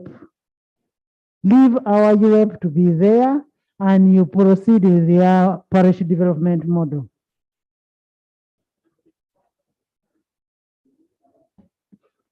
Taken, Right Honorable Speaker. Funds for decentralized services. Is that agreed? We'll take it back to Cabinet, Right Honorable Speaker. We'll certainly. We are going to make a budget for UF and we'll make a budget for parish development model. We will not suffocate our UF. Clarification? Yes. Thank you very much. Funds which are decentralized and yet they are held in ministries. It's a good observation by the committee. Again, we have to discuss this at an interministerial level to see if you are in charge of local government, are there funds you are holding at the ministry which can actually be effectively devolved to the local governments? It's a very good recommendation. We shall take it up. But I wanted to highlight the issue of DDEG, Right Honorable Speaker, it's important that the members get to know that we have a discretionary grant under the budget that has been going to the local governments, which they use sometimes to renovate their buildings, to improve their operations and so on. 80 or 90, I think 89 billion of this has been lost in this year's budget. And this matter was pressed to the committee by the local government, supported by ourselves. And I want to re-emphasize the recommendation that the DDEG grant should be maintained. It is what actually the local governments are using in terms of a discretion to provide services. The disbursements of funds under USMID, a little correction there. The committee says to release them to the local governments. Delay in release is not acceptable, but I wanted simply to point out that USMID is not under local government. It's actually under the Ministry of Lands, Housing and Urban Development. But the point is taken that funds should not delay to be released to the local governments. Finally, the recommendation on strengthening accountability in local government. They need to build the capacity of the local government public accounts committees and to improve their facilitation. It's a correct recommendation and a good observation. We have already started with their capacity building and meeting them at regional level, and it's beginning to yield some fruits. But it's a budget issue, and we'll continue to need the support of Parliament on this matter. The PAC is important at the local government level, and once they are effective, we'll have less or more attention actually to accountability issues at local government. I thank the committee for their report. Thanks. Thank you so much, Right Honorable Speaker. To congratulate you for assuming the chair. Right Honorable Speaker, I'm seeking for clarification from the line minister. I am aware that during the recent lockdowns, public service and local government recruited or hired health workers on short-term contracts, and these have not been paid their risk allowances, their emoluments to date. I'm seeking for clarification on the status. That is one. Two, these people have cried out to government to recruit them since they even risked during the time we needed them. I'm wondering if, as Parliament, since we are responsible for allocation, whether we can accommodate them because there is need in the health sector. Thank you so much. I actually had a petition from those workers that were waiting for time to come and present. I don't know whether it is to Minister of Health or local government. It's public service. Yes, public service. Switch on, please switch on. Thank you, Right Honorable Speaker, and I'd like to thank the member for raising this issue. Indeed, these people have not been paid their allowances for the noble work they did during the COVID lockdown. This is a matter that has been captured by the Ministry of Health, and it is seriously under consideration. Certainly, I know that they are going to be catered for. And when it comes to recruitment, yes, there is a recruitment plan during the coming financial year. Definitely, I think some of them are going to get recruited. Thank you. Thank you.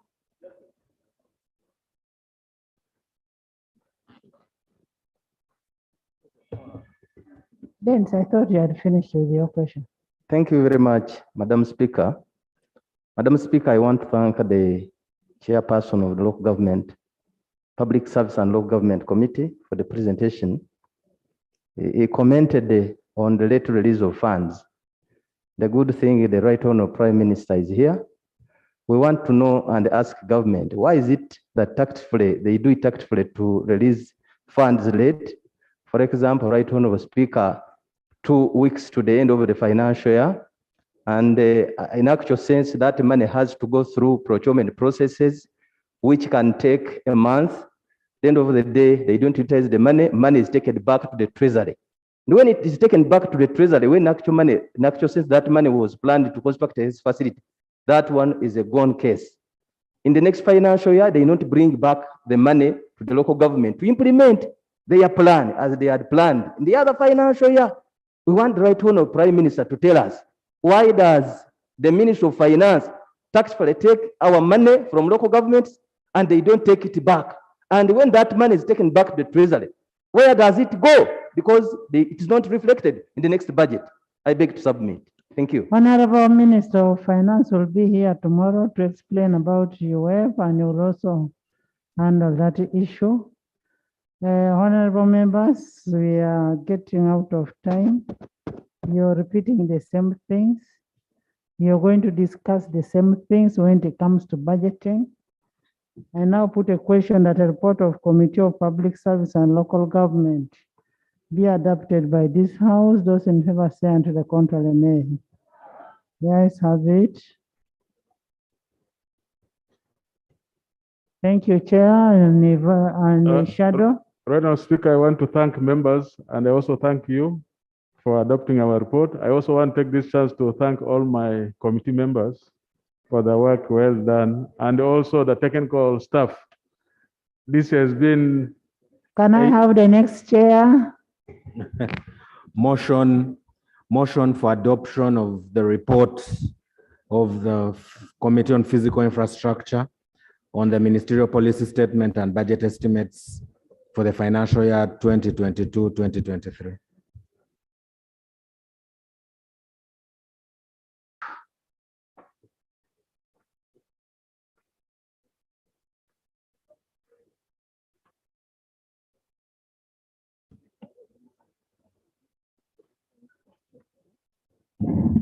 Thank you, Right Honorable Speaker. And honorable colleagues, Right Honorable Speaker, I beg today the committee, a report for the Committee of Physical Infrastructure. Honorable members have said once your report is done, wait for other reports. And that's why I put that login on. I want to monitor who is going out early and who is coming. Let's have respect for other committees also. Because you've been here, other members are approving your reports. You want to walk out and leave us alone in the house. We also get tired like you. Right Honorable Speaker, I beg today the report of the Committee on Physical Infrastructure on the budget estimates and the ministerial policy statements for the Ministry of Works and Transport and the Ministry of Land, Housing and Urban Development for the financial year 2022-2023. Right Honorable Speaker, by way of introduction, in accordance with sections, Right Honorable Speaker, let me first today, I beg today. Lay the report and the minutes.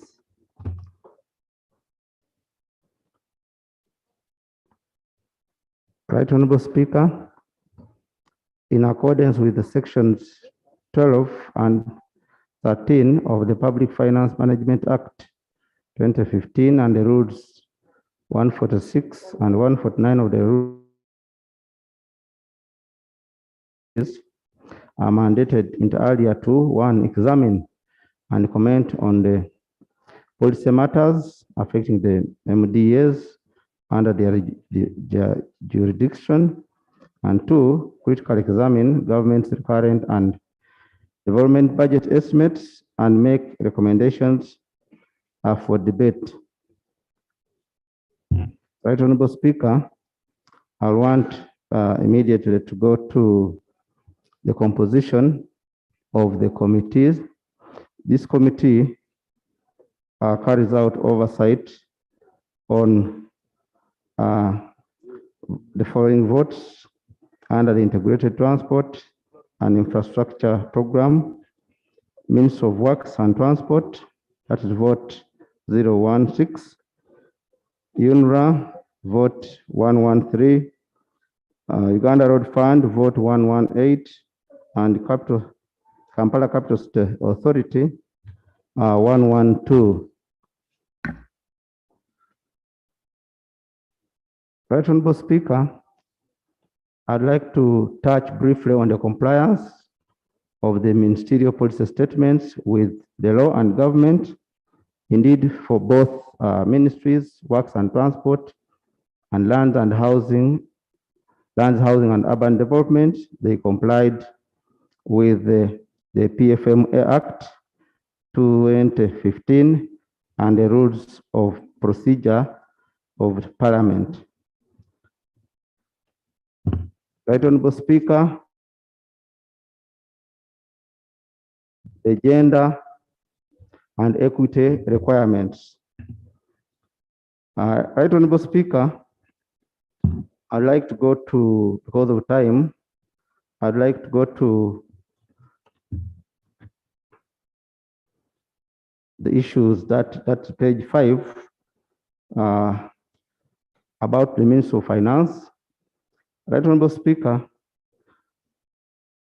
the committee observed that the format of the ministerial policy statement communicated to the agencies does not indicate the extra 3 requirements provided under Rule 146(2) of the Rule of Procedure.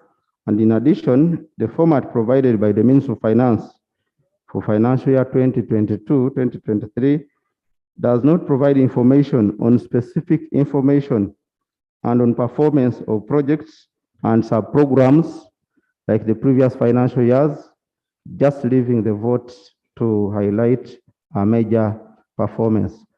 On that note, the committee recommends that the Ministry of Finance, Planning and Economic Development reviews its format in the subsequent MPSs to communicate to MDAs a format that incorporates the requirements in Rule 146(2) of the Rules of Procedure. And in addition, the Ministry of Finance should consider reviewing the format to provide for the approved budgets of the preceding year and half-year performance of the projects and sub-program, in addition to the proposed budget, and as has been in the previous ministerial policy statements. Right Honorable Speaker, from there, I need to really go to the recommendations, observations and recommendations from the committees.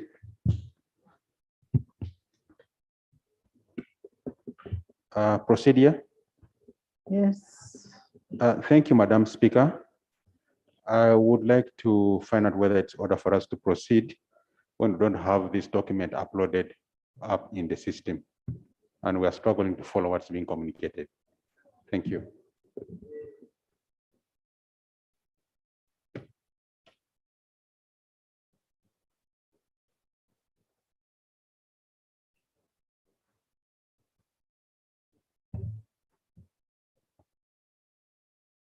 Right Honorable Speaker, we provided a copy. Of course, we were trying to beat the deadline. I think the technical staff, They are uploading. they're uploading it. And I beg to At move least because for of the now, time. you have the ears to hear. Right Honorable Speaker, thank you for that. I'll go to section 5, which is observations and recommendations. We have a general observation and a way forward. The committee presented. Now, it observed that the minister presented 2 different policy statements to Parliament, and each with different figures. So the committee seeks an explanation from the minister on this, because this became a real issue. And if indeed there was an error, the minister will have to come and make that and amend that on the floor. Right Honorable Speaker, I have to move to the Minister of Works and Transport, vote 609, local governments.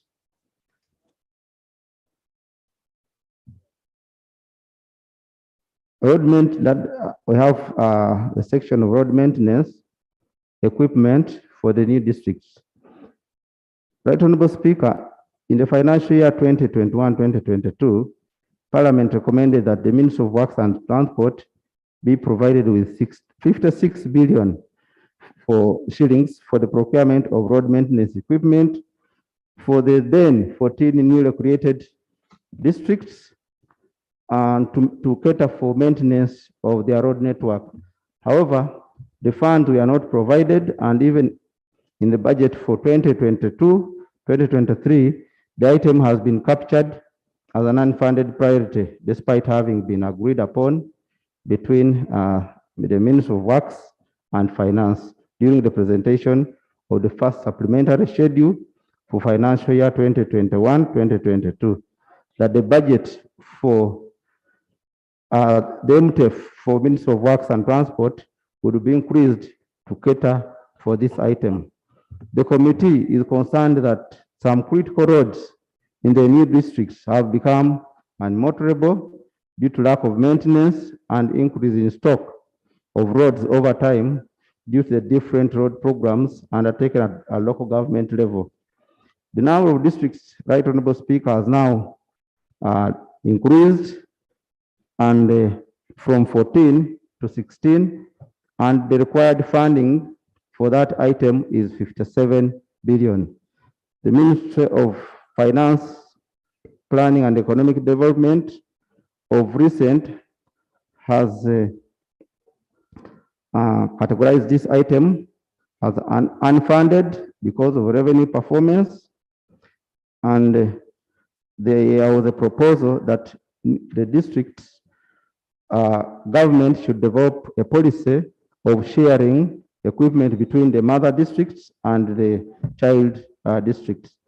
The committee observes that this argument of sharing equipment is self-defeating because many of the affected roads are income generating roads, and they facilitate numerous economic activities in the country. And many of them, in their unmotorable state, they affect negatively government's revenue base. The equipment also in the mother districts are fully occupied with activities in their areas of operation, more so given the fact that quarterly releases to all districts are made at the same time, therefore putting the same pressure on all districts to absorb the funds given to them, or risk having the money returned to the consolidated fund if the funds are not utilized by the end of the financial year. We also realize that most mother districts are reluctant to share their equipment with the new districts because in the event of breakdown, the cost of repair reverts to the mother district. We also realize that most equipment in the mother districts have broken down, and therefore all districts they need to have their own equipment. The committee recommends that UGX 57 billion be found within the budget for 2022-2023 to finance this critical activity. Right Honorable Speaker, maintenance of road equipment in local governments. The committee recommended that in the financial year 2021, government should provide 59 billion for maintenance of district road equipment, but these funds were never provided in the budget, and as it appeared as an unfunded priority. The committee therefore observed that the equipment was delivered without making the necessary increases in provision, that's the Japanese equipment, in provision for fuel and other requirements, modalities for timely servicing of road equipment. I beg your pardon, and other modalities of servicing the road equipment are not in place, yet the districts are banned from doing any servicing or repairing on road equipment.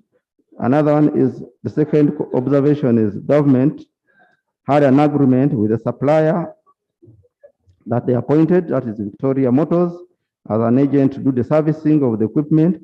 However, due to accumulated areas, the agent is unable to provide timely repairs of the equipment. The third observation is that keeping the equipment grounded exposes them to vandalism. And we also observed that upgrading of the 4 regional mechanical workshops, that's for Eastern Bugembe, Western Mbarara, Gulu, Northern, and Kampala, is key in maintaining the district road equipment, but that item remains as an unfunded priority under this budget for financial year 2022-23. The committee therefore recommends that the government should commit 60 billion to cater for this. The committee also recommends that government should dispose of the obsolete road equipment because they are becoming a liability in terms of the cost for maintenance. Committee also observes that, rather the committee also recommends that UGX 32 billion for the maintenance of road equipment from Japan should be provided so as to show commitment to maintenance of the good road network as envisaged in the NDP 3 and the budget strategy for 2022-2023. Need for coordinated planning.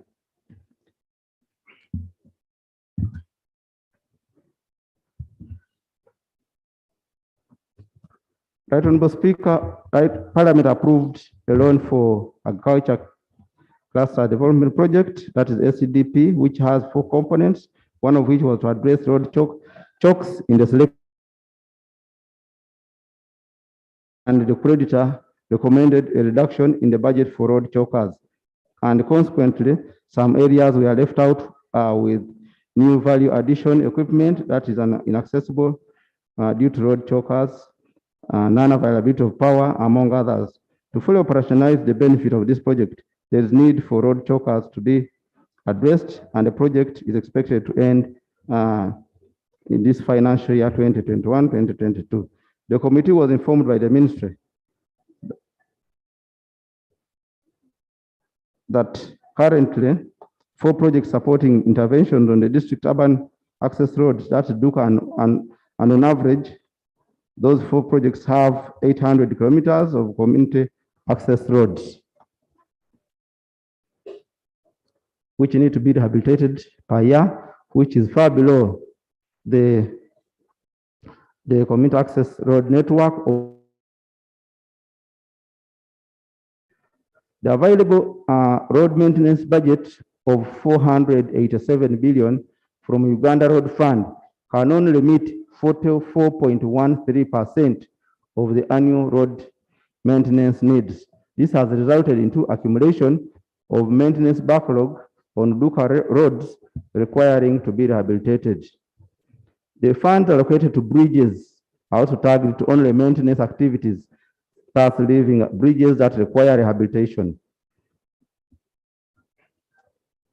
Currently, only 164.8 billion is the budget provision for the ministry to cater for interventions on Duka network, which is far below the requirement. The committee observes that during project design, responsible ministries should be assigned mandate to address sector work in proposed projects as opposed to working in silo to ensure sustainability of projects after completion. The committee funding of 35 billion for low cost ceiling roads. 2, should provide adequate funding for rural bridges and habitation of district urban roads and community roads improvement project to address road chokers that have not been funded under the SCDP project. Local content policy. Right Honorable Speaker, Parliament passed the local content bill, and indeed there are efforts to implement it at different levels in government. However, the committee observed that the local content policy, under the local content policy, very few Ugandan companies have been able to compete with foreign companies. And these foreign companies, most of them are state-owned and therefore have huge financial advantage over our local companies. We also observe that currently most Ugandans are relegated to tasks of casual laborers in foreign-owned projects. The committee recommends that government should develop a framework for supporting contract financing to which get cheap money from their countries of origin. Another recommendation is that the ministry should make deliberate efforts to build the capacity of local contractors to ensure that they benefit from public investments. Right Honorable Speaker, under road safety interventions in our country, in financial year 2021-22, Parliament approved 2 billion for road crash database and sensitization on the Traffic and Road Safety Act. That's 2020, but only 0.5 billion had been released as at third quarter, hence limited implementation of the intended activities. In financial year 2022-23, the ministry budget for this item has a funding gap of 30.6 billion after an allocation of only 2 billion out of the required 32.6. Committee observed that Uganda is not making progress in meeting the global target of reducing road crashes by 50% by 2030. To the contrary, the country has continued to witness high numbers of road crashes and resultant deaths. Activities aimed at ensuring road safety in Uganda today must be treated as a matter of urgency and prioritized in this budget. The committee therefore recommends that the required sum of 32.6 billion be provided for in the budget for financial year 2022-2023 to cater for road safety interventions. Automation of motor vehicle inspections. Right Honorable Speaker, the committee was informed that for purposes of reducing vehicle pollution and unroadworthiness, motor vehicles from our roads, the Ministry of Works and Transport requested for a budget of 30 billion to automate vehicle inspection services. However, the ministry did not receive any allocation for this and has thus remained as an unfunded priority. And this activity is an income generating one. The committee identifies an urgent budget allocation in view of the fact that the unroadworthy vehicles compromise road safety for road users and also contribute environmental pollution, which is key in causing climate change. The committee recommends that the required 30 billion be provided in the budget for financial year 2022-2023. Need for counterpart funding. Compensation process of PAPs for Bukasa Port has been affected by inadequate funds. A total of 29.2 billion was approved by the government chief valuer in October 2018, but there has been a delay in compensating the PAPs because government has not yet cleared its obligations on counterpart funding. And Right Honorable Speaker, the law says that if you take beyond 6 months without compensating me on what was valued, I have the right to increase on the value of my property. So we risk having the costs escalated because of delayed compensation. The committee therefore observes that compensation of occupants of land is the responsibility of government under the component of counterpart funding. And during 718 billion was released for this activity, leaving a funding gap of 13.486. In financial year 2020-21, 1 billion was allocated for land compensation, and the budget for financial year 2022-23 provides only 7 billion. The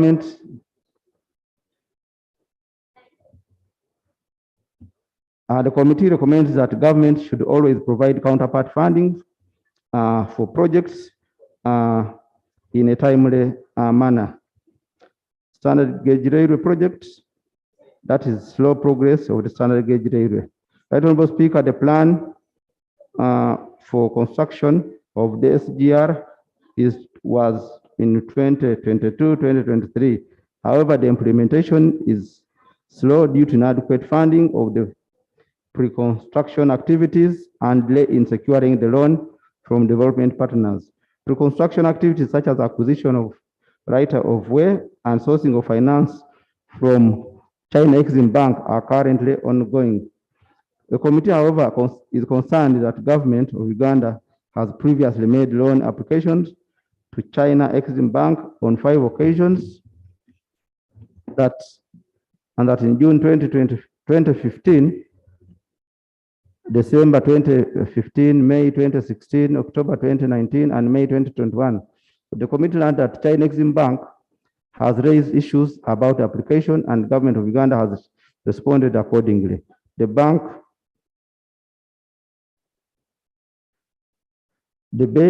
raised other issues about the road application in May 2021 and in August 2022.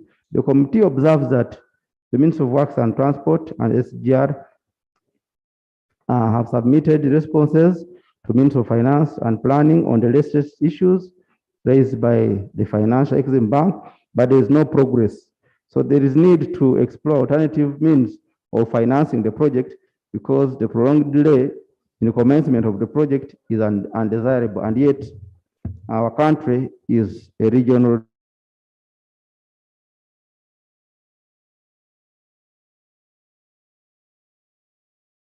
Exim Bank on project financing, but there has been delays in project commencement, hence denying Ugandans the benefits of enjoying low-cost cargo transport. The other observation is that a large percentage of PAPs in the project path still awaits compensation because they can't relocate before they can relocate. Committee recommends that the government of Uganda should explore the option of public partner or PPPs, that's public-private partnerships, to finance the construction of SGR. Another recommendation is that government should provide 200 billion for the acquisition of the right of way for the SGR project.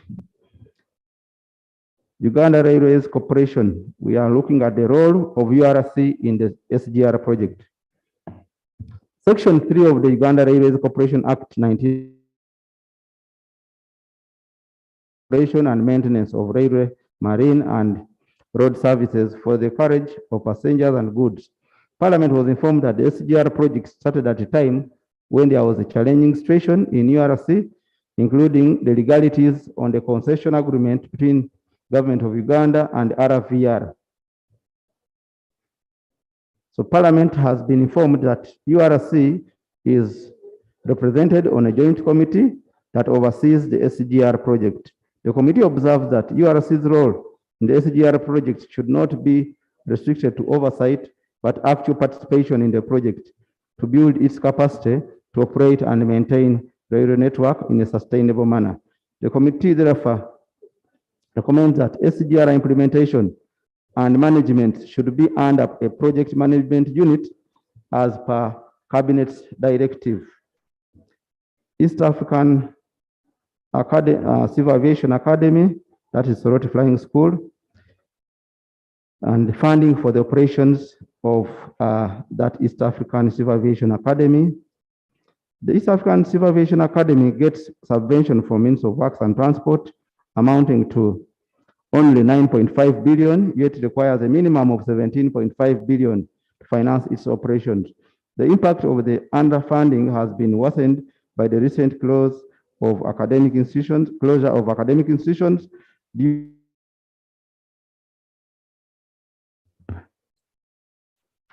the Auditor General's report of financial 2021 observed that the school budgeted to collect 282 million, but only collected 13.25 million, which represents 4.7% by the end of the financial year.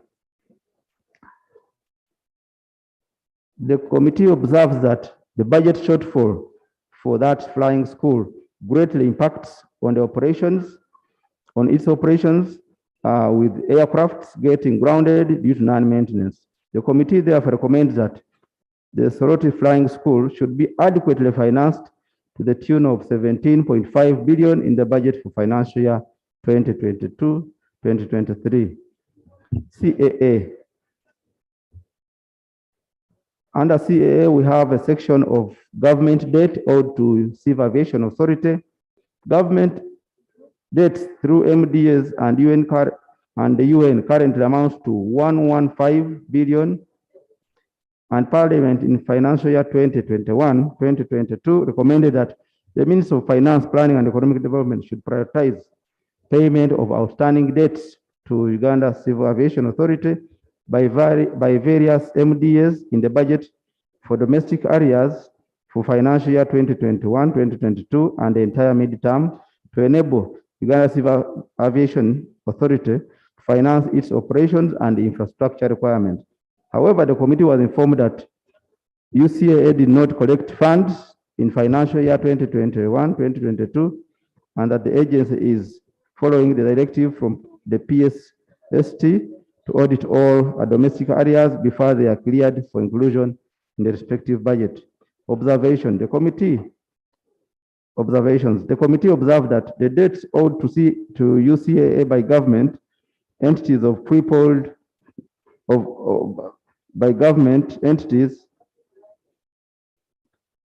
the activities of Uganda Civil Aviation Authority, and they are long overdue. Uganda Civil Aviation Authority should expedite the process of auditing the domestic areas with affected agencies to ensure that government clears the debt as soon as possible. Recommendations. The Ministry of Finance should impress it upon the government entities indebted to Uganda Civil Aviation Authority to include the agreed sum above in their budget for financial year 2022-2023, and that Ministry of Finance, Planning and Economic Development should prioritize the clearing of the debt. Establishment of a unified security system at Entebbe International Airport. There's a need to enhance the integrated security systems at the airport, and CAA had requested for 108 billion, but the item was left unfunded in this budget for financial year 2022-2023. The committee observes that given the current global security risks, it is important that all security loopholes at the airport are closed. Recommendation. Committee recommends that in order to bridge this gap, government should provide 108 billion in financial year 2022-2023. Air traffic control tower. Uganda Civil Aviation Authority needs to install a new control tower at International Airport, and the committee observes that the current control tower is old and at a risk to the aviation industry, both nationally and internationally, for aircrafts that use our airspace. And this critical aviation requirement should cause this critical aviation requirement could cause an international disaster that would subject Uganda to blame from international community, and rightfully so, and this could be a national disaster. The committee recommends that 40 billion be found for the installation of a new international airport for this financial year. Maintenance of aerodromes. Most aerodromes in the country are at different levels of despair, yet the demand for domestic air transport is on the rise, especially among tourists. Committee observes that there is need for funding of critical aviation activities in regional airports and aerodromes. So the committee recommends allocation of 60 billion beginning with financial year 2022-2023 as an additional funding to be provided, and the additional funding for that to be provided in the MTF beginning with financial year 2023-2024. The need for, Right Honorable Speaker, I go to the National Building Review Board. That's the board that regulates building standards in the country. As we are all aware, honorable colleagues, we realize that several buildings are reported to be collapsing, and the National Building Review Board has a funding gap of 10.7 billion in the budget for financial year 2023, arising from partial allocation of the required budget. The committee recommends that the National Building Review Board be provided with additional funding to a tune of 10.7 billion in financial year 2022-2023 to handle the challenges of collapsing buildings, standards in collapsing buildings. Uganda National Roads Authority, UNRA. Item number 1 is debts owned to 500 billion, being arrears for road works, including debts to local contractors. These debts are attracting interest of Uganda shillings 140 million per day. The committee observes that under releases by means of finance planning and economic development are causing unnecessary hemorrhage to the consolidated fund in terms of interest on arrears for road works. And Right Honorable Speaker, this figure of arrears is mainly affecting local companies, which many of them have got loans from banks. The committee recommends that the arrears of 500 owed to UNRA to contractors should be cleared in financial year 2022-2023 to stop the unnecessary hemorrhage of public resources. Additional funding for road projects. UNRA requested for funding for a quite number of road projects in the country for financial year 2022-2023, but it has remained as an unfunded priority, and the list is really very big, and most of these roads are in NDP 3. That list is should be provided to UNRA to embark on development of the above mentioned roads, starting in the MTF, that is starting with financial year 2022-2023, and that UNRA should continue to engage the Ministry of Finance to find funding for these roads. Maritime transport. Maritime transport in the country remains poorly developed in Uganda, and not much attention is given to it, despite the enactment of the Inland Water and Transport Act, and despite the fact that government can generate revenue from this transport. Committee observes that only inland water vessels operated by Ministry of Works and Transport, committee observes that the only water vessel operated by Ministry of Works and Transport is MV Kalangala, and this predisposes the people plying that route to getting stranded when the ship is not functional, which in the recent past has been rather frequent. The committee also observed that there is no public connectivity between different islands in Kalangala district and some other districts in Lake, which share boundaries with Lake Victoria. And the committee also observed that the communities of Kalangala districts and Wakiso districts, where MV Kalangala operates, are not involved in its management. The committee recommends that government should prioritize maritime transport. Uganda Road Fund and failure to operationalize the Uganda Road Fund as a second generation fund. Section 21(2) of the Uganda Road Fund Act 2008 provides that the monies of the fund shall consist of 1. Road user charges, including fuel levies, international transport fees collected from foreign vehicles entering the country, road license fees, axle load fines, bridges, tolls and road tolls, and weight distance charges. 2. Fines under the Traffic and Road Safety Act. 3. Monies appropriated by Parliament for the purpose of the fund. Parliament has on several occasions recommended that the Ministry of Finance should develop regulations for the operationalization of the road fund as a second generation fund to enable the Uganda Road Fund to tap into resources of funding stipulated in Section 21 of the Act to meet its road maintenance needs. The committee was informed that Uganda Road Fund prepared and submitted the Uganda Road Fund Draft Regulations 2021 in line with the Uganda Road Fund Act number 15 of 2008 to the Ministry of Finance, Planning and Economic Development for signing, that is on 8th June 2021, following the approval of the board. The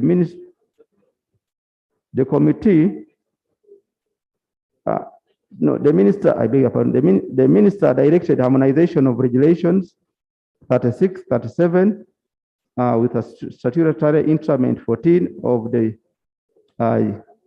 Uganda Road Fund Act, and undertaking a regulatory impact assessment to guide the review process in the letter dated 16th of July 2021. The committee recommends that government should operationalize the Road Fund Act according to the guide, I beg your pardon, the committee recommends that government should operationalize the Road Fund Act to the latter. Need to prioritize maintenance of the road asset. One of the key objectives of the NDP3 is to consolidate and increase the stock and quality of productive infrastructure. Over the medium term, the share of road maintenance is projected to decline to 487.9 billion, and yet investments in road development and construction is increasing. The committee observes that government introduced a fuel levy starting with financial year 2020-2021 to boost funds for road maintenance by at least 200 billion. However, the budget for road maintenance under road fund is on a declining trend. By half year of 2020-2021, taxes from petroleum duties alone amounted to 1.29 trillion, suggesting that if the Road Fund Act was implemented, or the excise duty on petrol and diesel was remitted to Uganda Road Fund, then the funding would have been higher than is proposed. So despite Parliament's recommendations on the budget for financial year 2021-2022 that infrastructure projects should be allocated at least 20% of the total infrastructure budget for operations and maintenance within any given financial year. This has not been done. This recommendation followed an observation that road maintenance requires between 800 billion to 1.2 trillion annually, but is always allocated less. The committee recommends that government should honor the commitments in the Road Fund Act 2008. Right Honorable Speaker, I leave that sector. I go to the Ministry of Lands, Housing and Urban Development.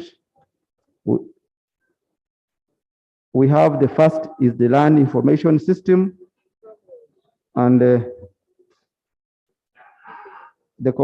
Ministry of Lands requested for 19.5 billion for land information maintenance in the budget, but was only allocated 7, leaving a funding gap of 12.5.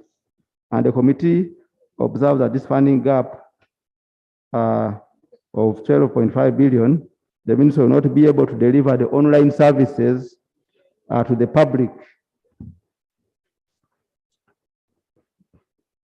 The committee further observed that land transactions are currently riddled with too many irregularities that are very difficult to clean up manually, and that the land information management system must be updated. To the land information management system of 12.5 for the maintenance of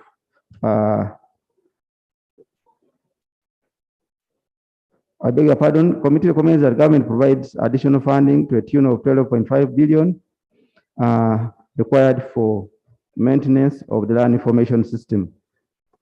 Ministerial zonal offices, MZOs.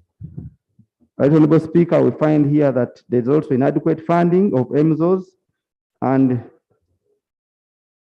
the committee observed that offices are currently experiencing a lot of challenges to meet basic operational requirements, compounded by inadequate wage recruitment staff, and that this funding gap would further exacerbate the problem of staff working in more than one duty station, thus not being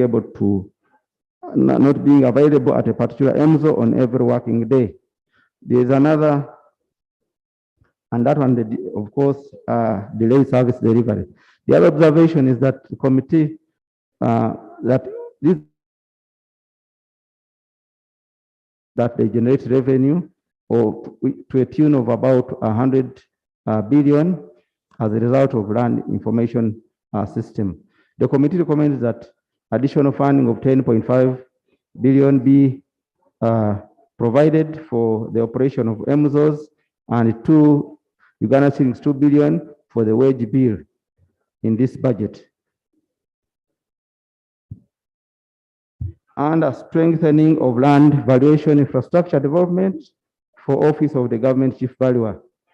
Right Honorable Speaker, the Government Chief Valuer would want to strengthen his office by providing a system that would enable them to provide the best evaluations across the country, especially for infrastructure programs within minimal time.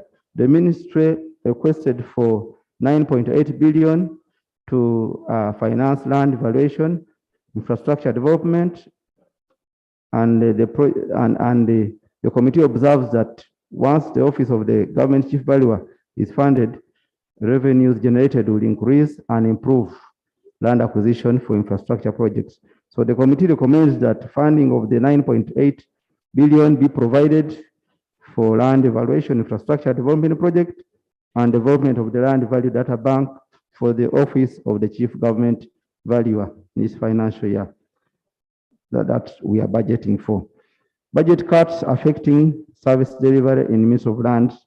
The committee observed that there are quite heavy budget cuts affecting the ministry without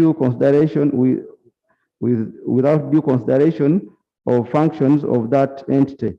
In the current form, it's denying Ugandans vital services, as can be seen in the inability of the Ministry of Lands to carry out functions such as land surveying functions and land evaluation amidst the rampant land disputes, because those operations are categorized as consumptive items. The committee recommends that the areas affected by the budget cuts in the Ministry of Lands should be reassessed and quit the budget. Committee on Land Evictions. The committee was created, but despite the importance of that committee, there was no money allocated, and the money needed is 0.9 billion. Therefore, the committee recommends that that 0.9 billion should be provided in this budget to help for that committee to be operationalized and help address the challenges of affecting land conflicts. Reaffirmation of the international border. Right Honorable Speaker, the ministry is requesting for 4.8 billion for this activity. And as you know, we have challenges with some of our neighbors. And if these funds are provided, it will help us resolve those disputes of reaffirming our international boundaries with our neighbors. Land acquisition and compensation. Right Honorable Speaker, the recommendation on land acquisition and compensation is that, of course, there's an observation that a lot of money is owed to different landlords, especially kingdoms and ranchers, and the recommendation is that 256 billion should be allocated to the ministry to cater for land acquisition and compensation to cultural institutions, properties, and ranchers. Two, government should consider operationalizing the land fund fully as envisaged in the law, where it is capitalized and there is a functional land bank facility. We go to item number 9, development of physical development. The committee, Ministry of Land budget is for 105 billion for the development of physical development plans in 2023, but was only allocated 5 billion out of the 105, leaving a funding gap of 100 billion. And the committee acknowledged that that money of 5 billion is under Uganda support to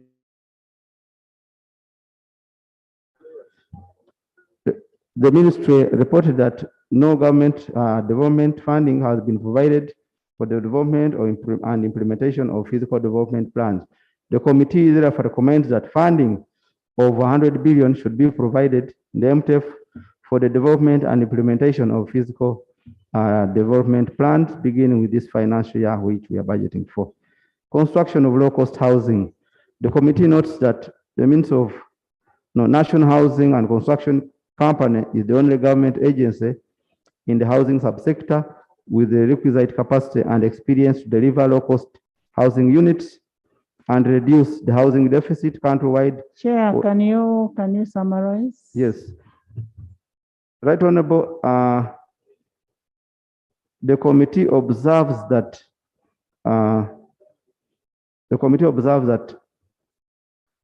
in financial year 2021-2022, the company had been allocated only 30 billion for their work, but even that one in this financial year has been removed, leaving national housing with no allocation. We also observed that government owed 72 billion through Ministry of Defense and Veteran Affairs, but only 7 was provided. We realized the need for providing this critical service of providing low-cost houses, and the committee therefore recommends that government should prioritize capitalization to national housing construction companies to a tune of 380 billion through the MTF, beginning with the financial year 2023-2024, to mitigate the highly escalating housing deficit in the country. We also recommended that government should pay the balance of 65 billion owed to the company through the means of defense and veteran affairs, since in this budget they have not provided anything. Comprehensive land inventory. As you are all aware, many individuals are targeting land that belongs to government institutions like schools and hospitals, and the committee is concerned about the slow progress in titling government land. Committee therefore recommends that the Ministry of Land and Housing and Urban Development should take over the titling of government land, especially those schools and hospitals. Uganda Land Commission. Okay. Under Uganda Land Commission, the committee recommends that government should provide adequate funding for the land fund amounting to 1.7 trillion over the MTF period, starting with financial year 2023-2024, to address the issues of land conflicts arising from historical injustices and other conflicts within the country. Under customary land titles, of course, there is an observation that there is a need and urgency for the affected persons to secure their land rights, and that the cost of processing customary land titles is affordable to the common man and can be done at the sub-county level. The committee recommends that government should allow people to pay for the certificate of customary ownership at a modest fee and avail the service at the sub-county level.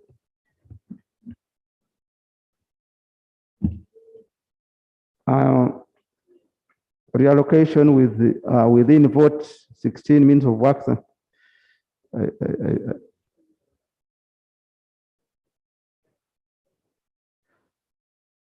I beg your pardon.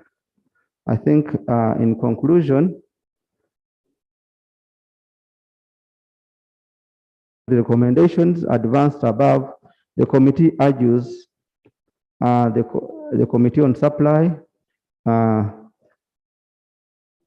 supply the following votes: current, recurrent, and development budgets for financial year 2022-2023, and the votes 012, means of lands, housing, and urban development.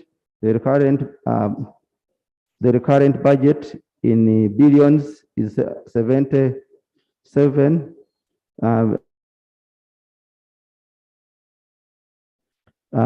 Truncate them somewhere. Development is 194.8 billion, and the total is 272 billion. Means of works and transport 170.8. They are recurrent.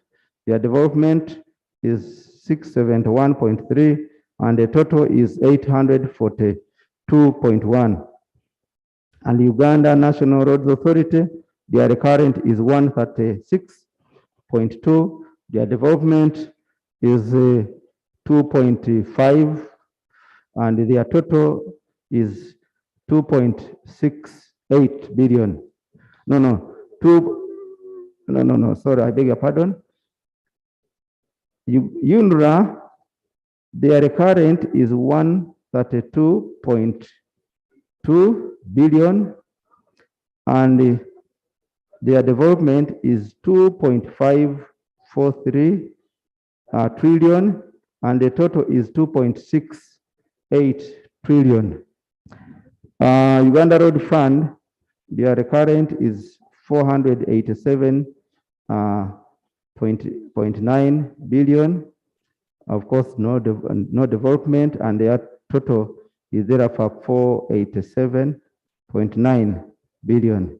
Uganda Land Commission, Right Honorable, is 10. Their development is 10.4. No, rather, sorry, their recurrent is 10.4 billion.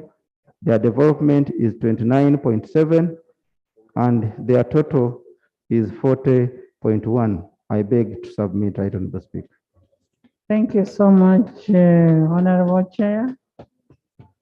Maybe administrative announcement. When it is time for breaking the fast, the Muslim colleagues, please feel free to go and break the fast and come back. We are still here. Two, I want to make a correction, an addition on page 48. There's just something missing, that is Kagulu, Iguaya Kagulu, because I was privy to the letter which was written on that road. Sister one, you know, once you enter into an international relationship with the other country, you can only vacate it upon acceptance of both countries. And where you're saying you're relocating money that was meant for DRC, it was an international relationship that was signed between the two presidents. That cannot happen. You rather look for money from somewhere, but maintain the relationship until otherwise. Shadow.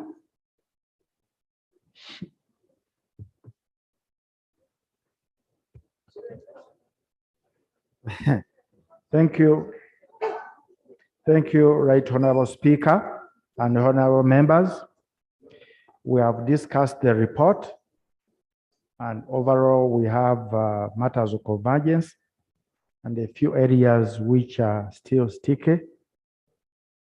However, Right Honorable Speaker, given the timelines and the need to have the ministerial policy statement adopted, we may at a later stage bring these policy sticker issues for consideration before the House. Specifically, I will highlight two areas. The policy, the procurement and maintenance policy issues to do with the road equipment. We believe that what is in place is not good enough, and this is an important area for consideration. We also request that the appropriation made or proposed in this report should be taken seriously by the Ministry of Finance. In the past, this sector, specifically the works sector, has been neglected. Proposals are made, promises are made, and our people have a lot of expectations on the ground. So I think the minister should really look for funding to ensure that at least roads are constructed and maintained. We also have the second issue to do with pre-finance contracts. We discussed and agreed that we should leave it at this level for us to have the budget process go on smoothly given the timelines. But it is our belief that these contracts are irregular, illegal, and unconstitutional. We also believe that the criteria of awarding roads specifically may not be equitable, but we beg that we do have this process go on smoothly. It may have to come back to the House. You should not be surprised that now we associate generally with the report and then we're coming back and forth to consider such issues. Otherwise, Right Honorable Speaker, we do associate with the report in total. I beg to submit. Do you associate with the amendment of the international relations? Yes, yes. That we I'm sorry, amend. Right Honorable Speaker, we discussed this again, and we agreed that there are already existing protocols and agreements signed between the two countries. So we do again adopt the report with amendments, excluding that specific issue. Thank you. I beg to submit. Thank you, Yusuf. Honorable Minister, a commissioner wants to talk first. Minister, first allow some few members.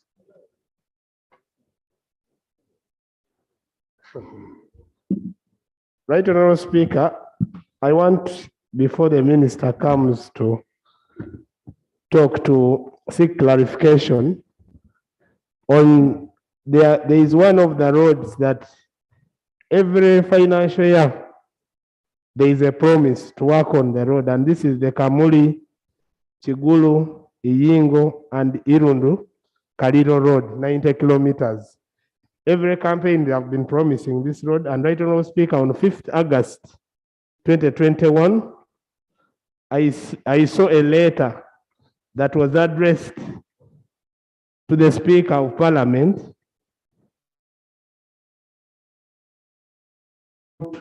financing the same road, and I want it is a deserving road. The president says it is a deserving road because it opens up North Central, Busoga. Moreover, NRM has got a lot of support there.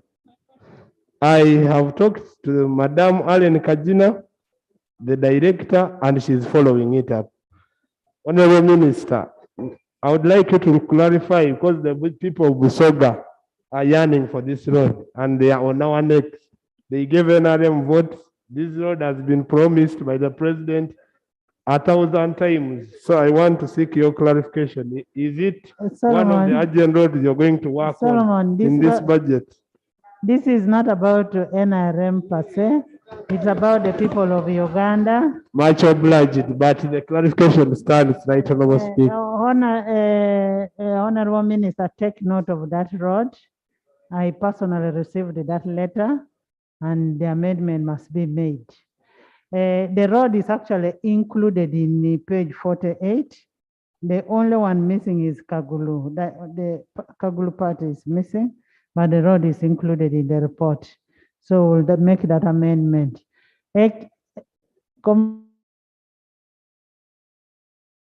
Honorable Speaker, I wanted to find out what exactly happened to the road of Zombo.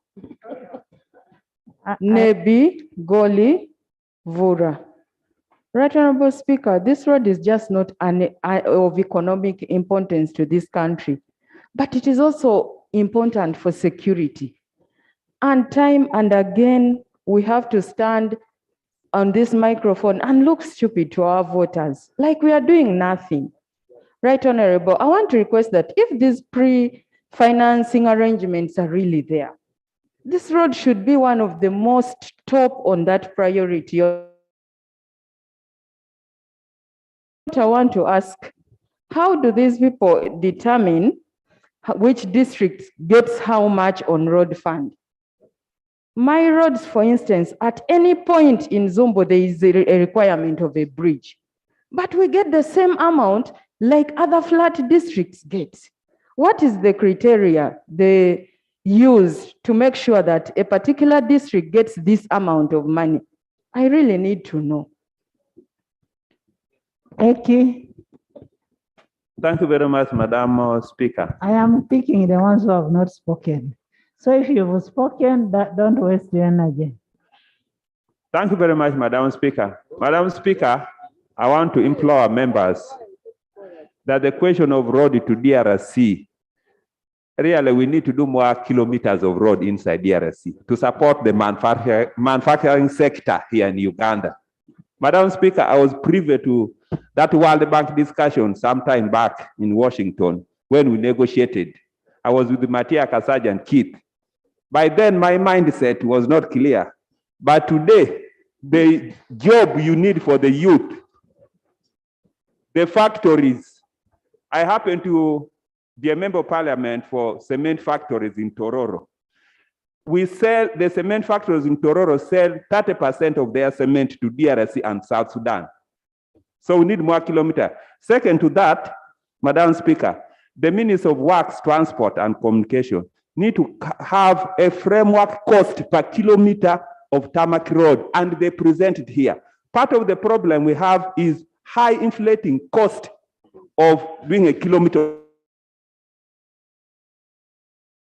The flat area, this is the cost per kilometer, and the road will last for 20 years. Terrain which is swamp, this is the cost. The area which is hilly, this is the cost. You cannot tell us that building a 2-bedroom house in a flat land costs 300 million shillings. This is what's happening, Madam Speaker. So we need to put Honorable H.W. Moses, Honorable H.W. Musa, who moved with a pickup to arrest the thieves, that we are going to give you this money, but on condition that, Madam Speaker, through you, after 60 days, the minister presents here a well-costed framework of cost per kilometer. I beg to move. Thank you. Alan, you want to talk again? Thank you so much, Madam Speaker. Honorable Minister, I need a clarification about the load of Luwero of Talang, 29 kilometer. Luwero of Talang of 29 kilometer in Nakaseke district. It was promised by the president since 2015. And in 2018, it was promised by the president. Yes.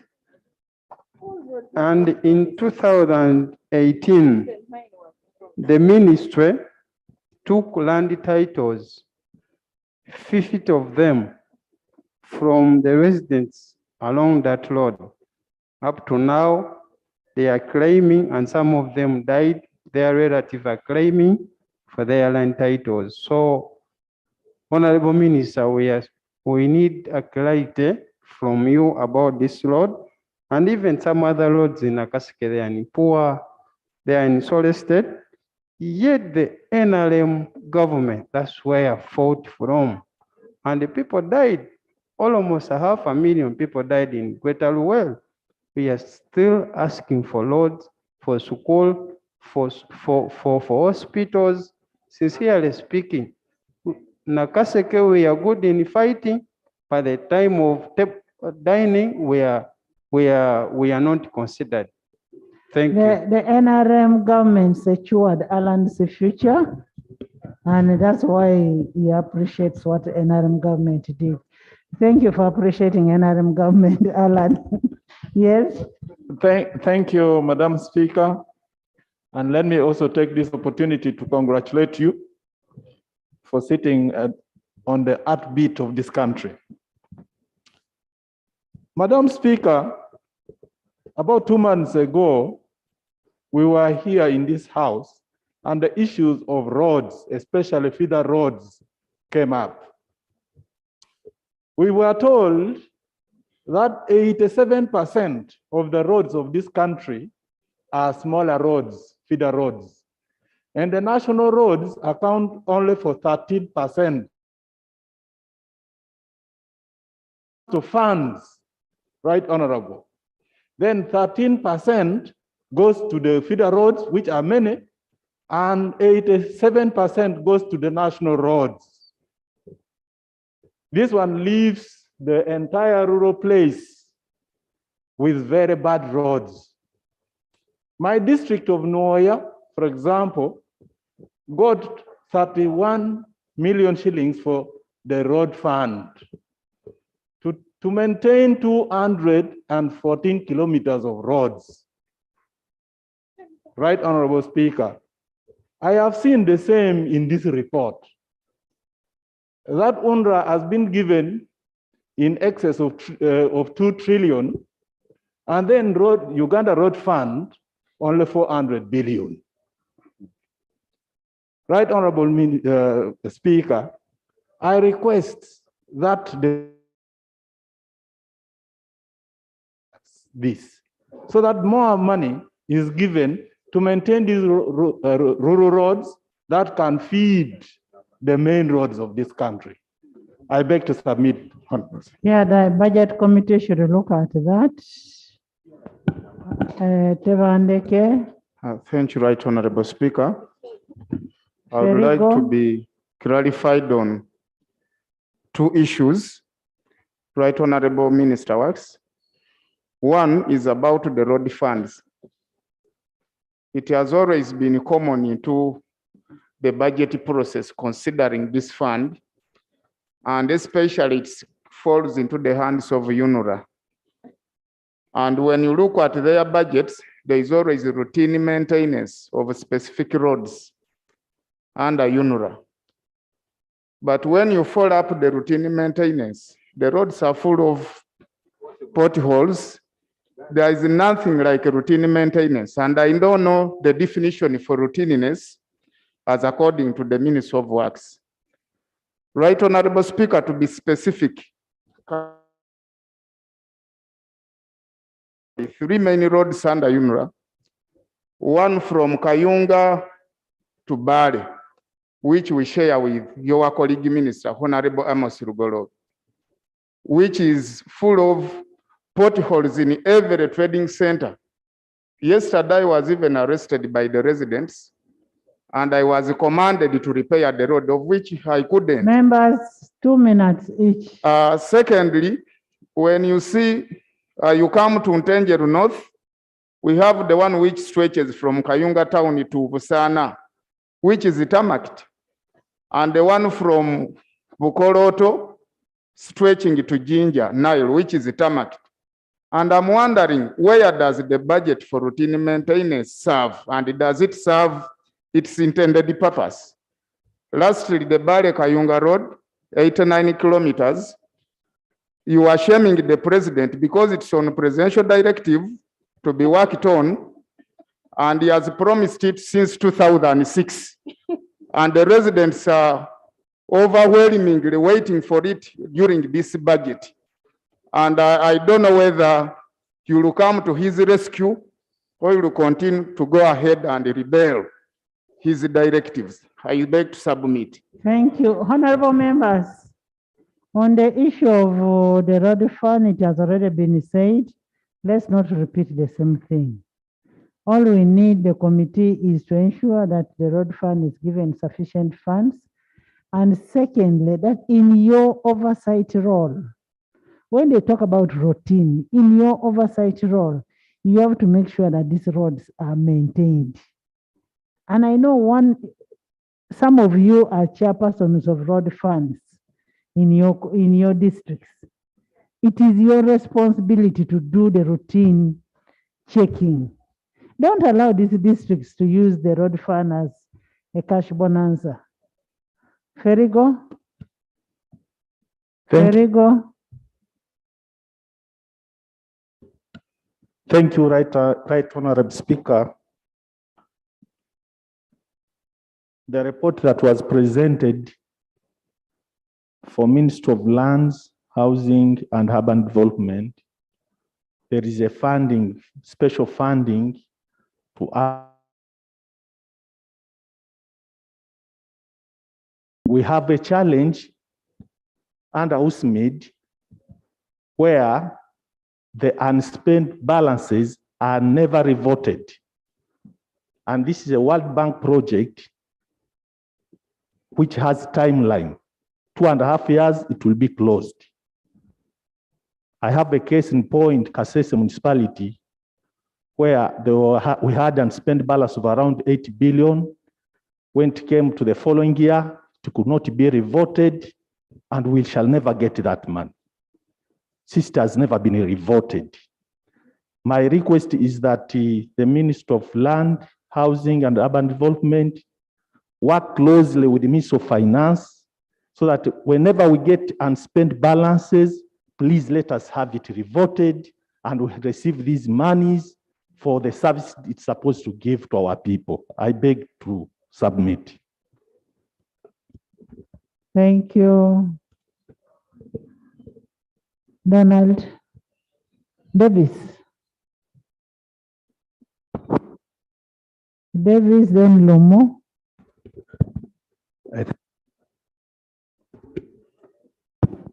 I thank you, Right Honorable Speaker. Nkama Davis, Member of Parliament representing the people of Nyangavu. Right Honorable Speaker, I would like to bring this to your attention on the road from Kasese to Hima. The road has not been launched, but already there are potholes.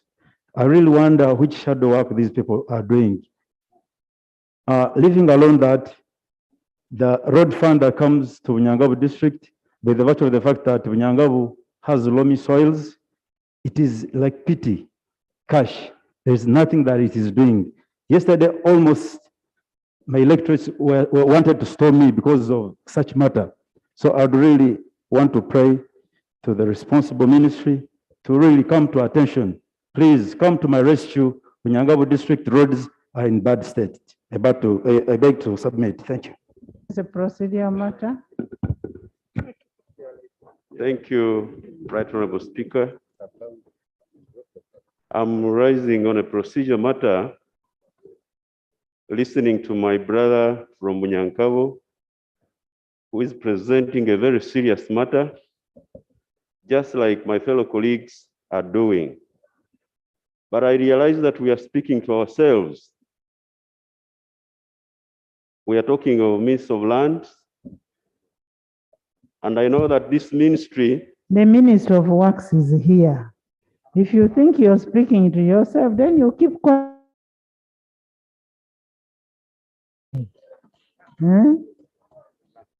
Is he here? Okay, I knew that we have the ministry represented by the Honorable Minister Cheru in the area. The Prime Minister is even here. The leader of government business. Most obliged. Lomo.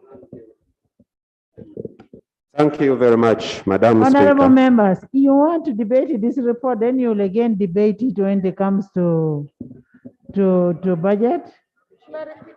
We still have 7 reports to be presented. Madam Speaker, thank you very much for this opportunity. I equally have a road, Mitiana Busunju Road, which the President has promised since 2001. And right now it is impassable. And it is a road which actually the factories in Nakaseke are using to get raw materials from Busuju. So the road is really bad. Now, the clarification I wanted from the minister is regarding National Housing and Corporation, National Housing Construction Corporation. Whether the Honorable Minister is aware that the Libyan government owns 51% of the shares in that corporation, and the Uganda government owning only 49%, vice versa, the other way around. I don't know whether the minister is aware about that. And in the report which has just been presented before us here, 250 billion is allocated to recapitalize. Honorable Minister, how much has the Libyan government so far given the company so that the Parliament can allocate the 250 billion to that company? Because if we allocate that money, that simply means the Libyan government will simply get dividends for free. You're talking, we need to talk about our obligation. That could be our obligation, not for the other country. The other country knows what is supposed to Chairperson, I can even give further information. I wish. Madam Speaker, my question was simple. Whether the minister can clarify to this House whether the Libyan government has already done something as we are allocating money to the national housing right now. Information from committee member. Thank you, Right Honorable Speaker. I'm a member of the committee. I wish you knew this, but you can go and pick the letters. Through the guidance of the Attorney General of the Republic of Uganda, he has guided and written to the Ministry and Minister of Finance that because of the uncertainty of the leadership in Libya, the government of Uganda must now take up 100%. And the government of Uganda will, at appropriate time, when they have settled, pay off the government of Libya, because it has even reached a level where there have been 2 ambassadors posted to Uganda. So we don't know whom to deal with. So the Attorney General has guided that they will pay off. They have valued the National Construction Company, and they know what share would be for 49. They will keep it in the escrow account, And at appropriate time, when there is established government, they will pay them the equivalent of the 49%. Thank you. Thank you, Honourable Member, for yielding and accepting the clarification I want to get from you. Now that you had occasion to interact with the Attorney General, and from what you're saying, this was not a call on shares, because the call on shares would mean that Libya too was expected to advance on part of the bargain. Now that the Attorney General is advising that we can actually appropriate the shares, were you made privy to the shareholders' agreement to know that we are not committing an illegality under international law? The legal advisor to the government of Uganda is the Attorney General, and that was the advice that was given by the legal Attorney General. If there is anyone to challenge that, there's recourse how you can handle that. Yes. Okay, Peter. Thank you very much, Right Honorable Speaker. Right Honorable Speaker, I want to thank the committee for the report, but I'm seeking clarification from the Minister regarding maritime transport. We are all well aware that apart from railway transport, the cheapest means of transport is water transport. And in line with that, we have been asking the islands, and the report clearly puts it, that the islands of Kalangala, Buvuma, islands in Mayuge and Namaingo are not connected to the mainland. Do you have any programs to connect the mainland, especially Namaingo mainland to Namaingo Islands, and then Mayuge mainland to Mayuge Islands? Then secondly, marking of our borders, especially on the lake. There is a question, the report clearly indicates there's conflict between Sudan and Uganda. There is a serious conflict between Uganda and Kenya over Migingo Islands and other islands. Do you have a plan to make sure that all our borders are marked?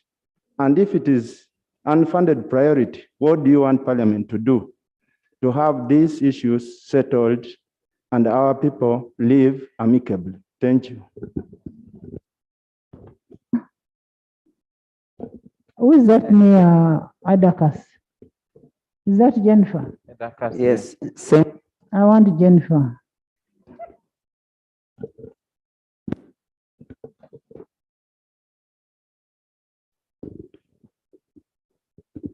Thank you, Right Honorable Speaker. My name is Ayo Jennifer, District Woman Representative for Kalaki. Madam Speaker, I want to first appreciate the committee for the report, but also I would like to inquire from the ministry why the Katine Ochero Road is not included. Because, Madam Speaker, as I talk, Kalaki is cut off from Kaberamaido. And I'm aware that the ministry is aware of this. And I would really think it would be one of the priorities. Katine Ochero Road. It has been there for quite some time now. We are having difficulties in crossing to Kaberamaido. I request that it's considered as one of the priorities in the budget of 2022-2023. I thank you. 2023-2024. Apea, Edakas, you come from the same place. Thank you very much, Right Honorable Speaker. Mine is also a clarification from the Ministry of Works. I wanted to know what criteria you actually use to prioritize the roads, because I'm aware that the road from Dokolo, Ochero, and Namasale has got documentation showing it is pre-financed. It was mentioned here on the floor of Parliament by the Right Honorable Prime Minister that money is the directive from His Excellency the President, confirming that the road is pre-financed. Now, when I look at the list of your non-funded, I'm now wondering, which are these roads that are funded? And yet some of them I see that they're already considered priority roads. I really want to be guided. How do you prioritize your priorities? Because if a pre-finance road is not prioritized and a directive is there, communities were already in October on the floor of Parliament. Prime Minister confirmed while she traveled to Amolatar. So what do we go back and tell our people when on the list is again non-funded? So who is talking what now? I thank you. Baroda. Baroda. Okay. Silwan, you want to talk for Baroda?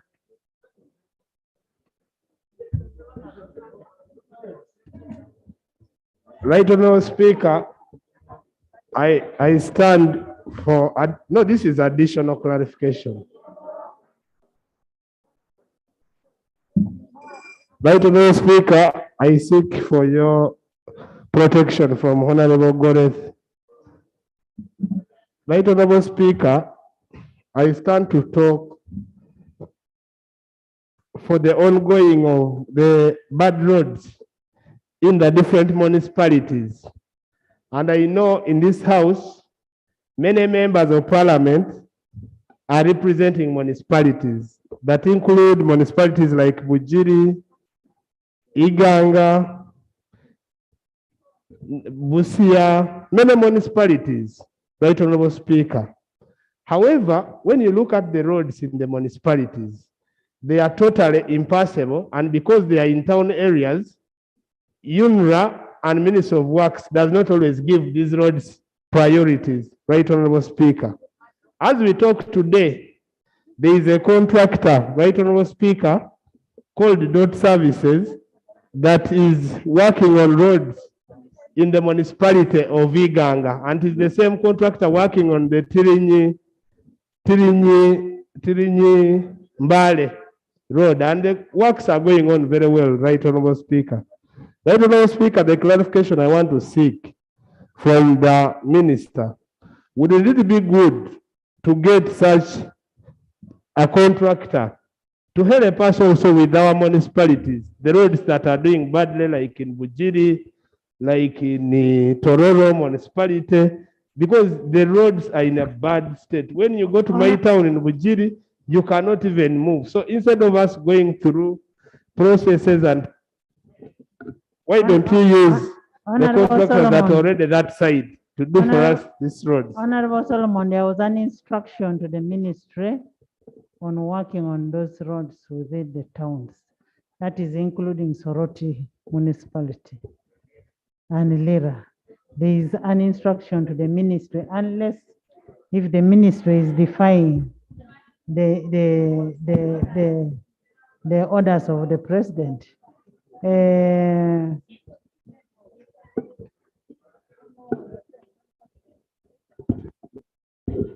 After that, thank you very much. So that she stops making noise. Thank you very much, Right Honourable Speaker. I want to take this privilege to appreciate the committee for the wonderful report. I am Honourable Emma Rose Cherkut, the District MP Queen. And as we well know, that Sebei region is a very hilly place. When itself is too hilly. The Queen County is very separated from the Soy County. When you look at the road, that is called S-Corner, that is supposed to connect the Soy County to the upper belt. It is in a state of quagmire. It's terrible. It is too hilly that when you are moving on it, even yourself, you just pray to God whether you reach the lower belt. That is Soy County. You are in a car, but in a state of panic. It is good our Honorable Minister is right here, Musa Ichweru, our neighbor from Soroti. Please, my prayers are, or my request, if you could sit and also have a plan for some of these roads. It's not only for the development of Sebei. The upper belt is well known for food production. The lower belt is too dry. We have the industrial hub in the lower belt. So for us in the upper belt to travel to the lower belt, it is very hard. And these are security roads. We have our brothers who come and steal our animals. They still use the same panya routes. It's a road, but it is in a very bad, I can't even explain it. Honorable Minister, kindly William. have a plan to save our people. William, is that what you wanted to say?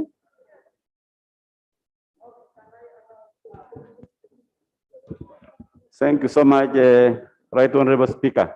What my colleague, Honorable Emma, is saying is exactly true. Is that the Muyembe Road?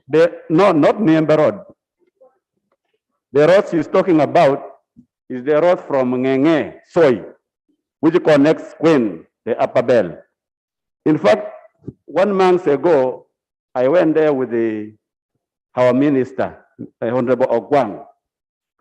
And when we reached on top, sloping, the minister got shocked and we almost returned back. The road is very bad. And last week, I went to the district. I met with our cow. I asked about the budget. I was shocked. These roads have been located 2 million. Another road in the Upper Bell, 2 million, 3 million. Every sub-county is having, the entire district is having road fund, about 57 million for the whole year. And these are very impassable roads. I saw the budget and I was shocked. There is a lot of money located, but when you zero it down to our district, it's 57 million.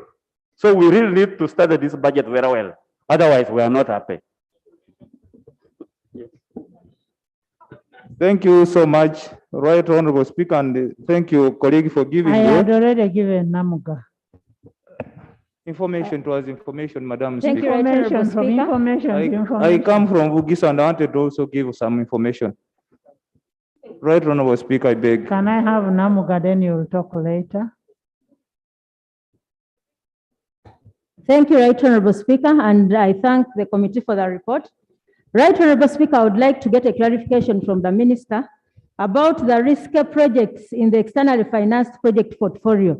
I see my colleagues struggling to ask about their roads, but some of these were among the roads that were identified as risky, and they are going to be either renegotiated or cancelled. Some of those include upgrading of Luwero Butarangu. Can you give us Upgrading the of page? Masaka Kakata. Please give us the page. Sorry? We'll read the report. Right Honorable Report. Speaker, 2.8 trillion has not been spent. So as we talk about this, we can have this money allocated to other projects than being on the account too. Is that in the report? Sorry, this is not the report. This was the presentation during the right budget framework paper, and I want a clarification from the minister. Sorry, yes, from the minister on the fate of these projects that were presented at that time, because they are risky and the money is pending on the account. Because you cannot do anything on them, they are either going to be renegotiated or cancelled. So we need to get clarification before we proceed. Two, Right Honorable Speaker, Sembabule is among the districts that have been unfavored when it comes to construction of roads. We have Chaba Kuzamatete, up to now, and Sembabule has highly voted for the NRM. Sorry, Sembabule needs to be rewarded. 98% is the NRM vote. They voted President Museveni and they need those roads. Thank you, Right Honorable Speaker. Honorable members, you know what surprises me? You're only discussing about the roads. And yet this even includes land. I expected somebody to start talking about the Naguru land, the URC land, that kind of thing. But you're only concentrating on the roads which you just used for passing. You get it, eh? You just use those roads. Mapendusi. Eh? I will give you time to talk. You don't give yourself. There is only one speaker in this house. Mapendusi, then you. Right Honorable Speaker, thank you very much for giving me this opportunity. Right Honorable Speaker, I join the rest of the colleagues in thanking the committee for the report. But a few months ago, Right Honorable Speaker, I raised a matter in this House where I stated the condition of a road that is Gulu Oluyu Road, especially the section from Custom Corner to Bank of Uganda. And I made it clear how many lives we are losing as a result of the road poorly designed. I also brought to the attention of the Honorable Minister the number of accidents that we are having on a daily basis. And the Honorable Minister made a commitment in this House that he would dispatch a team and also would find time to visit. Right Honorable Speaker, based on that commitment, I thought the Honorable Minister would consider this road and make it as part of the intervention for next financial year. It would be fair, Right Honorable Speaker, that the Honorable Minister takes this matter seriously because we are losing lives. This road was poorly designed. You know, Right Honorable Speaker, it's important to tarmac a road, but it is more important to make sure a correction is made on a road that is poorly designed, that is causing lives. I really want to appeal to the Honorable Minister that you take keen interest and help the people of Gulu City so we can save life, especially on this road from Custom Corner to Bank of Uganda that was poorly designed. Thank you very much. Honorable Minister, there is that road of Butiru, the Tororo Mbale Road, which has been killing so many people. Let's talk about Tororo Mbale, Soroti, Lira, Kamudin. That road has been a disaster. People have died on that road. So, and designs have been made. I don't know what the contractor is doing. Yes? Thank you, Madam Speaker. My name is Wakoli Godfrey. First of all, thank you for raising the issue of Butiru, Tororo. I just wanted to add, Right Honorable Speaker, what my colleagues from Sebei just mentioned on this floor of Parliament. In Bugisu, generally Bugisu sub-region is a mountainous area. But when you look at allocations even from road fund, it is very, very little. My prayer, Right Honorable Speaker, is that Minister of Works should give a special treatment to some of the mountainous areas, not only in Bugisu, but even across the country.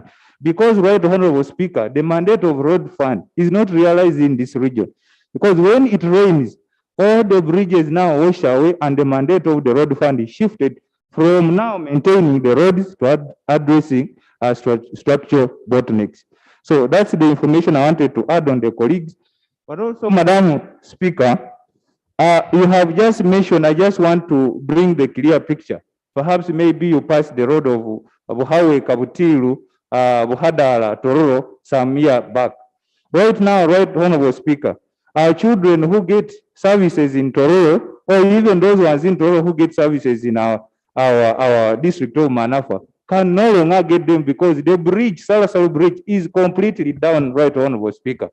So we want to request the Minister of Works that, especially Honorable Ocheru who comes from the east, you cannot really pass, come from Namisindwa and you want to access Tororo. You can't pass unless maybe you'll use a plane to go to Tororo. So our prayer, especially people from mountainous area, that be given special treatment when it comes to allocation of funds for these roads. I beg to submit, Right Honorable Speaker. Honorable Minister, Thank you.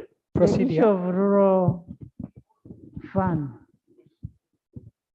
you should look at the areas. You cannot give a place like Bukedia the same amount you give. You cannot give your constituency is called what? Amuria. You cannot give Amuria the same amount that you give to Buko, Namisi Indra, all those areas. Let's look at the terrain of the area before we give a flat rate. Procedure. And we should also ensure that all the roads that we have mentioned, let the roads not just remain on paper. Let these roads be worked on. the roads that you have pledges, like the city roads, and most important, you saw what happened in Lira of recent, the Kamudini Road. You saw what happened. The Butiru, the way people die in that area. You need to look at these things in totality. And members, let's not forget about our lands. The lands are being grabbed. So we must make sure that the land is equally protected. Honorable Minister, can I hear from you? I have 5 reports. You're going to talk on the next report of health. Madam Speaker, on the Karamojo land, there is a VAT night. Honorable Minister, can you be brief? Right, Honorable. I want first on the onset to, in a very humble way, let this House know that when my minister presented our ministerial policy statement, we did for vote 016, vote 113, vote 118, and vote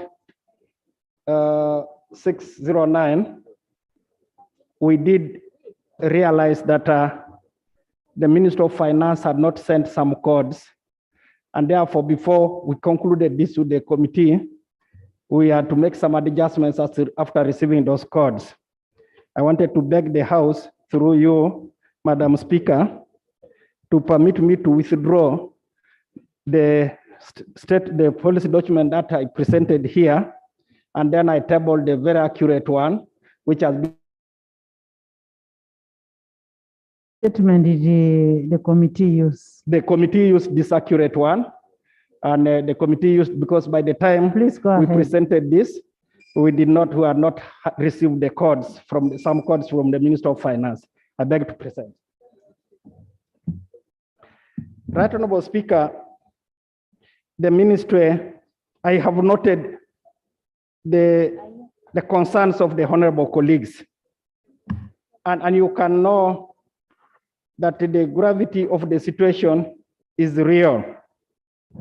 The ministry, in all our strategic interventions. Honorable members, maybe just for clarification, the committee came and wrote to me during that time when we had problems on the issue of the report, and I gave them a go-ahead to use the new report. So, but I also asked them to come and lay on table. Thank you, Madam Speaker. The ministry is an enabler, and therefore, every strategic intervention that we undertake as Parliament and government needs the active participation of the sector for us to realize this. There are certainly so many areas that my colleagues have drawn my attention to, and in a summary, I want to say the following. First, start by thanking the committee for an excellent job. Then thank my colleague, the minister, the shadow minister. My shadow minister, I want to confess to these honorable colleagues, has been very consultative in the way he has approached our working relation. There are areas where we may not agree, but still we respectively disagree, and then we continue engaging until we agree. And I want to thank him for being very, very fraternal in the way we proceed. There are roads that I have looked at that colleagues have drawn our attention to, and I can assure you, honorable colleagues, that these roads we have indicated, we are not saying they are not going to be worked on.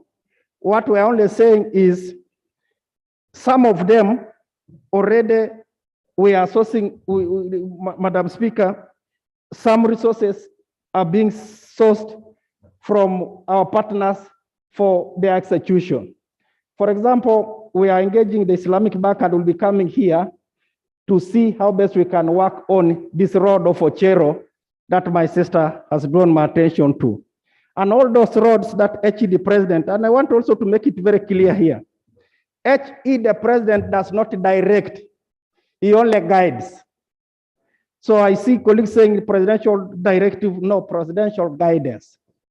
The president guides us, and sometimes we go back to him and say, Your Excellency, you guided on this, but these are the ramifications. You guided on this, but these are the ramifications. And then we proceed. I want to say really that I may not be able to break one by one, item by item from what you have said. But if this house permits me to come here, because there are some roads, Madam Speaker, we have already initiated the designs and you are going to be seen very soon in the district when we move out, we will be effectively present in all the corners of the district, my teams. Then I will come here to this honorable house and indicate to this house that honorable members, will you pass this vote? Will you pass this budget? Finance has been able to release this, and we have broken it down this way. And so far we have started with this, we have started with this, we have started with this. This we are undertaken to do to this honorable house. And then these honorable members should be able to do two things for me, particularly critical oversight, support, and supervision in the districts. I am saying this because of one thing, Madam Speaker, and this is a testimony that I can give to these honorable colleagues.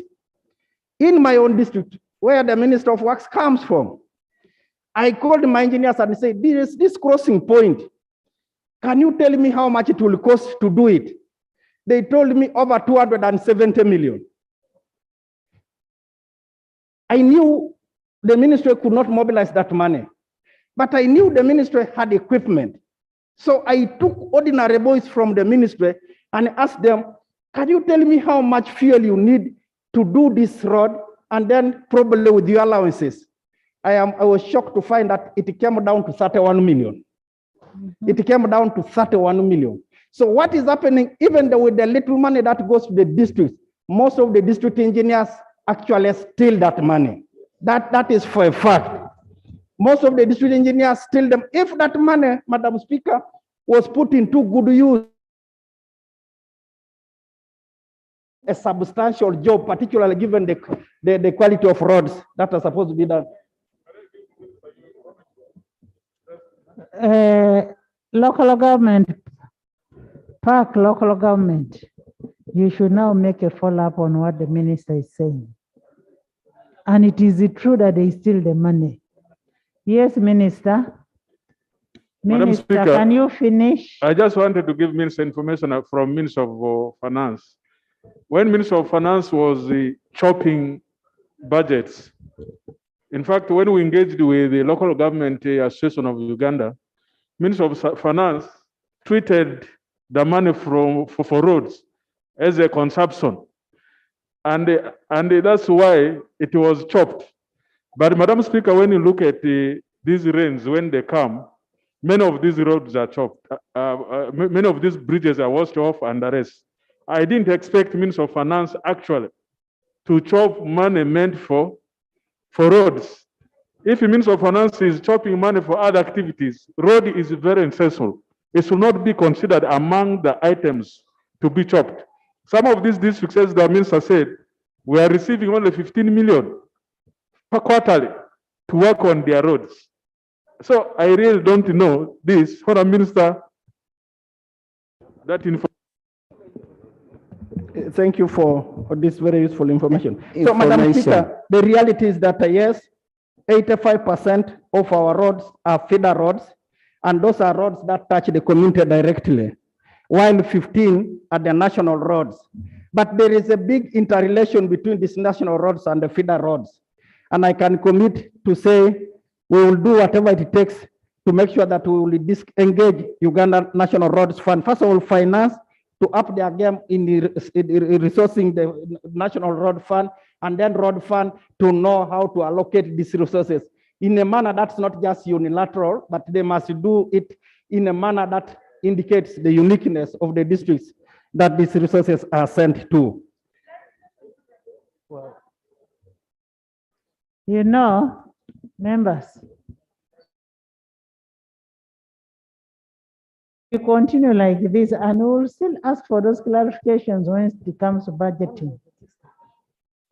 When we are reporting the budgets.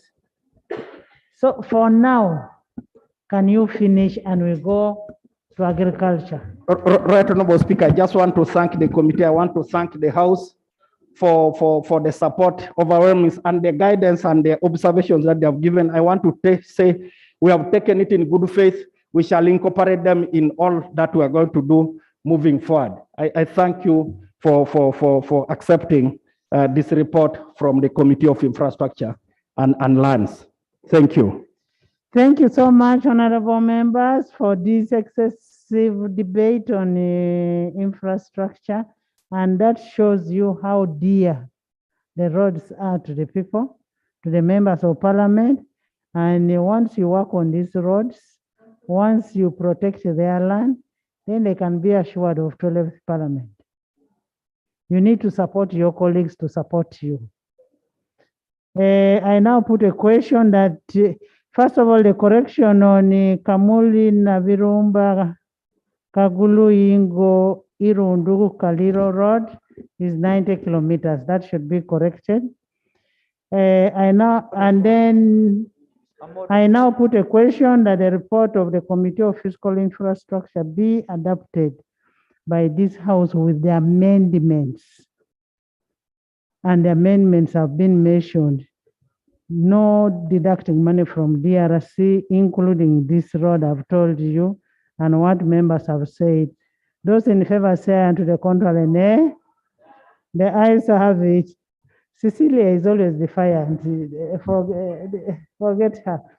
Agriculture, 20 minutes.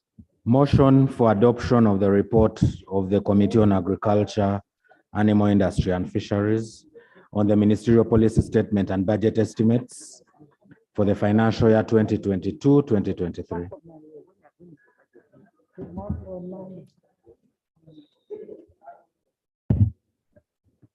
Right Honorable.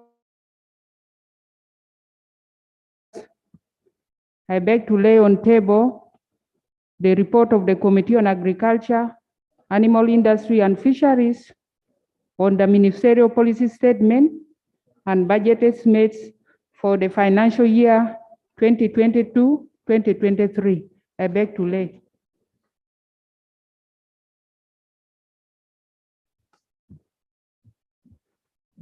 Right Honorable Speaker, I now beg to present the report of the Committee on Agriculture on the Ministerial Policy Statement and Budget Estimates for the financial year 2022-2023. Right Honorable Speaker, the report has the main body and it has annexes. Annex 1 is about the implications of the budget cuts as indicated in the second budget call circular for financial year 2022-2023. Then we have Annex 2, which is talking about the non-funded priorities. Annex 3 is the supply table for agro-industrialization program. Then Annex 4 has the list of the members of the committee. Right Honorable Speaker, the report for which I beg to present as the following votes. Vote 010, Animal Industry and Fisheries. Vote 121, Dairy Development Authority. Vote 125, National Animal Genetic Resource Center and Data Bank. Vote 142, National Agriculture Research Organization. Vote 152, National Agriculture Advisory Services, NADS. Vote 155, Uganda Cotton Development Organization. Vote 160, Uganda Coffee Development Authority. Votes 501 to vote 850, Local Government Agriculture and Commercial Services. Vote 122, KCCA Agricultural Grant. Right Honorable Speaker and honorable members, Agricultural sector remains the mainstay of Uganda's economy, employing 68% of the total population and 7% youth. Although its mandate is to promote and support market-oriented agricultural production, food security, and household incomes, the sector continues to be neglected in budget allocations. In fiscal year 2020-2021, agricultural sector percent of the GDP and 31% of export earnings, just below industry at 26.18% and services sector at 43.01%. Right Honorable Speaker, we should note that Vision 2040 prioritizes and recognizes the role of agriculture in this transformation process. The vision of the National Agricultural Policy 2013 is a competitive, profitable, and sustainable commercial and agricultural sector, with an overall objective of promoting food and nutrition security, and also to improve household incomes after coordinated interventions that oversees enhance sustainable agricultural productivity and value chain addition, provide employment opportunities, and promote agribusinesses, investments, and trade. MAIF is the leader of agro-industrialization program under the NDP3 and PDM Pillar 1 on production, storage, processing, and marketing, which the 100 million investment in parish circles will not yield any fruits. Despite all the policy interventions by government to realize socioeconomic transformation, the sector is still faced with many challenges, including, among others, inadequate budget allocations to the sector, inadequate provision of extension services and advisory services to farmers across the country, limited access to agricultural credit, delayed implementation and finalization of the national irrigation policy, low uptake of agro-processing technologies, low prices of agricultural products on the market, high costs of agricultural inputs, and associated problem of counterfeit on the market, pre- and post-harvest losses, the problem of land ownership, among others. For instance, in the 2021-2022, 44.77 trillion shillings national budget approved by Parliament, the sector suffered budget cuts from 1.3 trillion to 799 billions, yet it is the only sector that sustained the economy from the adverse effects of COVID-19 pandemic. This negatively impacted the sector and our comparative advantage in the region. This, among others, affected the provision of seeds and is vital in the improvement of agricultural production and productivity. Karuma, there is a procedure matter. Right Honorable Speaker, I stand up on procedural matter. When I look at Rule 149, subsection 1, it causes a bit of concern. It means that all the reports must be considered not later than today. And we still have 5 reports to be considered tonight. We are already 6:30, so it means we can continue up to about midnight, because then that's when the 20th ends. Beyond that, it is illegal according to our rules. So, Right Honorable Speaker, I would wish maybe we could use the few hours left to summarize, because these reports were uploaded, and therefore we know them. and all of us are interested in the sectors where we are concerned.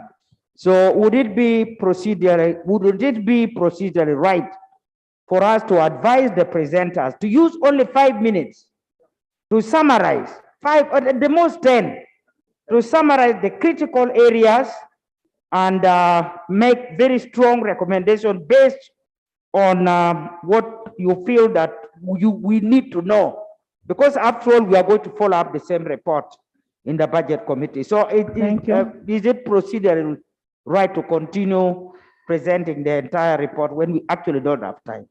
Honorable members, pardon?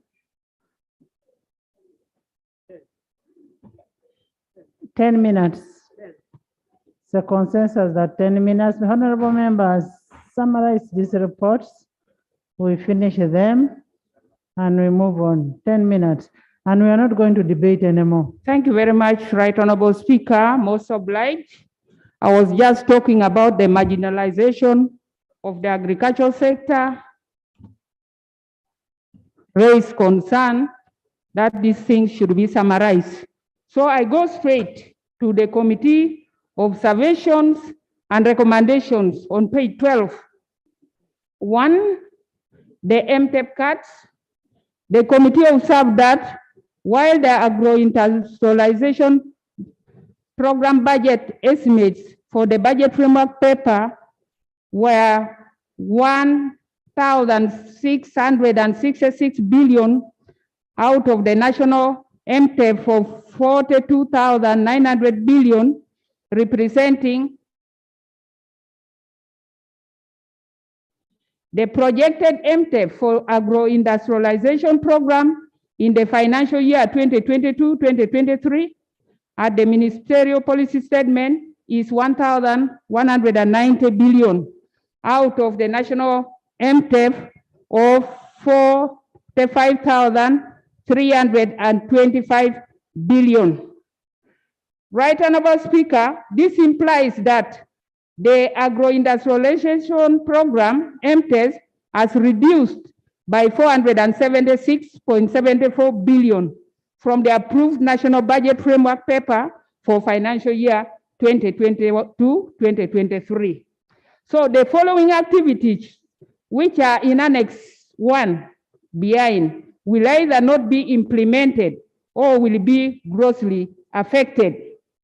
The committee recommends as follows: that a total of 898.118 billion be provided to the ministry to accommodate the MTEP CAF of 476.74 billion, and then the 421.37 billion as approved by Parliament in the National Budget Framework Paper 2022-2023. That one is in Annex 2. On agro-industrialization program budget, Right Honorable Speaker, the committee observes that the budget allocated to this program is only 2.6% of the national budget, and over 43.3% of the allocation is externally funded, which comes with stringent terms leading to delays in implementation and absorption, causing losses to government. The committee recommends that government should fast-track funding of agro-industrialization program to minimum of 10% as per Maputo Declaration of 2003, to which Uganda is a signatory. The committee also recommends that the program should not be relegated to external funding, but given priority from the consolidated fund. On parish development model, the committee observes on agro-industrialization with agricultural value chain development strategy 2021-2026 that prioritizes the parish development model, pillar 1 of production, storage, processing, and marketing. The current allocations disadvantages the highly populated areas as reflected in the table below. The committee recommends, therefore, that there should be equity to take care of differences of population and poverty levels.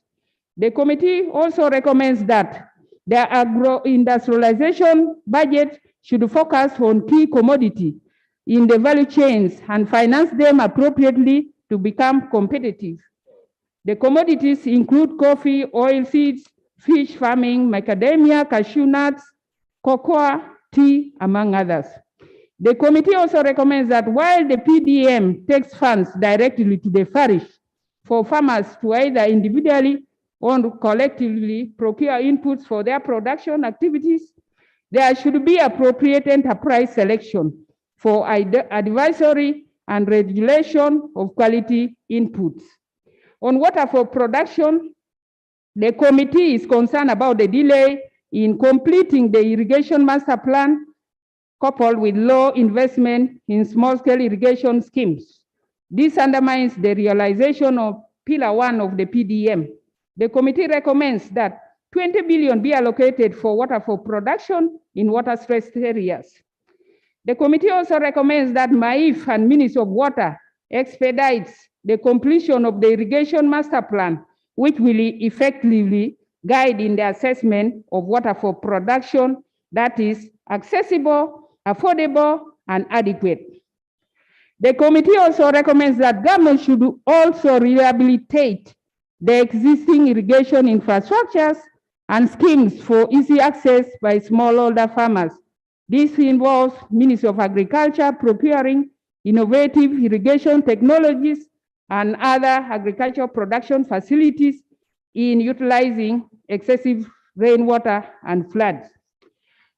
On agricultural engineers, the committee is concerned that of the 146 districts in Uganda, only 49 have senior agricultural engineers required for providing technical support in the implementation of all interventions under water for agriculture, production, and mechanization.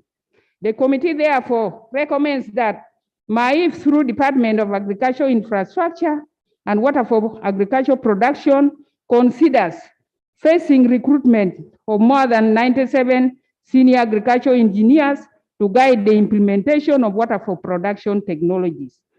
On agricultural mechanization, the committee recommends that 40 billion be provided for procurement of assorted tractors and implements, and 10 billion be provided for ox plows and agricultural inputs, counterfeit and low quality food products on the market. The committee notes the rise in the retail price of agricultural inputs on the market.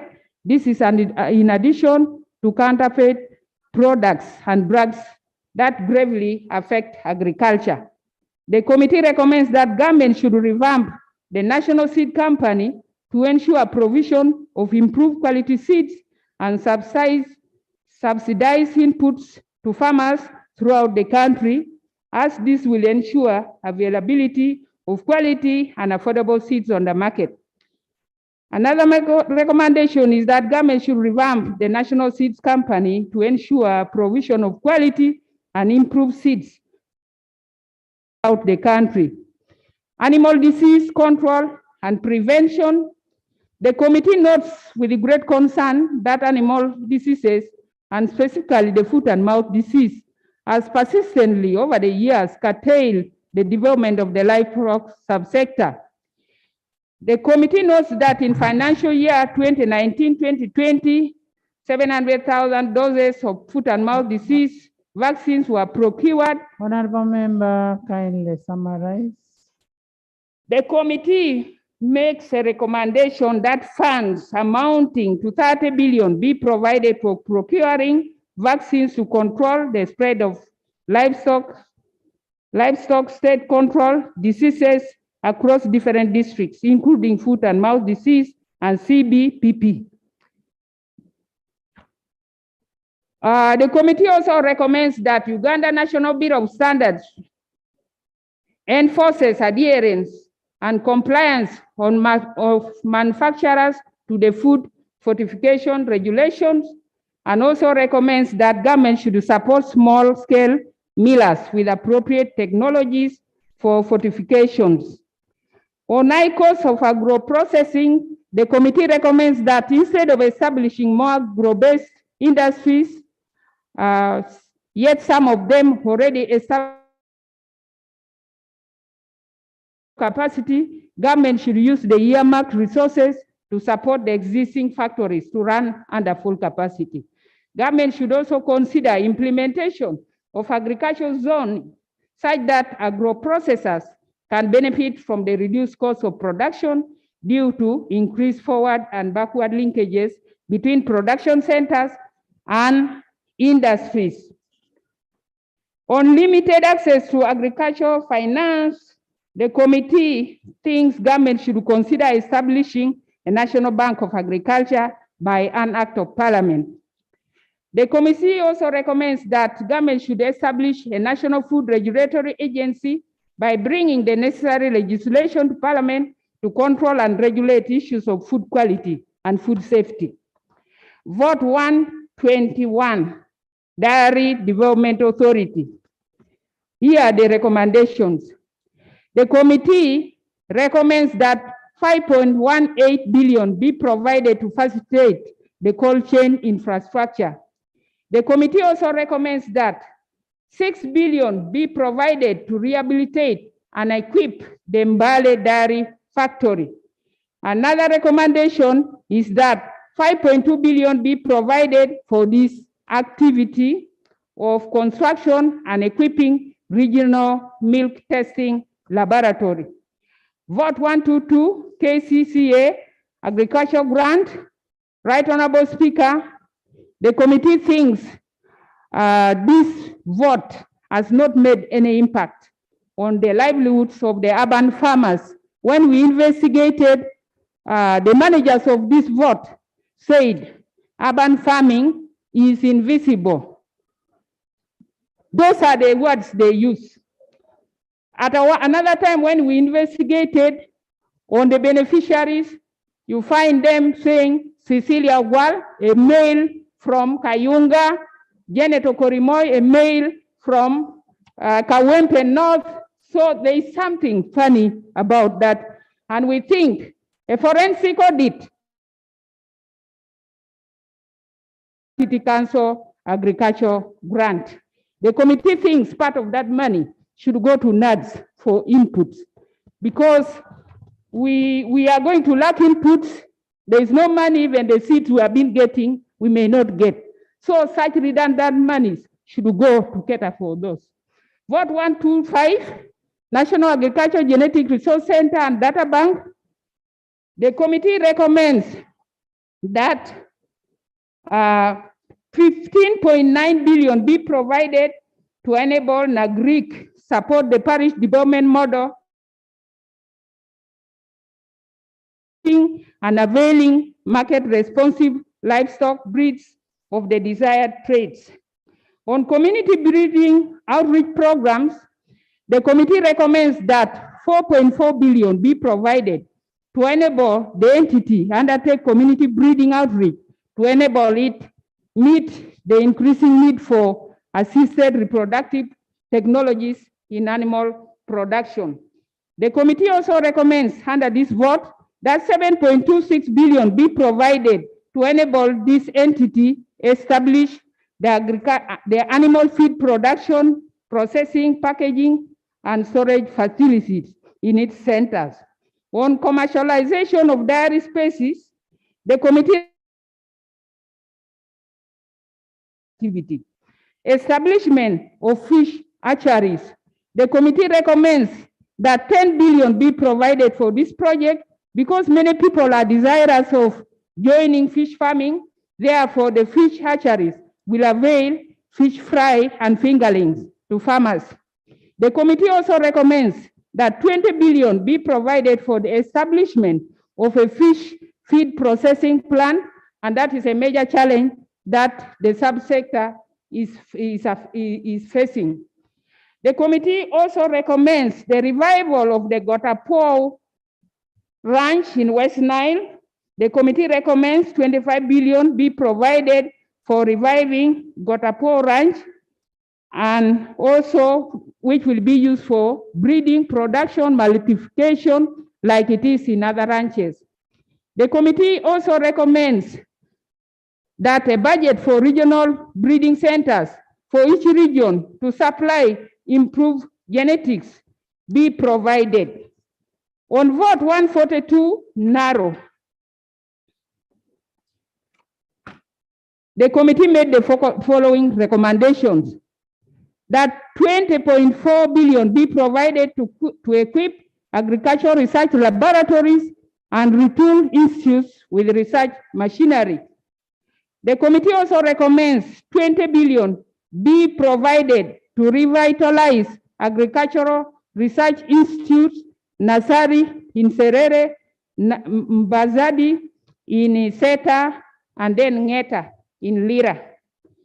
The committee also recommends that 5.2 billion be provided for domestication of the Nile perch to promote fishing. Another recommendation is that 10 billion be provided to enable narrow finalized construction and equipment of the animal vaccine facility in Nakasesa. They have already started this, and it is. The committee also recommends that 3.62 billion be provided to enable narrow carry out this important project of construction and equipping of the aflatoxin center, which they are already doing. This aflatoxin center is a center that will come up with the chemicals to fight the problem of aflatoxin. The committee also recommends that NARO be availed with at least 10 billion to carry out technology transfer, which will help back up the parish model. And the committee recommends that enhancement of NARO staff to set government pay and support in order to attract and retain high quality agricultural scientists. Vote 152 NADS. These are the recommendations. The committee recommends that 2 billion be provided to enable NARO procure an equipment to add value to our cocoa. The committee also recommends that 50 interventions for perennial and high-value national export crops, which are not catered for under the parish development model, be provided. The committee too recommends that 30 billion be provided in the financial year to enable us provide oil seeds, especially sunflower, soya beans, simsim, granules, and others in the areas that grow them. The committee also recommends that 30.3 billion required for this activity of planting materials of crops like tea, macadamia, avocado, cashew nuts be provided. The committee notes the outstanding pledge for procurement of handholds for the communities around the country. And the committee recommends that 30 billion required for this activity be provided. The should first get completed before more are established, since many are being started up in many of the places. Under NADS, the committee notes that NADS recommends that NADS should include fish among its strategic commodities to be distributed in the parish development model. Fish farming should be supported so as to increase the export levels by 2025. Cotton Development Organization, vote 155. The committee recommends that 15.3 billion be provided to enable CDO, procure, handle, and distribute pesticides, herbicides, fertilizers, and spray farms. The committee also recommends that 8.408 billion be provided to, this is for seed multiplication. Cotton seeds are the most yet it is one of the priority commodities under the parish development model. Right Honorable Speaker, the committee also recommends that 8.5 billion be provided for cotton planting seed. And the committee recommends 0.59 billion be provided to cater for staff cost salaries and staff costs, NSSF, and gratuity. Cotton Development Authority. Coffee Development Authority. Recommendations. The committee notes that the MTEP ceiling for coffee 0.650 billion, that is 59%, from 85.59 billion. So the committee recommends that government should reinstate UCDS MTEP ceiling of 85.59 billion for non-wage recurrent and development budgets for the financial year coming. The committee also recommends that 9.2 billion be procured from the nursery operators. Some of the nursery operators are being arraigned in court. Right Honorable Speaker, the committee also recommends that 40 billion be provided to enable procurement of additional coffee seedlings, that is Arabica and Robusta coffee, in order to meet the 20 million bags by 2025, as spelled out by the coffee roadmap that was launched by the President in 2017. The committee also recommends 20 billion be provided to procure equipment for primary processing of our coffee. You know, we are the poorest in taking our own coffee. So if we provided this, maybe it will increase also on our own consumption.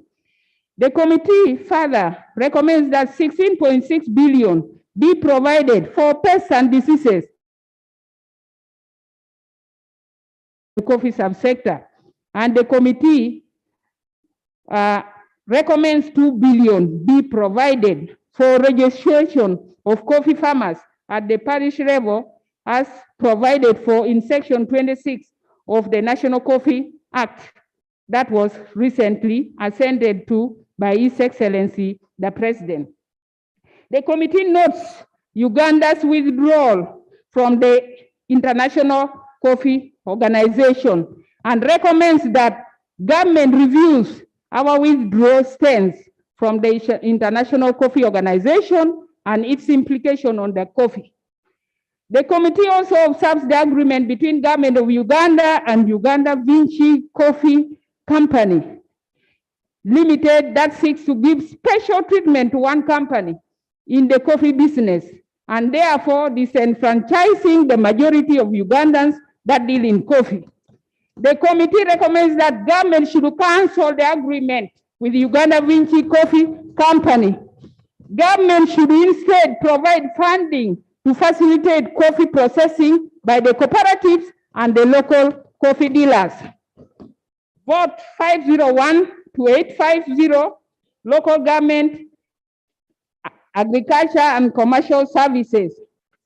The committee recommends that since the country is going into parish development model and funds are being provided for the model, then funds that were meant for local government grants should be reallocated the way the committee has recommended in this. Right Honorable Speaker, I now go to the supply table. The supply table, which is in Annex 1, as the implication of the budget cuts, as I had already indicated, the details are there. I pray, Right Honorable Speaker, that due to time, the clerk should be able to capture all the report, the whole report of the committee for further references by other colleagues who will want to study it. Annex 2, Right Honorable Speaker, is about MAIF and its agencies' key unfunded priorities for financial year 2022-2023. Annex 3, Right Honorable Speaker, is the supply table for the budget for agro-industrialization for financial year 2022-2023. I don't know whether I should read through it or, oh yes, good. Right Honorable Speaker, in conclusion, Right Honorable Speaker and honorable members, we are fully cognizant and mindful of the economic shocks to the country created by the COVID-19 pandemic and its effects on the national budget. But it is the agriculture as an economic activity that is capable of immediately increasing household and national incomes if strategically planned for and supported well. It is therefore my prayer and request for everybody to transform their agro-value chains and develop the backward and forward linkages between agriculture and agro-industries, which will ensure sufficient supply for domestic industries to undertake transformative, sustainable manufacturing while creating for our citizens, with more focus on the women, the youth, and persons with disability, which will in turn accelerate economic growth for our mother country, Uganda. Right Honorable Speaker and honorable members, I beg to submit, and I want to thank also members of my committee for a very good report and for the solidarity that they showed within the 1-2 days that we were able to process this report. Thank you very much. Thank you so much, Chair. And agriculture being the backbone of the economy, however, it was affected by COVID-19. We need to help agriculture and make sure that we get the results out of it, since it is the backbone of Uganda. Did I hear you say that the hand horse for the members of parliament? Did I hear it? Have you made a provision for it? Hand horse for the members of parliament to take to their constituency. Right Honorable Speaker, the issue of hand horse has been a long-standing pledge, and we have recommended to Parliament to provide 30 billion, and if there are other sources, would even request for more money to help the wananchi in the countryside. I just wanted to emphasize that we need our hand horse. Yeah, we need hand horse, colleagues. We are the ones who appropriate. You have always asked for us. This is the time. Honorable member, I want to really thank you for a very good report, and I now put a question that the report of Committee of Agriculture and Mole Industry and Fisheries be adopted by this House. Those in favor say unto the contrary, nay. The ayes have it. Thank you. Defense. Motion for adoption of the report Kindly make it brief. of the Committee on Defense. And Hansard have all the reports uploaded.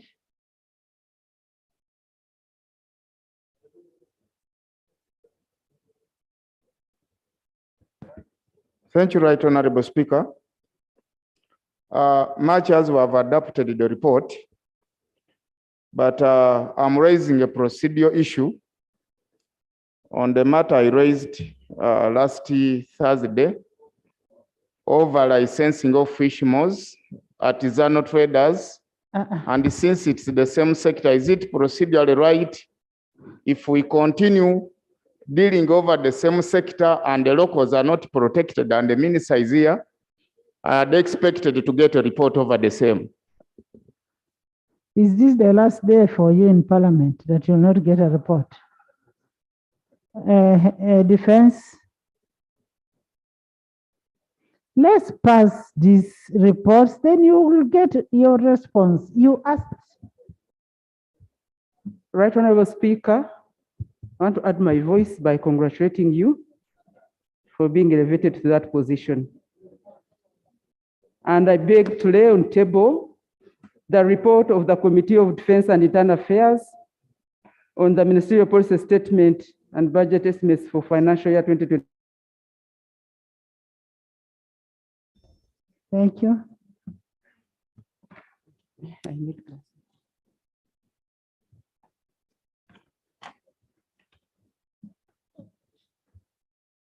Right Honorable Speaker, in accordance to Article 155(6) of the Constitution of the Republic of Uganda and Section 1314 of the Public Finance Management Act and Rule 148 of the Rules of Procedure, sector committees are mandated, among others, to examine the ministerial policy statements and also critically examine government recurrent and capital budget estimates. Right Honorable Speaker, our committee considered the ministerial policy statements and budget estimates of the following votes. Vote for Minister of Defense and Veteran Affairs. Vote 9, Minister of Internal Affairs. Vote 120, National Citizenship and Immigration Control. Vote 144, Uganda Police Force. Vote 145, Directorate of Government Analytical Laboratories. Vote 309, National Identification and Registration Authority, NIRA. The methodology is well stipulated in the report. Right Honorable Speaker, I beg to move, since we are time constrained, to the budget proposals for 2022-2023. The Minister of Defense was allocated 3.764 trillion for financial year 2022-2023 against a gross funding requirement of 8.737, leaving a deficit of 4,900,000,000. Madam Speaker,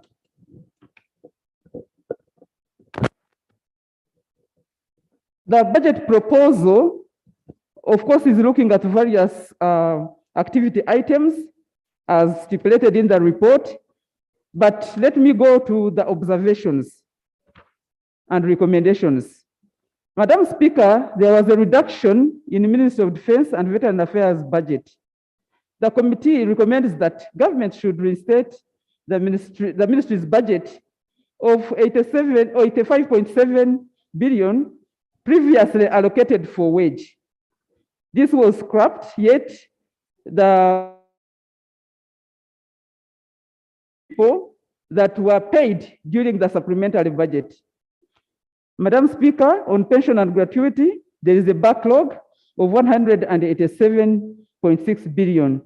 This is a statutory obligation, and failure to pay them, it might attract legal attractions. Madam Speaker, on the wage shortfall, the committee recommends that the government should provide 24.1 billion to cater for the wage bill shortfall of the recruits that were recruited in 2022. Furthermore, government should desist from recruiting without prior planning. Medical expenses. Madam Speaker, UPDF has been incurring a lot of medical expenses by taking their officers in various private hospitals. The committee recommends that government provides 57.6 billion to equip the Mbuya Military Hospital, which will reduce on the money incurred during the private hospitals. Food shortfall. Ministry of Defense recruited 10,500 local defense personnel, LDPs. Some are still undergoing training. However, food worth 85.7 billion has not been provided for. And therefore, as a committee, we recommend that Food is an entitlement, and therefore they should provide, government should provide 85.7 billion to provide for food. Fuel. UPDF, that there is a shortfall of UPDF fuel worth 85.7 billion. This impacts on its operations, as you know that our equipment, our movements, our operations need a lot of fuel. And given the fact that there is fuel increase, we recommend that 85.7 billion be provided. Uniform. Uniform was for 241, out of which 82 billion is provided, leaving a funding gap of 159.3. These are already recruited officers. We are supposed to provide uniform, and therefore we recommend that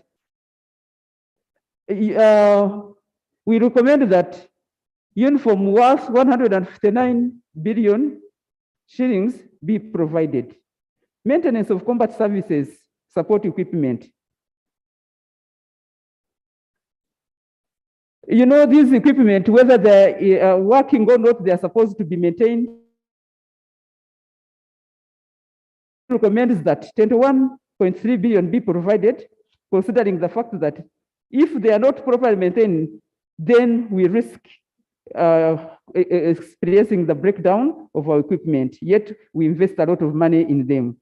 Barracks development, Madam Speaker, UPDF and Defense has been, requesting for 3.7 trillion to put up houses worth about 30,000 units for UPDF accommodation. However, in the last financial year, only 50 billion was allocated. The committee recommends that we provide 50 billion and ring-fence it for construction of housing units for the soldiers in a multi-year project in a phased manner, such that each year we continue putting 50 billion or more so that our soldiers get where to stay.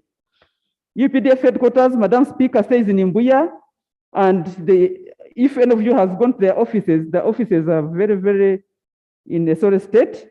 The committee therefore recommends 50 billion for the construction of the headquarters in Imbuya. The construction of solar project in Nakasongola, the outstanding bills of UPDF have been a lot.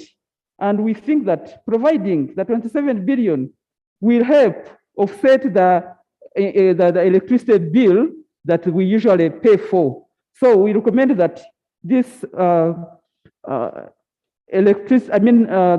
solar project be provided for in order to reduce on the expenses of electricity. Madam Speaker, land acquisition and compensation.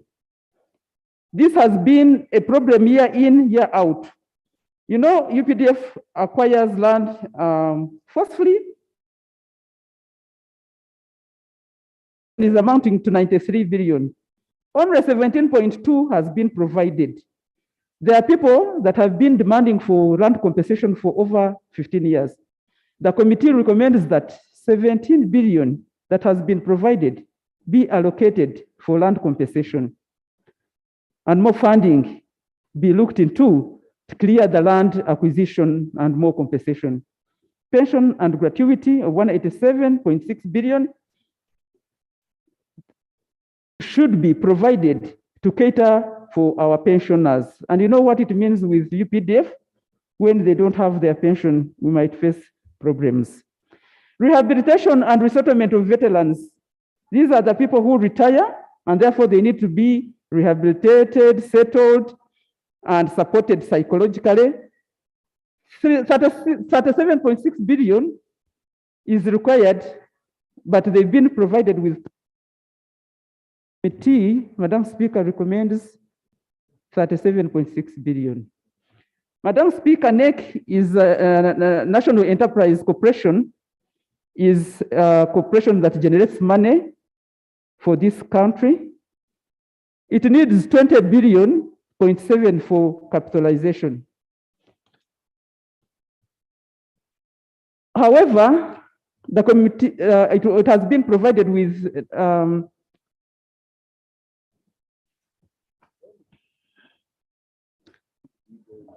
9.3 billion. It requires, we feel that 9.3 billion can be given to them to support the capitalization. Revamping air cargo, it required 3.8 billion. Only 8 billion has been provided. The committee recommends that old planes should be disposed of because of the cost of maintaining them, but also the ministry should initiate the process of procuring new planes. These new planes are strategic in cargo operations, but also in supporting the transporting of our troops, and it is very expensive. So we need to support the ministry to procure new aeroplanes. Madam Speaker, on Operation Suja, the committee, they require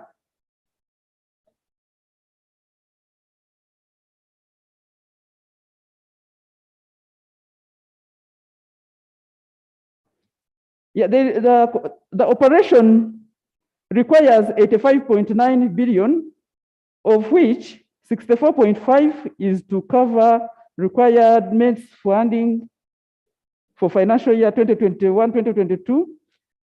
And the success of this operation has been significant, as you know, honorable members. Therefore, the committee recommends that UPDF, since they are already deployed in DRC Congo and they need support, the funding gap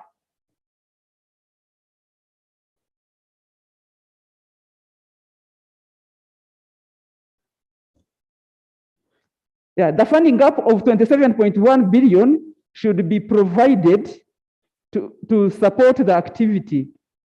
However, government should brief Parliament and seek its sanction in accordance with the law.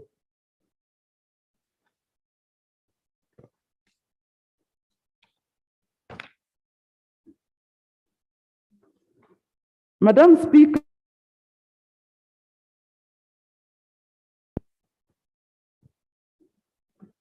National Defense College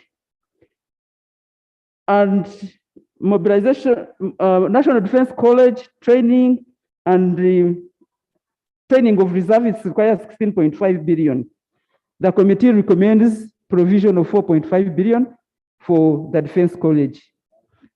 Madam Speaker, the domestic areas, it has pension and gratuity backlog of 71.5 billion. Ministry was located just 90.6 billion, which is a drop in the ocean. The committee recommends that pension and gratuity areas should be deducted. There are statutory deductions which must be paid. Accordingly, government should provide 71.5 billion for pension and gratuity backlog. Areas on utilities, Umeme 90 billion, National Water 5 billion. Likewise, Minister of Defense should clear these areas, outstanding areas. Port 9, Minister of Internal Affairs. I'll just go to budget proposals. The ministry proposed budget allocation for financial year 2022-2023 is 46.77 billion, down from 47.26 billion that contained in the National Budget Framework paper. Madam Speaker, the ministry's vote reduction of 20.104 billion to 68.241 billion will leave the ministry headquarters crippled with the delivery of services.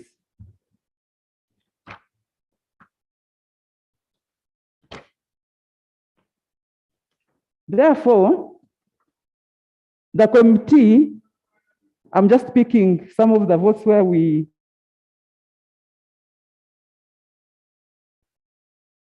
the state of internal affairs, ministry headquarters, the committee is definitely concerned about the polling buildings that are not only old, but are so congested. And therefore, the committee recommends that Minister of Internal Affairs should immediately lay down plans for constructing a more befitting headquarters that will equally cater for long queues of people currently visible on the roads, especially those acquiring passports and other related services. Regulation on non-government organizations. The committee recommends that NGOs should be viewed as complementary in development, and therefore there is need for the NGO board to be supported to monitor the activities of the organizations. The committee therefore recommends that the Ministry of Finance, Planning and Economic Development provides the required 1.526 billion shortfall to improve service delivery of NGO Bureau. Additionally, the NGO Bureau immediately leaves Kingdom Kampala and finds another relatively cheaper price, because we've found out that they pay 1.3 billion for their rent. Amnesty Commission. The committee is of the view that Amnesty Commission be robustly funded to cascade the activities beyond just resettlement, but reconciliation and reintegration as well. The committee further recommends that the commission be properly and fully constituted with substantive staff and the commissioners. The committee recommends 3.648 billion be maintained as provided, and human trafficking activities. The committee recommends that funding worth 0.31 billion be maintained to support the activities of the anti-traffic and prevention of persons. Madam Speaker,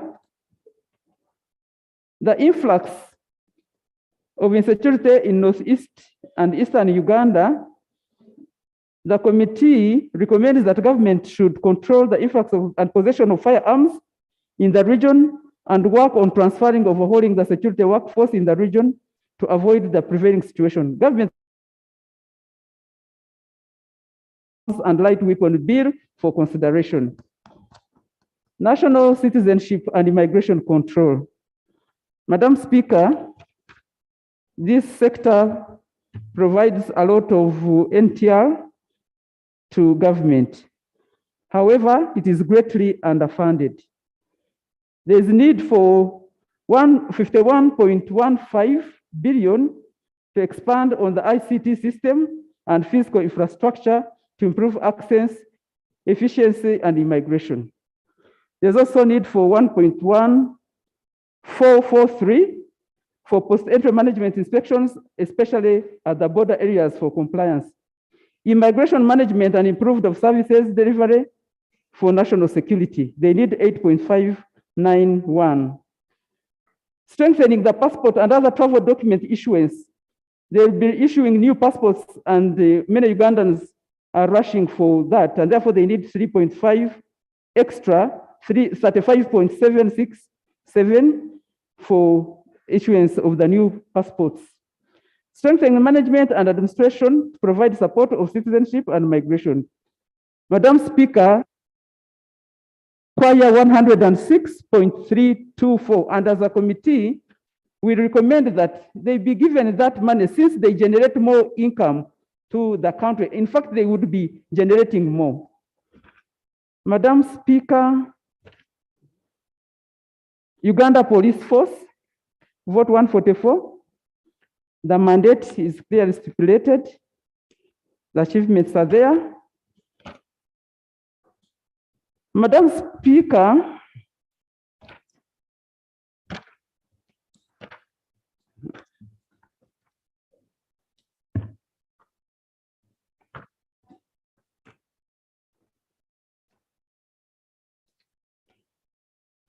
can you give us your conclusion?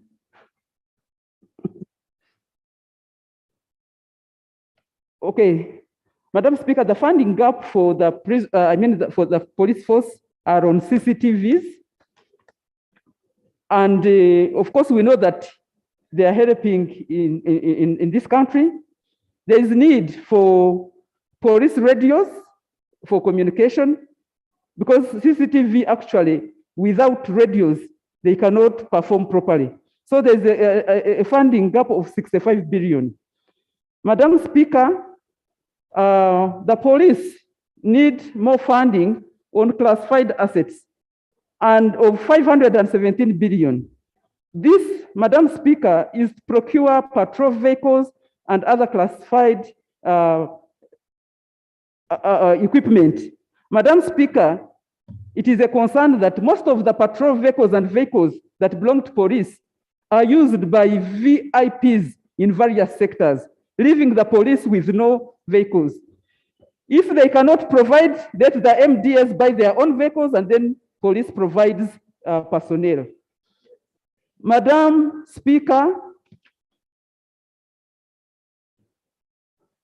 there is need for accommodation for police barracks. They live in a polling situation. The budget is there. They've been provided with 40 billion, but we need more, 43 billion extra. Madam Speaker, prisons, housing, accommodation for prisoners, they are too congested. Madam Speaker, the security equipment, because they house or they keep very sophisticated people, and therefore they need more security equipment. Madam Speaker, absence of this, they could create some problems. The welfare, the sanitation. Madam Speaker, there are some prisons that are still using the bucket system. All these need to be addressed, and we are all subject to being there. Madam Speaker, transport for transporting prisoners from to courts. I come to summarize the Directorate of Government Analytical Laboratory, DGAL.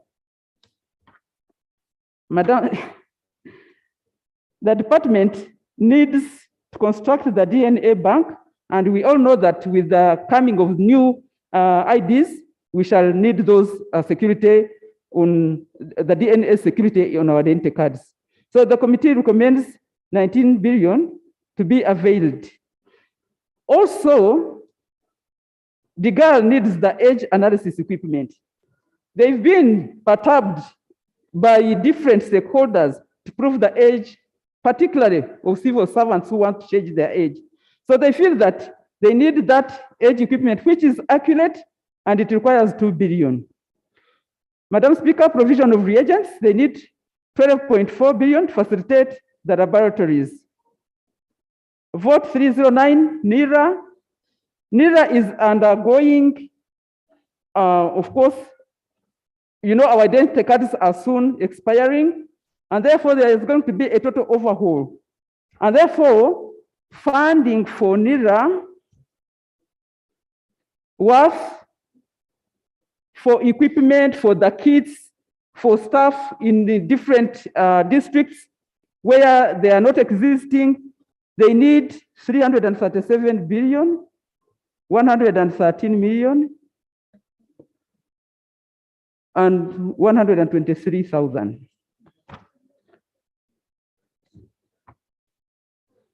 Madam Speaker, as a committee, we were concerned about the underfunding, particularly within our sectors.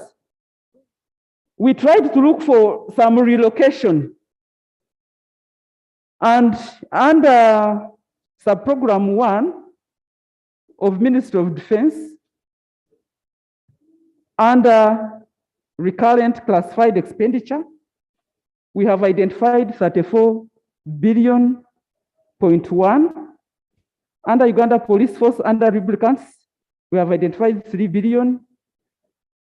Under the GAL, under classified expenditure, we have identified 1, totaling to 38.1 billion, which should be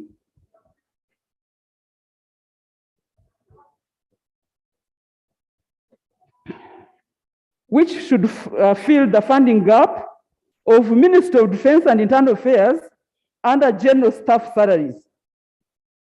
Madam Speaker, you cannot have the commissioned officers, the LDPs that have been recruited and have passed out to be under the unfunded priority, and you expect them to perform.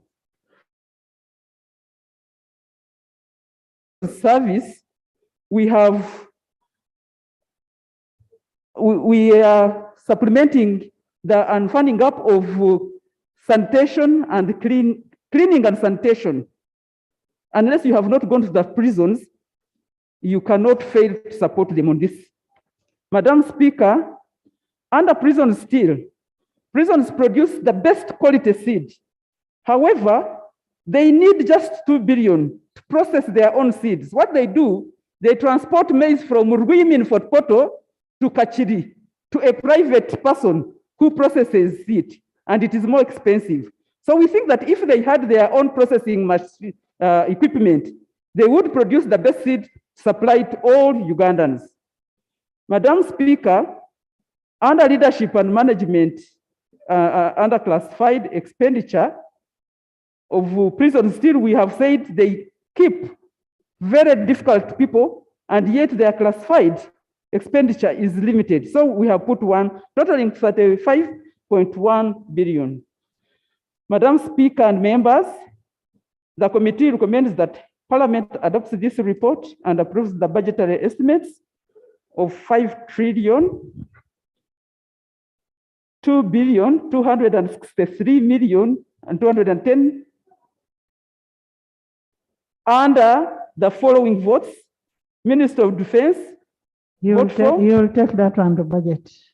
Okay, thank you so much, Madam Speaker. I beg to move. Thank you so much. Honorable Minister, I want to find out something. Is Makindye and Mbuya government property? Makindye Barracks and Mbuya, are they government property? Right, Honorable Speaker, honorable members, Mbuya is, but Makindye belongs to the Kingdom of Uganda. I've not had a provision for rent because I have got a complaint from the Kingdom of Uganda. They are not being paid for their premises. Can we have a Can we have all the outstanding monies to the Kingdom paid?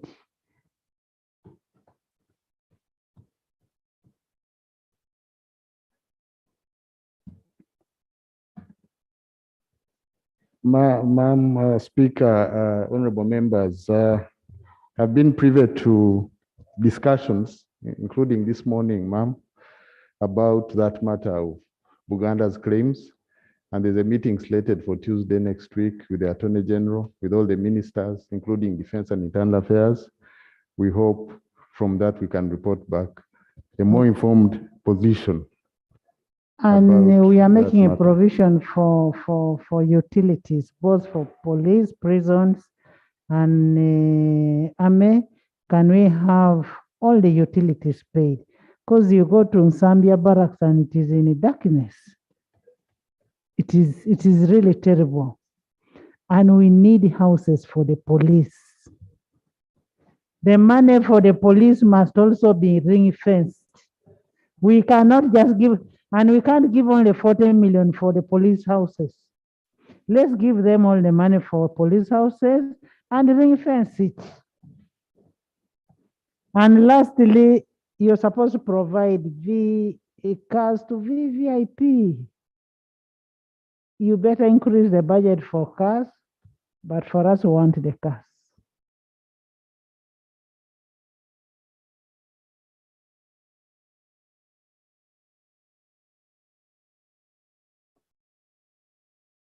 Right Honorable Speaker, I wanted to jump on the point raised by the chairperson of the committee on vehicles for security. And I think it's in the powers of this House to give guidance that while we provide manpower, ministries should provide the vehicles for their VIPs so that these vehicles revert back. You have to the VVIPs and police. VIPs, not so. Yes, Right Honorable Speaker. You have the 5 for, like what we are doing for Parliament. We get Yes. our own cars. Those people should be able to get their own cars. But you have VVIPs that you must provide vehicles for. Yes, Right Honorable Speaker. If you're but talking also- about the Minister of Health, like for my sister, they should get their own vehicles. You only provide security. And then on reallocation, I don't know if I can comment now, ma'am. But for Parliament, you have to provide the cars. On reallocation as proposed, I think there's no idle money for reallocation, because if you say you remove money from They are fuel, going to do that. That's not your role. We are going to do appropriation. We are only giving, she's only giving you information. For Okay. us, what we want you to do, and we want you to do a disarmament in Karamoja. We want security in that area. agreed. Right, We Honorable want security. We don't want you to say there was no money. We can give you money and you make sure that there is security in the area. Right, Honorable Honorable, Speaker. honorable members, I now put a question that a report of Committee of Defense and Internal Affairs be adopted with amendments by this House. Those in favor stand to the contrary, nay. The ayes have it. Health.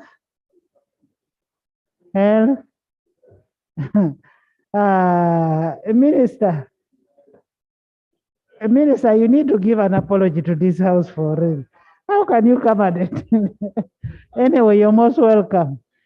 Health, you have 20 minutes only.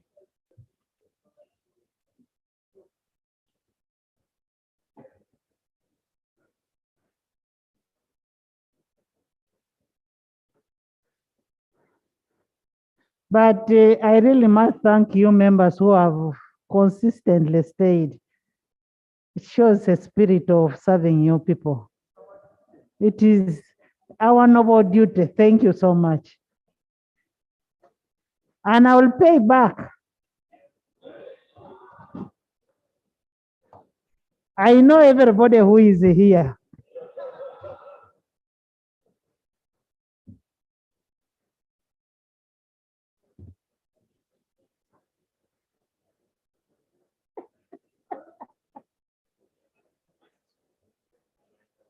Right Honorable Speaker, for the record, my name is Dr. Charles Ayume, Member of Parliament, Koboko Municipality, and Chairperson of the Parliamentary Committee on Health.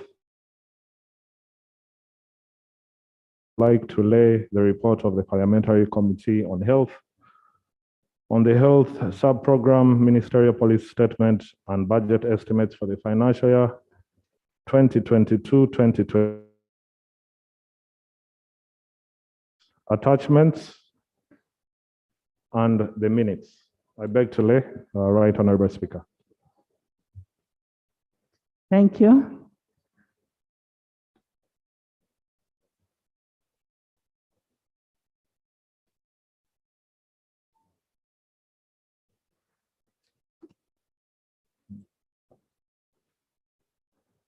Right Honorable Speaker and honorable members of Parliament, on the 10th of March 2022, the ministerial policy statement and budget estimates for the health component of the Human Capital Development Program for financial year 2022-2023 were laid before the House and referred to the Parliamentary Committee on Health for consideration in accordance with Section 13 and Rule 146.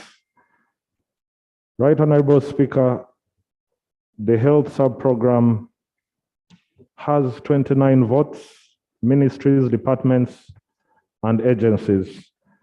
In the interest of time, Right Honorable Speaker, I beg that I do not mention all the 29 entities.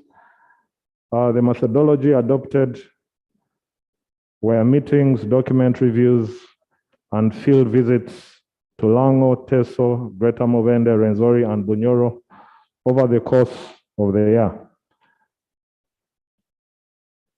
The health sub-program is linked to the National Development Plan and the Sustainable Development Goals.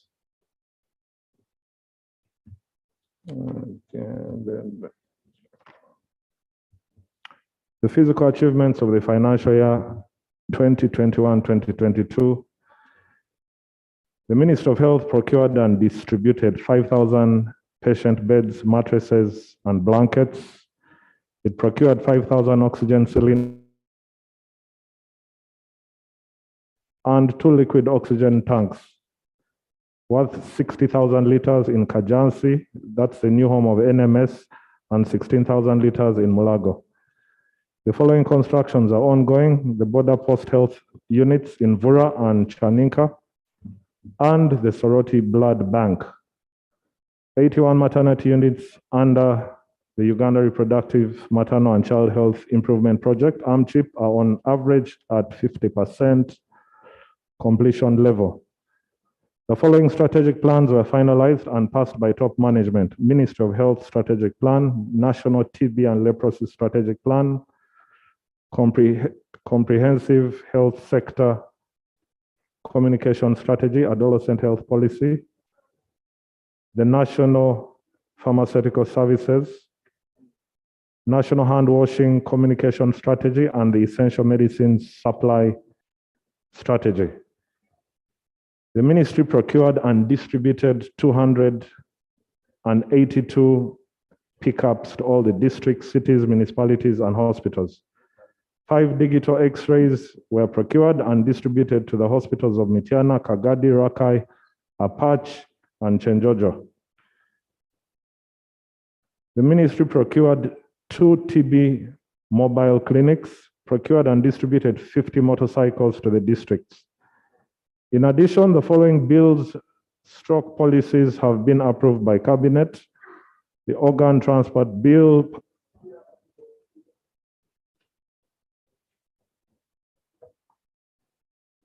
Yes, procedure. Holy Fox. Yes, Right Honorable Speaker, thank you. Right Honorable Speaker, you speed up the process by the committee chairpersons going straight to the committee observations and recommendations. Wouldn't it be procedurally right for the same principles to apply to the Honorable Chairperson of the Health Committee? Honorable Chair, kindly summarize. I've given you 10 minutes. I hope you're going to use the 10 minutes. Thank you very much, Right Honorable Speaker. I just thought it was polite. We know the methodology of all the committees and the scope and everything.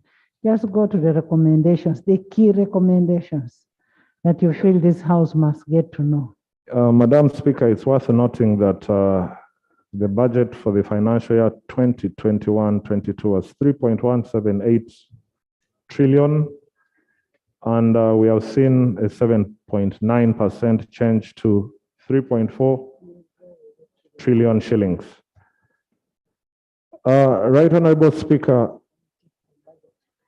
the issues affecting all the regional referral hospitals were cross-cutting, from wage to staffing to utilities, to issues of maintenance, issues of land encroachment, and especially when it came to staffing, sometimes the staffing norms give us false positives.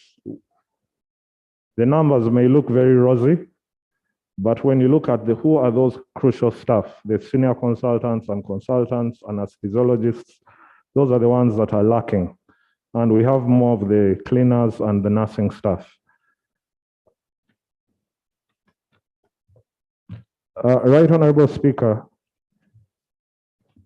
allow me to go to the National Referral Hospital, that is Mulago, which is supposed to offer specialized and super specialized activities, in addition to the lack of the human resource. the budget that they get is 8.3 billion shillings for medicines and consumables. But if we are to achieve the vision of super specialized care, where patients are not supposed to buy implants for orthopedic surgery, implants for spinal surgery, neuro, our vision, of course, is to also move towards kidney transplant. Then we would need to realize a budget of about 93 billion shillings. Most of these implants are in the range of 1.5 million shillings an implant. I'm sure most of you have been asked to buy these implants. If we are to move to dialysis, Mulago Hospital does about 60,000 cases of dialysis annually. Outside, it is about 400,000 shillings. But the hospital subsidizes this to 60,000 shillings. If we are to optimize dialysis in Mulago, then we need 6 billion. So if you remove 6.3 for the other essential commodities. Madam Speaker, I had raised the issue of utilities. Most of these regional referrals are grappling with utilities. And what we have seen, most of them are not on the commercial rate.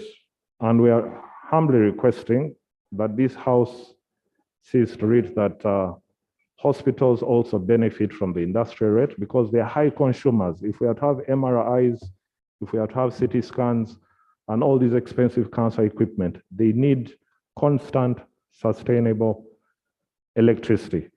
Secondly, of course, people who live around these hospitals tap into the hospital utilities, that is water and that is electricity. So we would need that sorted out as soon as possible. Towns are growing around these hospitals. They have already secured their land titles, but we need them to be fenced using the wall fence. Kayunga built chain link fence and it was uprooted, I think, 2 weeks later. Right Honorable Speaker, on the issue of blood, blood is a very essential commodity. And if we are to achieve our vision of super specialized care, that is in cancer and heart medicine, we would need blood. We would need blood when we are doing open heart surgery and some of these cancers, when our bone marrows have shut down, you need to do a lot of replenishment of blood. But right now, Right Honorable Speaker, we are collecting 300,000 units of blood as opposed to the 450,000. The WHO standard says for every given population, 1%, you'll need to collect 1% in terms of blood. So if we are 45 million people, that would be 450,000. 150,000. We're collecting 300,000. So I humbly request that we look into the funding gaps of Uganda Blood Transfusion Services, have the regional blood banks in Hoima and Arua built, and then the next financial year, consider the ones of Moroto and expedite the one of Soroti. Because right now, there are 7 regional blood banks. When we go to national medical stores, Right Honorable Speaker, we saw that there was a funding cut.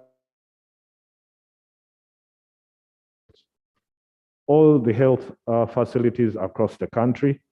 So we're humbly requesting that 70 billion be reinstated for health center 3s.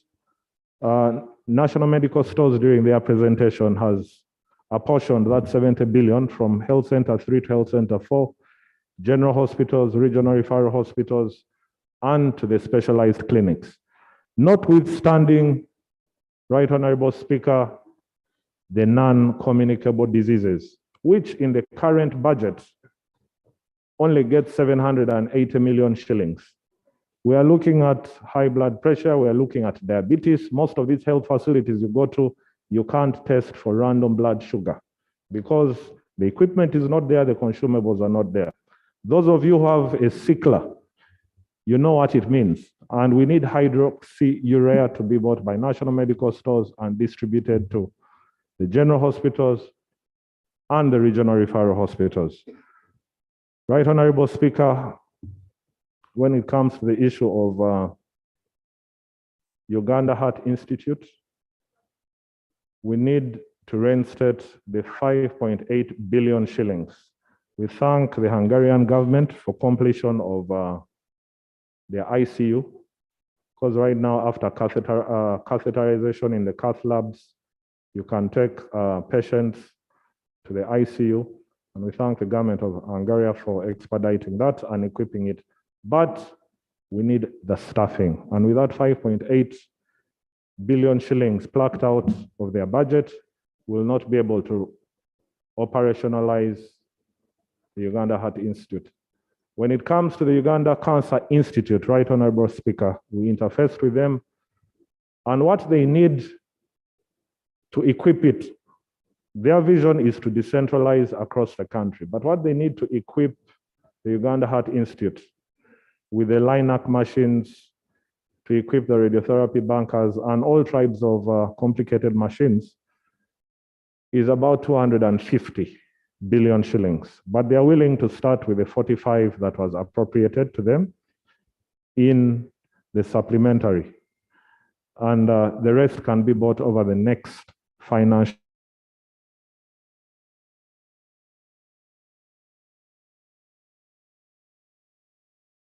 in Gulu. I think we have not yet appropriated, but the land was given.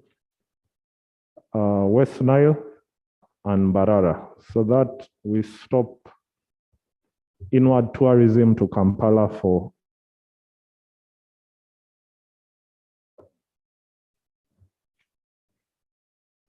Right Honorable Speaker,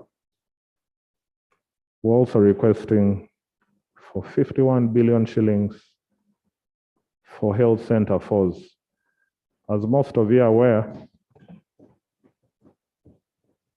the bulk of our population is around these health center falls. So with that 51 billion shillings, Right Honorable Speaker, we think that we would first and foremost bring the existing health center falls up to speed, and in areas where the ministry feels there's no health center for based on scientific justification, like population, then they would be able to construct a health center for.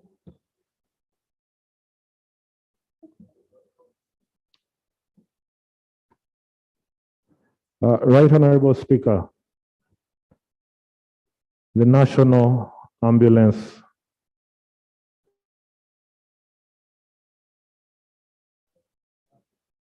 only 4.8 has been appropriated to run the national ambulance system. Right Honorable Speaker, I would like to thank the Ministry of Health and the government of Uganda for procurement of motorboats. We went, we saw them, we tested them with our shadow minister here, and he was very impressed, and thanked the government of Uganda for procurement of these boats. But the cost of running boat ambulances is quite high. It's more because of the viscosity of the water. So this 4.8 that has been appropriated is a tip in the ocean. We need to procure more ambulances, but also operationalize the command and dispatch centers. We are not going to have an ambulance system where it is in the district just doing its own rounds, but we want one that will be coordinated. If there are accidents along these highways, we shall be able to dispatch them. So, Madam Speaker, for that we needed about 63 billion shillings to procure more ambulances, to run the command centers, to train, and to also to hire the prerequisite staff. Right Honorable Speaker, the health sector relies predominantly a lot on equipment, and we procure this equipment year in, year out, but the rate of wear and tear is quite high. We only appropriated 2.7 billion shillings. And as a committee, we thought that if we gave 12.2 billion to the regional maintenance workshops, then the rate at which 8 months, the turnaround time will be shortened. So we are also asking that that be considered.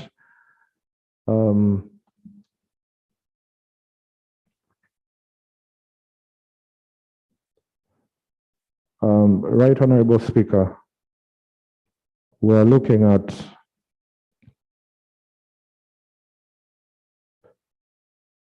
the issue of Health Service Commission.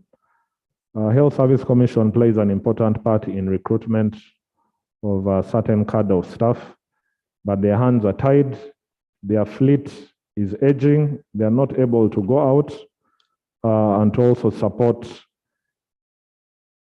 and do the prerequisite recruitment. So what happens is that we usually get backlogs of activities.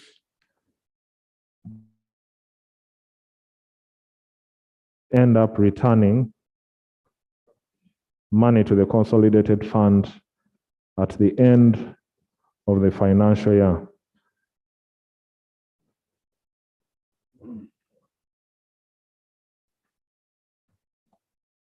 Right Honorable Speaker, we also think that hospital boards need to be functionalized so that they are able to superintend over some of the challenges of regional referrals, and it's required by the law. CT scans for all the regional referral hospitals, that money was appropriated by the last parliament. The procurement process is ongoing. However, and I must underscore that part, however, is that the CT scans have no homes. So we are going to buy CT scans, but they'll need to be housed. And housing is not an ordinary room. The rooms have to be lined by lead. They have to have areas of convenience, because sometimes these people are required to swallow some fluids to be able to take these pictures. So it's just at a cost of 3.5 billion, that would come to 35 billion shillings. We really need to find this money because the procurement is ongoing and we need to start the construction. Right Honorable Speaker, in the midst of so many of these challenges, our colleague from Ministry of Local Government, I thought he should have been here to listen to this, but part of the sector, the bulk of it is actually housed in Ministry of Local Government. And this is where we're getting challenges in terms of delays in recruitment of staff, and yet money is appropriated, shoddy works, shoddy constructions. Secondly, Right Honorable Speaker, the Children's Hospital in Entebbe, this is a very marvelous hospital, public-private partnership. It's working. I want to assure the members of Parliament, it is a free hospital. You're not required to pay. It's state-of-the-art hospital. But there's been a cut, a budget cut, and I think it's a co-financing agreement between government of Uganda and the NGO that runs that hospital. So I think this money should be reinstated because this hospital provides a service to Ugandans.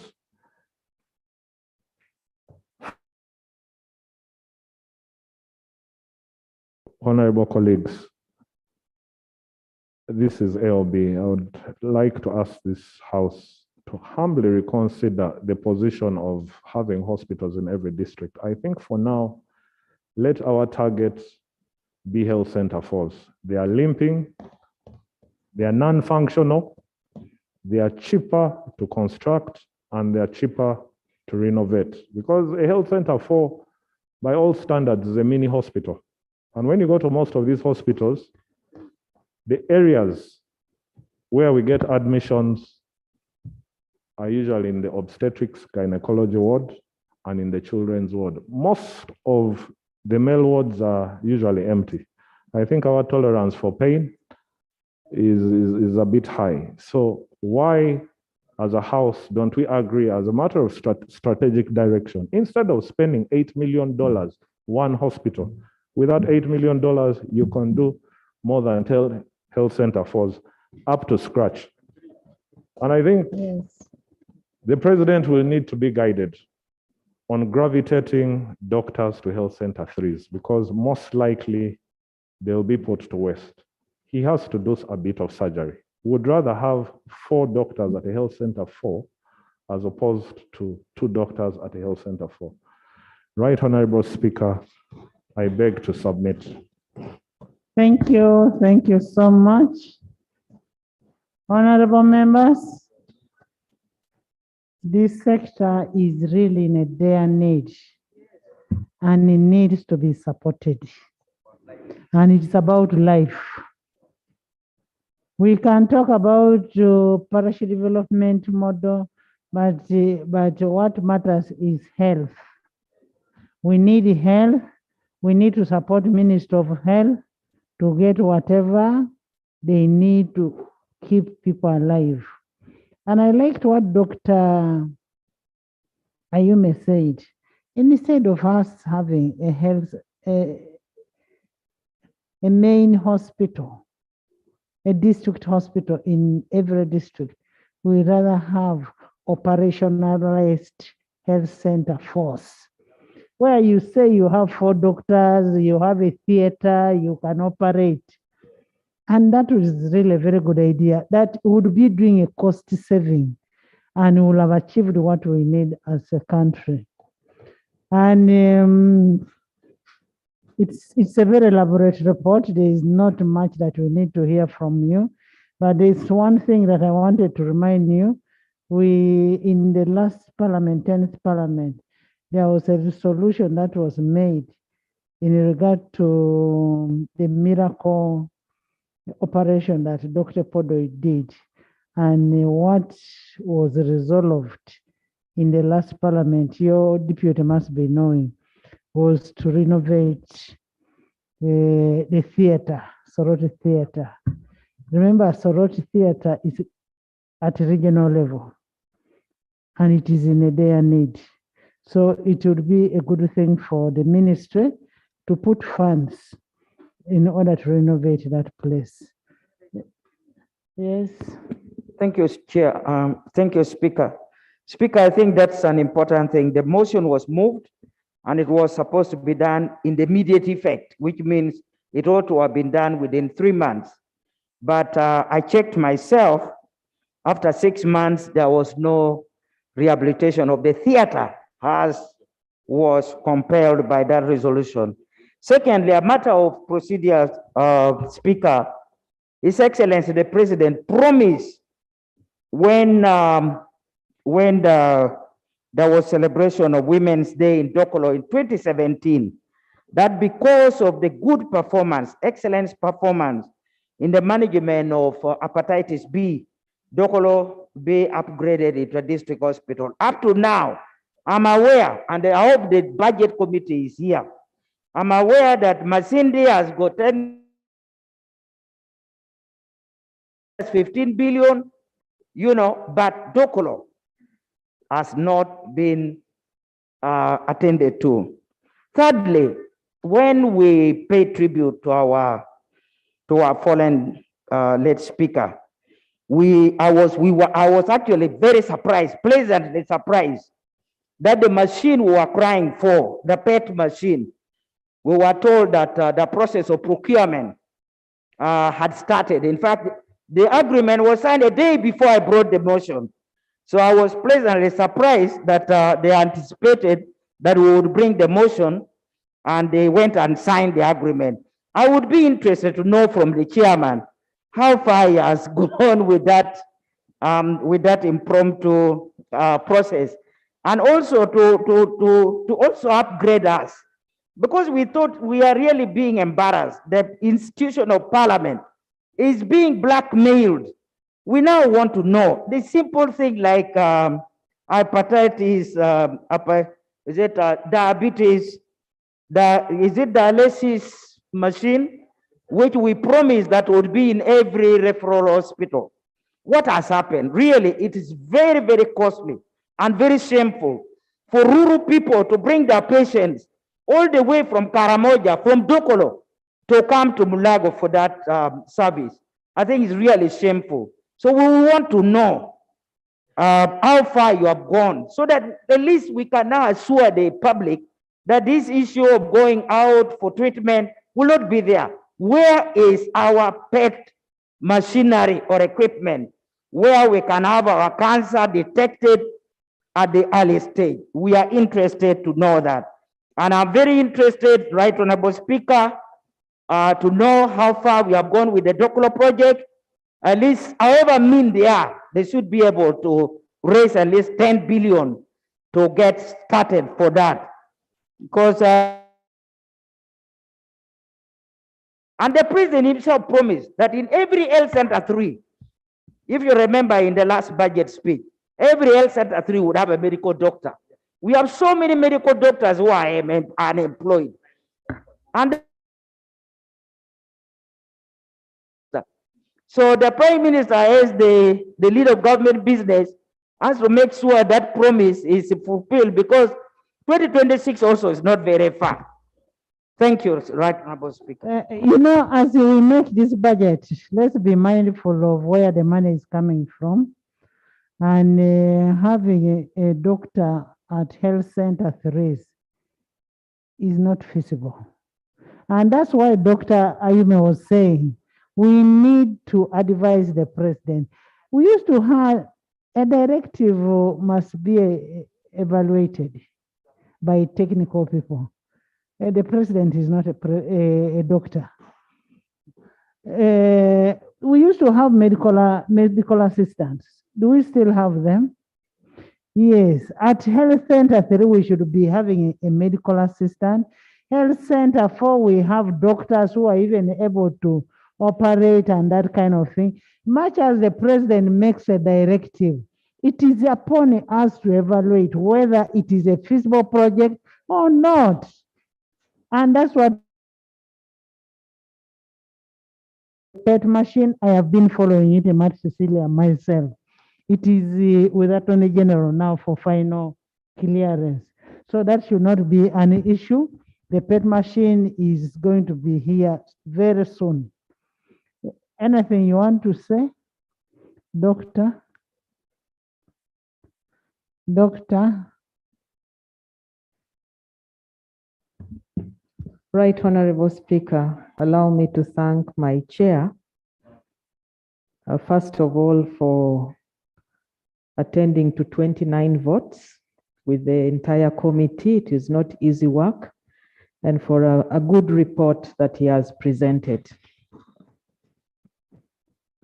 Right Honorable Speaker, I will comment on 2 things. First, allow me to tell this House that they are not called medical assistants, they are called clinical officers. Otherwise, they will not be happy with the nomenclature. Right Honorable Speaker, we do appreciate the wage enhancement that has been given to all the medical professionals. We are extremely happy about that. And we want to appreciate this august House for pushing that salaries for medical professionals should be enhanced. However, we decry the budget cuts because they will deeply affect the health sector. From my chair. So we know there are tough days ahead, and cutting funding from national medical stores and the facilities is a bit painful. But we know that as we move along, finance will have to come in and support. Lastly, Right Honorable Speaker, again, the PET scan, like the CT scans, cannot come unless we conclude on the infrastructure. So we need funding to conclude on infrastructures. The equipments are being procured, the infrastructure is not being worked on. Whereas for the PET scan, there was a loan, it was inadequate. So we'll need more money to conclude the infrastructure to house the PET scan. Otherwise, allow me to say a big, big, big thank you to all of you. Thank you very much. Thank you. Thank you so much. Right Honorable Speaker, sorry, Soroti. Right Honorable Speaker, Soroti has been taken care of. We have allocated money to renovate the theater. Soroti will get an oxygen plant, 2 oxygen plants actually, one has already been installed. And Right Honorable, we are in talks with JICA to see if they can renovate some of the facilities in Soroti and rehabilitate them. I thank you. Thank you so much. I now put a question that the report of Committee of Clarification, be Madam adopted by Speaker. this House. Those in favor say aye, and to the contrary nay. The ayes have it. Members, don't come late and start on with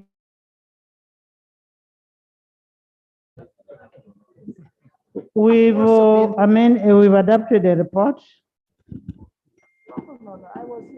with its amendments. Finance. I have been here since. Yes. Madam Speaker, you are wrong.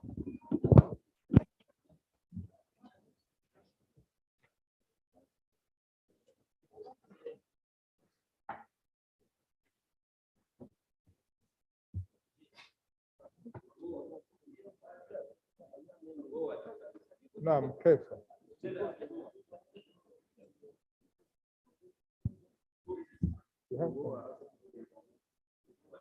You haven't told.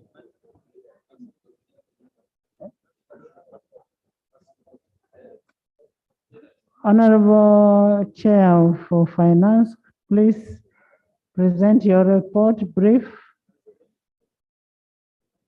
Madam Speaker, I also like to add my voice to congratulating you on your being elected Speaker. Congratulations, Madam Speaker. I'm presenting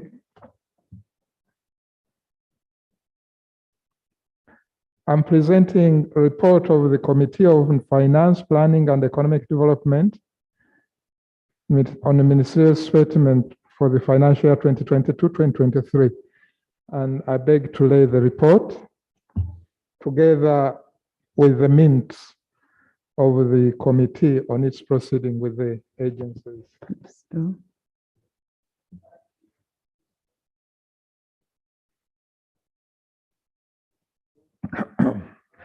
Madam Speaker, I'll try and summarize it as much as I can. Now, the report is in 4 parts. The first part is of course, the introduction, and that is the first.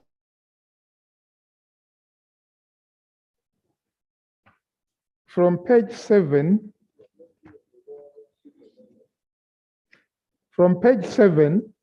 we have the achievements of the different programs. For information, we have a total of 15 votes and 9 subventions. Then from page 9, we have the annual budget performance, which shows how each agency, how each vote performed. And then that's page 9 to 16. From page 17, we have the budget performance, which shows the different, which shows also the physical performance of the different votes. And then from page 43, we have the proposed budget allocation and the planned activities. Of course, because of time, I'll not go through that.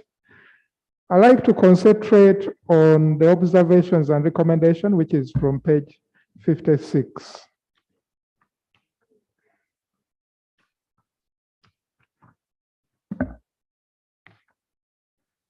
And again, I'll try and summarize this.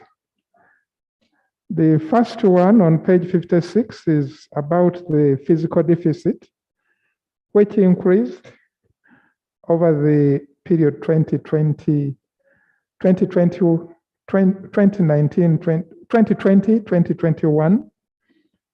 And we just comment on that, because it's attributed to COVID and the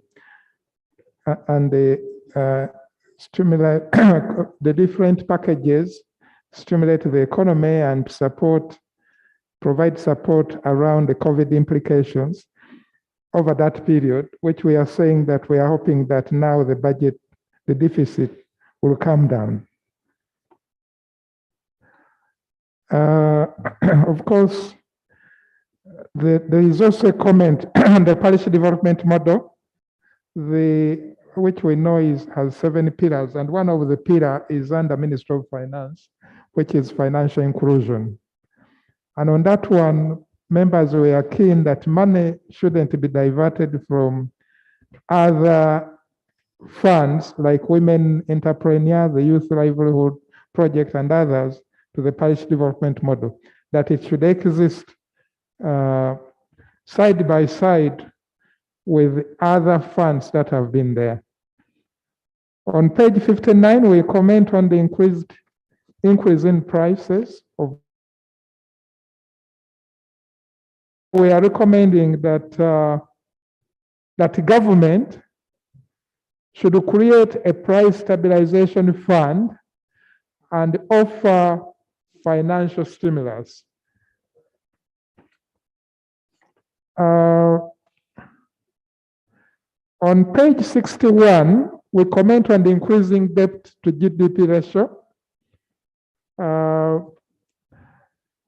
which the committee observed has been going up and actually from 2019 to 2020, it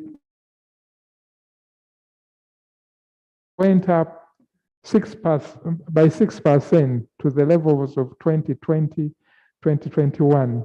And there is a concern that it's escalating.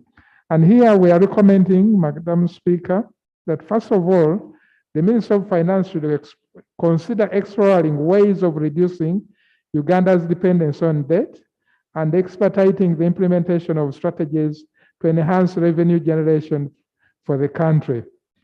But we are also recommending that all government debt should be reflected in the government debt stock, and that government should opt for concessional loans as opposed to bonds and treasury bills. On page 63, there we comment on one of the vote, which is the National Planning Authority. And the committee noted that the vote has a number of unfunded priorities, and these include inadequate office space, inadequate financing of key result areas, disruption of planned activities, partly by COVID and lack of funding, and also the government cuts. But one of the most critical challenge here with the National Planning Authority is the issue of low staffing and the high rate of staff turnover. So we are recommending a funding of 8.7 billion towards salary, gratuity, NSSF, and other medical expenses as a way of ensuring that the vote can perform to its mandate. Then on page 65, vote 123, which is National Lotteries Gaming Regulatory Board. This agency is helping to reduce the habit of bad gambling in the country. But over and above that, it's also helping to actually generate revenue.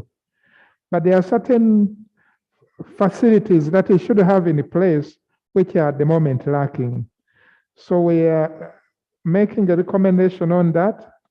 And I think that we are making several recommendations under that, but that's one of the key things, that it's given the equipment which can help it to monitor gambling and how that's happening in the country and help to reduce bad gambling.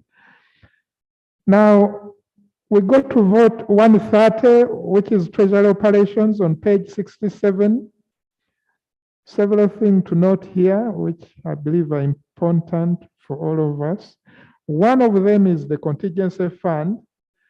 In 2021, 2022, 290 billion were allocated towards the contingency fund. But very surprisingly, almost all of it has been released in the first half of the financial year. But out of what has been released, it's only 21% that has been spent. And very unfortunately, although the law requires that the money in the contingency fund is 0.5% of the budget, what has been put there in 2022-2023 is only 223 billion.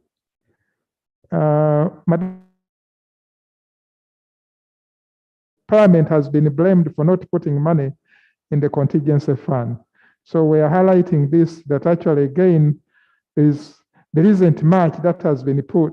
What is required according to the law has not been put there. The committee recommends that in future release of such funds should follow vote readiness to spend on emergencies. Then there is also the problem of low absorption, which we are all aware of. We make recommendation on that. Then there is the issue of commissions and commitment. Commitment fees, this is somehow equivalent in one or another to interest rate. But there is money which has been, which we acquire through loans, and we say we are going to spend it, then the lender sets it aside. Over that period, we have to pay commitment fee. But these commitment fee over time are accumulating. And over the period of review, 2021, 2022,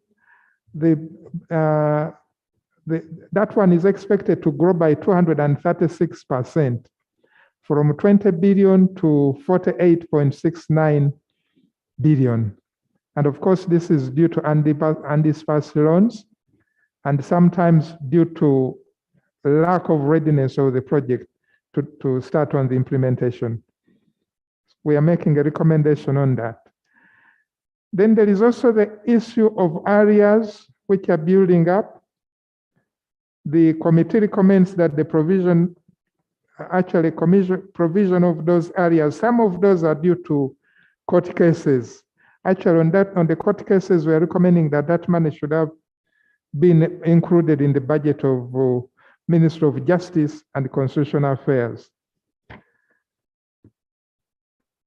Now, there were some voices calling me Ruvoa, but I was saying I'm not Ruvoa, I'm Kefa Chwanuka, and here is the issue of Ruvoa. Now, on Ruvoa, the committee noted that the government issued contractor of 348.21 billion during the financial year 2021-2022. I said the committee noted that government issued promissory notes to the Ruvoa Hospital contractor, Uganda shilling 348.21 billion during the financial year 2021-2022. In addition, promissory notes equivalent to Uganda shilling 319.52 billion have been budgeted and will be issued to the same contractor during the financial year 2022-2023. A review of the project agreements revealed that the that are required to complete the construction and equipping of the hospital. Government's obligation is to issue promissory notes to the company at every stage of implementation upon certified completion of each milestone. A milestone completion certificate is issued by government after receipt of the approved certificate. We have not been able to visit the site to ascertain work undertaken, and we have made a commitment to go there tomorrow. In any case, apart from our visiting of the site, it's in the opinion of the committee that it is appropriate that value for money audit should be undertaken to actually tell us what is it that we've spent this money for. But in the meantime, the committee is recommending that promissory notes equivalent to Uganda shillings 319.55 billion program for financial year 2022-2023 is stayed until a value for money audit for the previous issuance is undertaken by the Auditor General.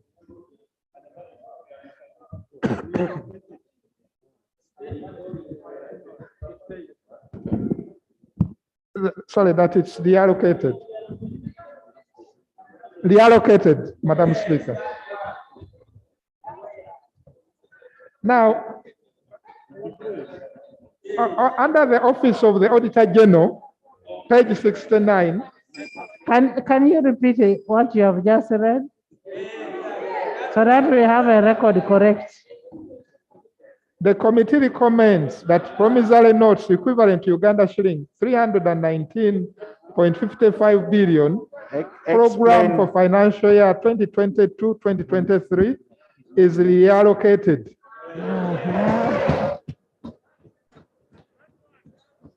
And that a value for money audit for the previous issuance is undertaken by the Auditor General.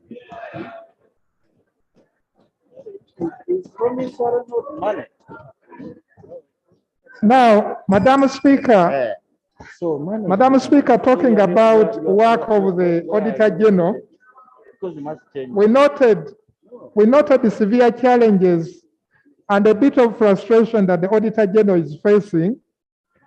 Madam Speaker, the National Audit Act provides that money for the Auditor General is a direct charge on the consolidated fund once appropriated by Parliament.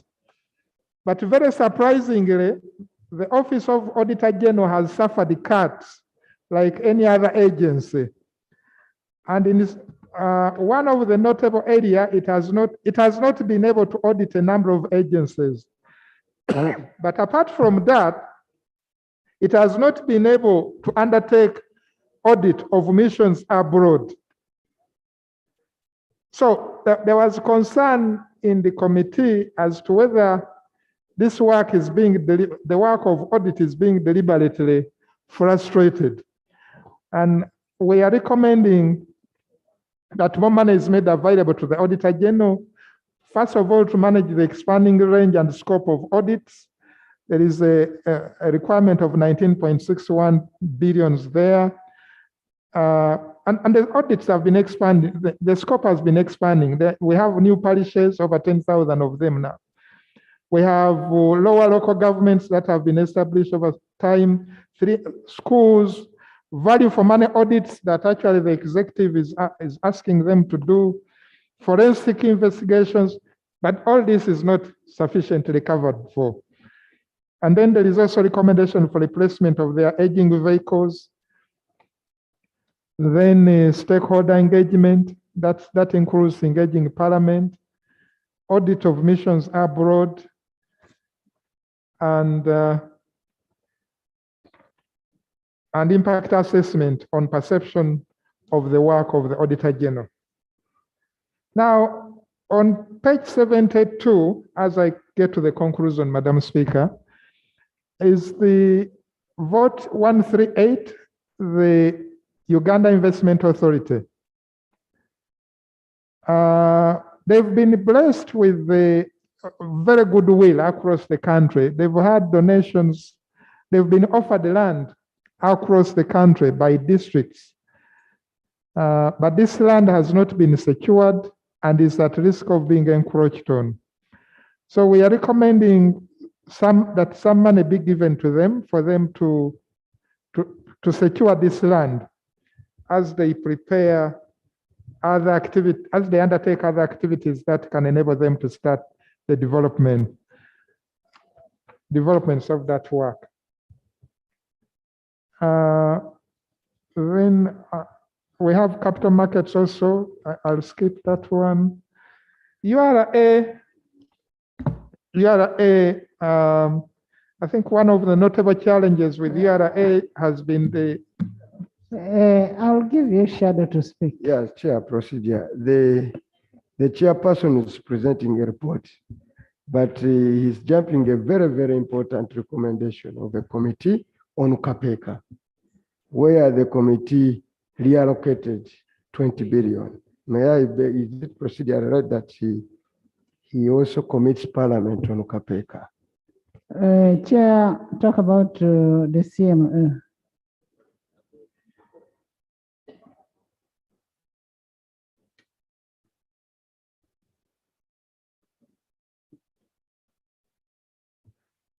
Okay, I was not deliberately jumping it. As you know, I've had to skip several other things in the interest of time.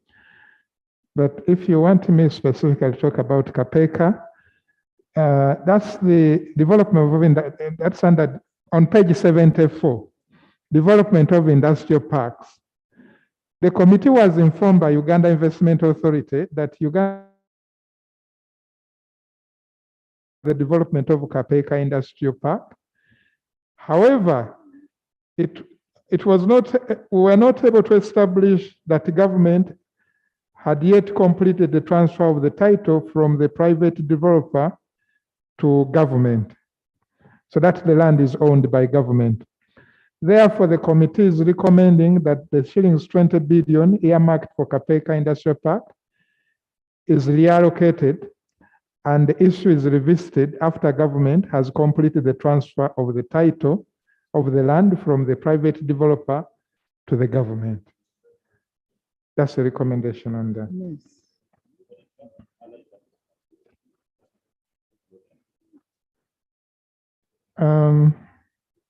Uganda Revenue Authority, of course, the most notable challenge there has been that our tax to GDP ratio has been static over the years at 13%. As a committee, we have undertaken a lot of work around that, and will be, Madam Speaker, when time allows, making a presentation on that. But here we are making a number of recommendations which we hope will help expand help facilitate the Uganda Revenue Authority so that it can increase its tax to GDP ratio. Hopefully I can skip what these recommendations are in the interest of time.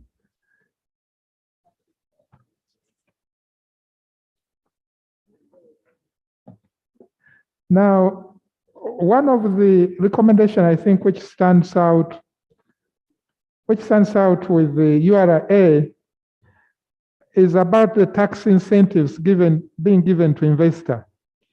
The committee noted that while there is no clear policy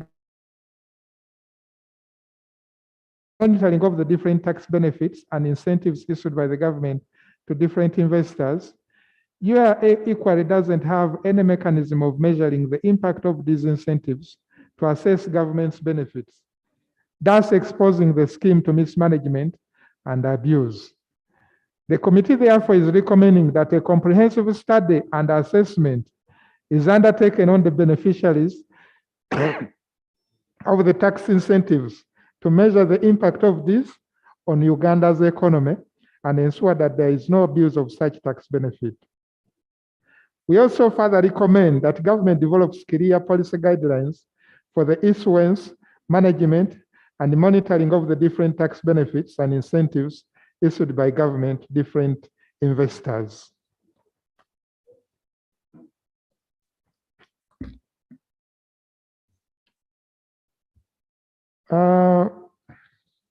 I think about the Uganda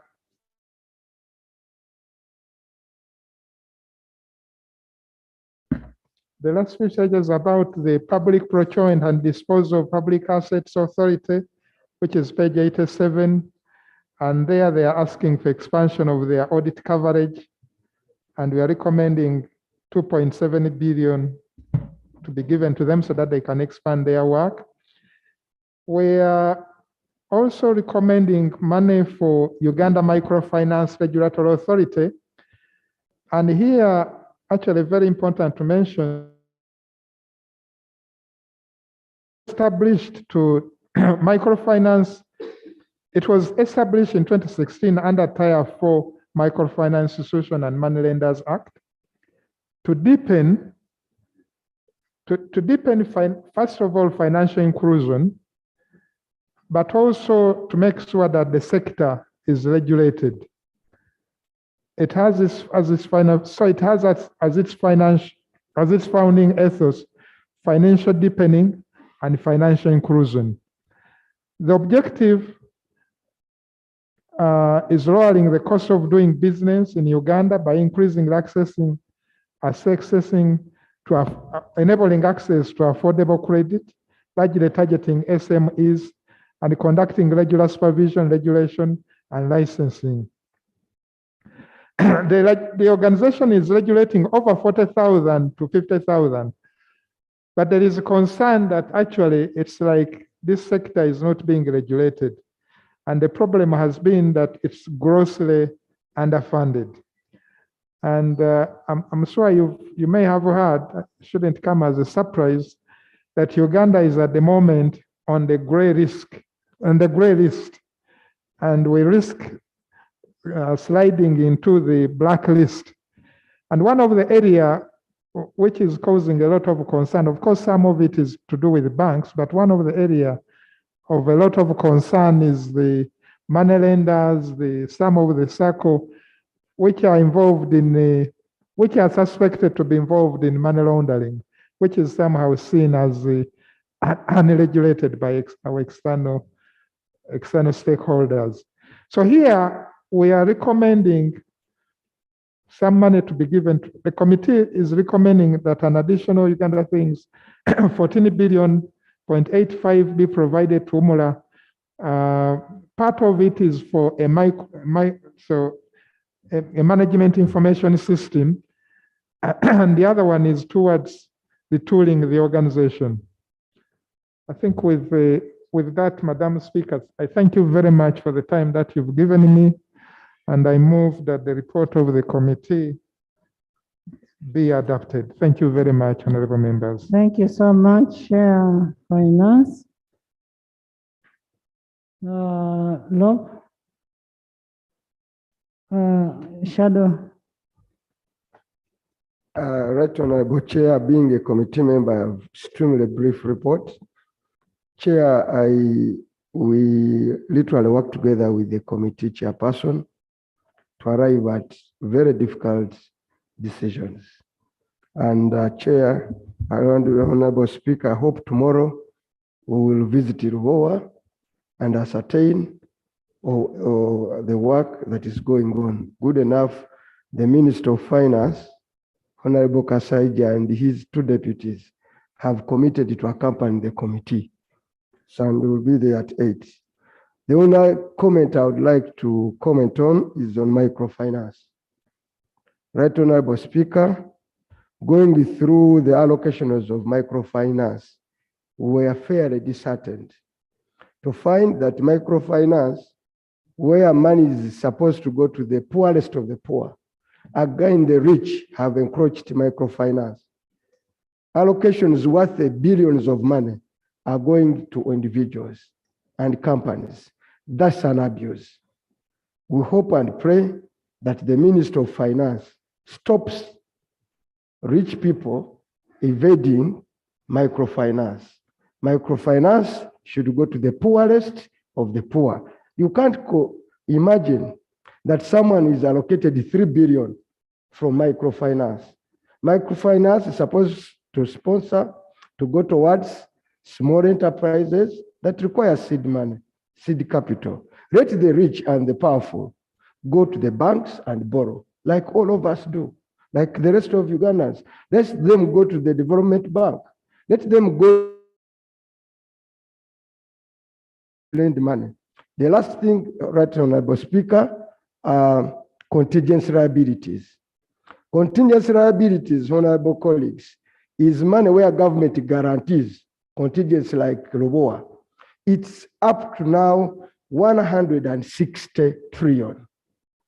And when you go through the names of people who access contingency liabilities, still it is who and who is rich in this country. We want now to know how ordinary Ugandans can also access contingency liabilities for fair play. I beg to move, Right Honorable Speaker. What plan does the Minister of Finance have in terms of the contingent liabilities, especially that they guarantee and if they have started recovering in case of a default? Honorable Speaker, as you see the case in Ruboa, where we guaranteed to pay on a promissory note, any default, the government pays. And it compounds our computation of national debt, because literally guarantees amount to national debt, because the state makes obligation. The Ministry of Finance is still failing to really be straight, ensure accessibility, and I don't believe, Right Honorable Speaker, the Minister of Finance is here, they can elaborate on how they are handling. And maybe do those people that you guarantee have collateral that you can use to recover government money? This should go to the Minister of Finance.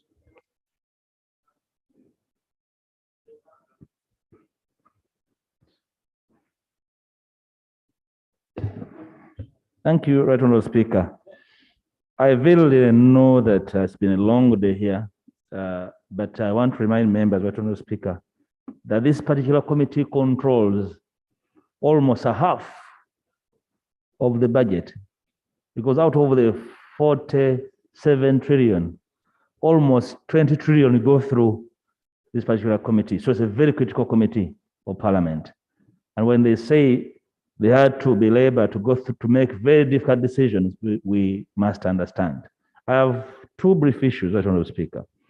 The first one being the fact that monies have been allocated not named. One of the biggest quarrels in this House of Parliament over the years is the disproportionate allocation of development in this country. So I do not know why this committee would leave money, vote money, and not particularly allocate, and leave it in the hands of whoever will sit and make imaginations and allocate to particular places. I believe that's a huge void. I believe this Parliament should not finally pass this money without naming districts where it is going. We leave it hanging, then danger rooms to again return here and discuss disproportionate allocation.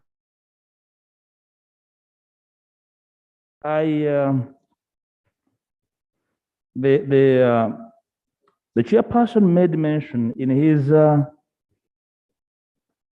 analysis of the work of the Financial Intelligence Authority and the attendant challenges of money laundering.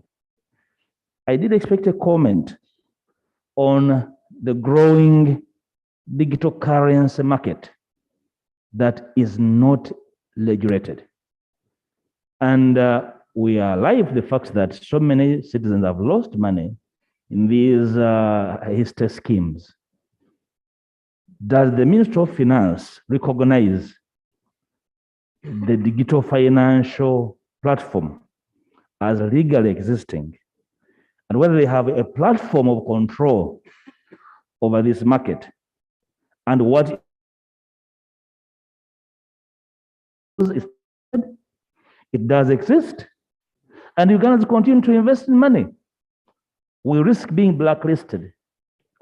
over the international financial framework for not curtailing the movement of unnoticed, unregulated fund through the digital financial market without an attendant legal framework to control and regulate it.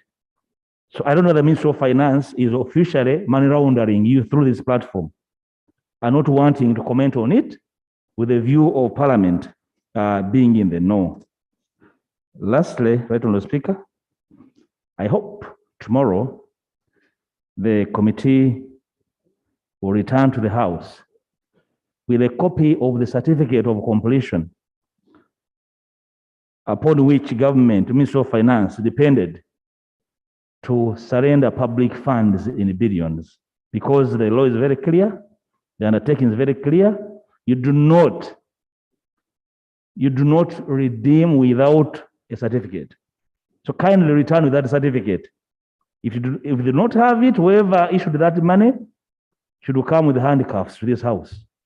Thank you, Mr. Speaker. Thank you, Honorable Minister. The issue of money laundering through the digital. By the way, in the 10th Parliament, so many members of Parliament lost money. Under D9, members lost money in this House. And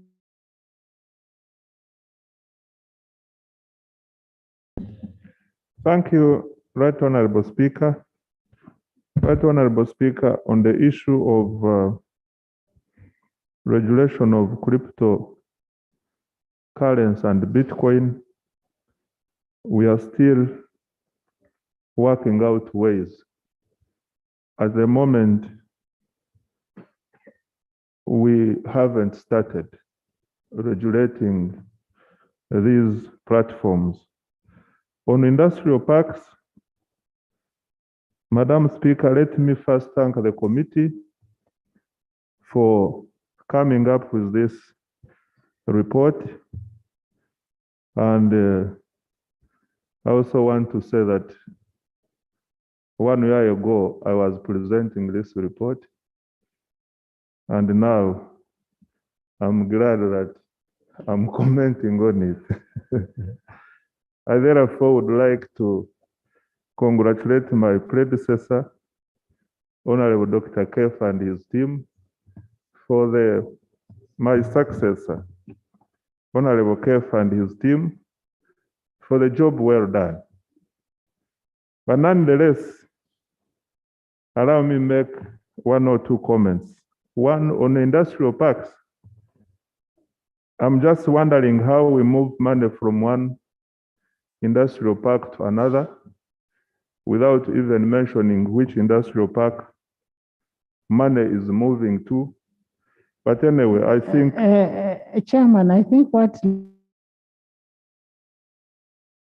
Yes, I'm agreeing with you, Madam. And is it only industrial parks in the east or only in the north? He's talking about equity. Yes, Madam Speaker, I'm agreeing with Rob that, for instance, Kapeka is one of the known industrial parks. I'm just wondering how a committee recommends that we move money from Kapeka and does not mention where this money is going. And on the other hand, they say we provide money. And maybe before you move money to Kapeka, you need to establish whether we have ownership. Yes. I wish to inform the House, Right Honorable Speaker, that we have a strategy of developing industrial parks in all the 18 regions in this country, sub-regions. And we are glad quite a number of districts have provided us with land. What we need now is provide funding for development of these industrial parks in terms of the required infrastructure, roads, water, electricity. What you need first, Chair, I know you're former chair of the committee. What you need first is to give funds to acquire ownership, legal ownership as government. We may have, what we are saying, Do we have a land title reading government of Uganda? Madam Speaker, I take note of your concern and the concern of the House, and I'm going to follow up on the matter of ownership. On microfinance support center, providing loans to big people, we are going to investigate the circumstances under which this happens. Microfinance support center is supposed to provide funding to those people who have inability to access funds in all other options available, namely UDB, if you can't access funding under UDB, if you can't access through the bank, and if in some cases you cannot be able to open a bank account in a commercial bank, we put an arrangement under Microfinance Support Center to provide such funding to such kind of people. But now, here we are, we have ascertained that some funding is going to big enterprises. Madam Speaker, I undertake to investigate this matter and resolve it, not to come back to the House, but this is a matter we feel we can take a decision on. On contingent liability, I didn't get I think the issue is on growth and how they subsequently crystallize.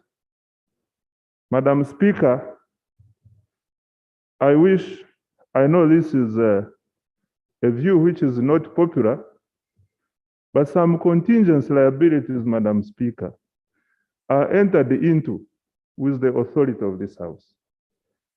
A case in point, and I beg your indulgence, Madam Speaker, the contingent liability on Rubowa was entered into with the authorization of this House. And this is a fact.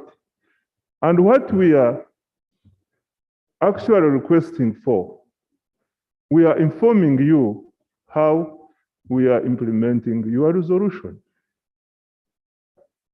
Madam Speaker, this is where we find ourselves in the middle, but I want to challenge all of us as members of this House that in future, we need to really consider carefully some of the decisions we make in order to prevent us from reaching this extreme.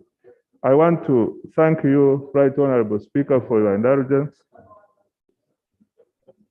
Right Honorable Speaker, just one clarification on that. On the issue, you can't just finish like that.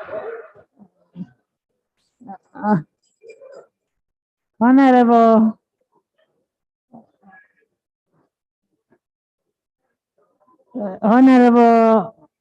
Minister, the cryptocurrency is illegal, very illegal. It is not regulated by anybody, and people are cheating others through the cryptocurrency. So you need to see how you regulate it, how you stop it. It encourages money laundering. You need to look at it clearly. And then the other issue of microfinance support center. People end up going to microfinance support center because of the low interest rate. And it is us, ourselves, who do that. It is not outsiders, because the outsiders don't know about it. It is we, the politicians, the relatives of politicians, and that service is for the poor people. They should be able to benefit from that kind of thing. And I am not allowing any of you to talk, unfortunately. And the issue of guaranteeing people whom you're not sure of, Lubowa, Luboa. The coffee. Eh?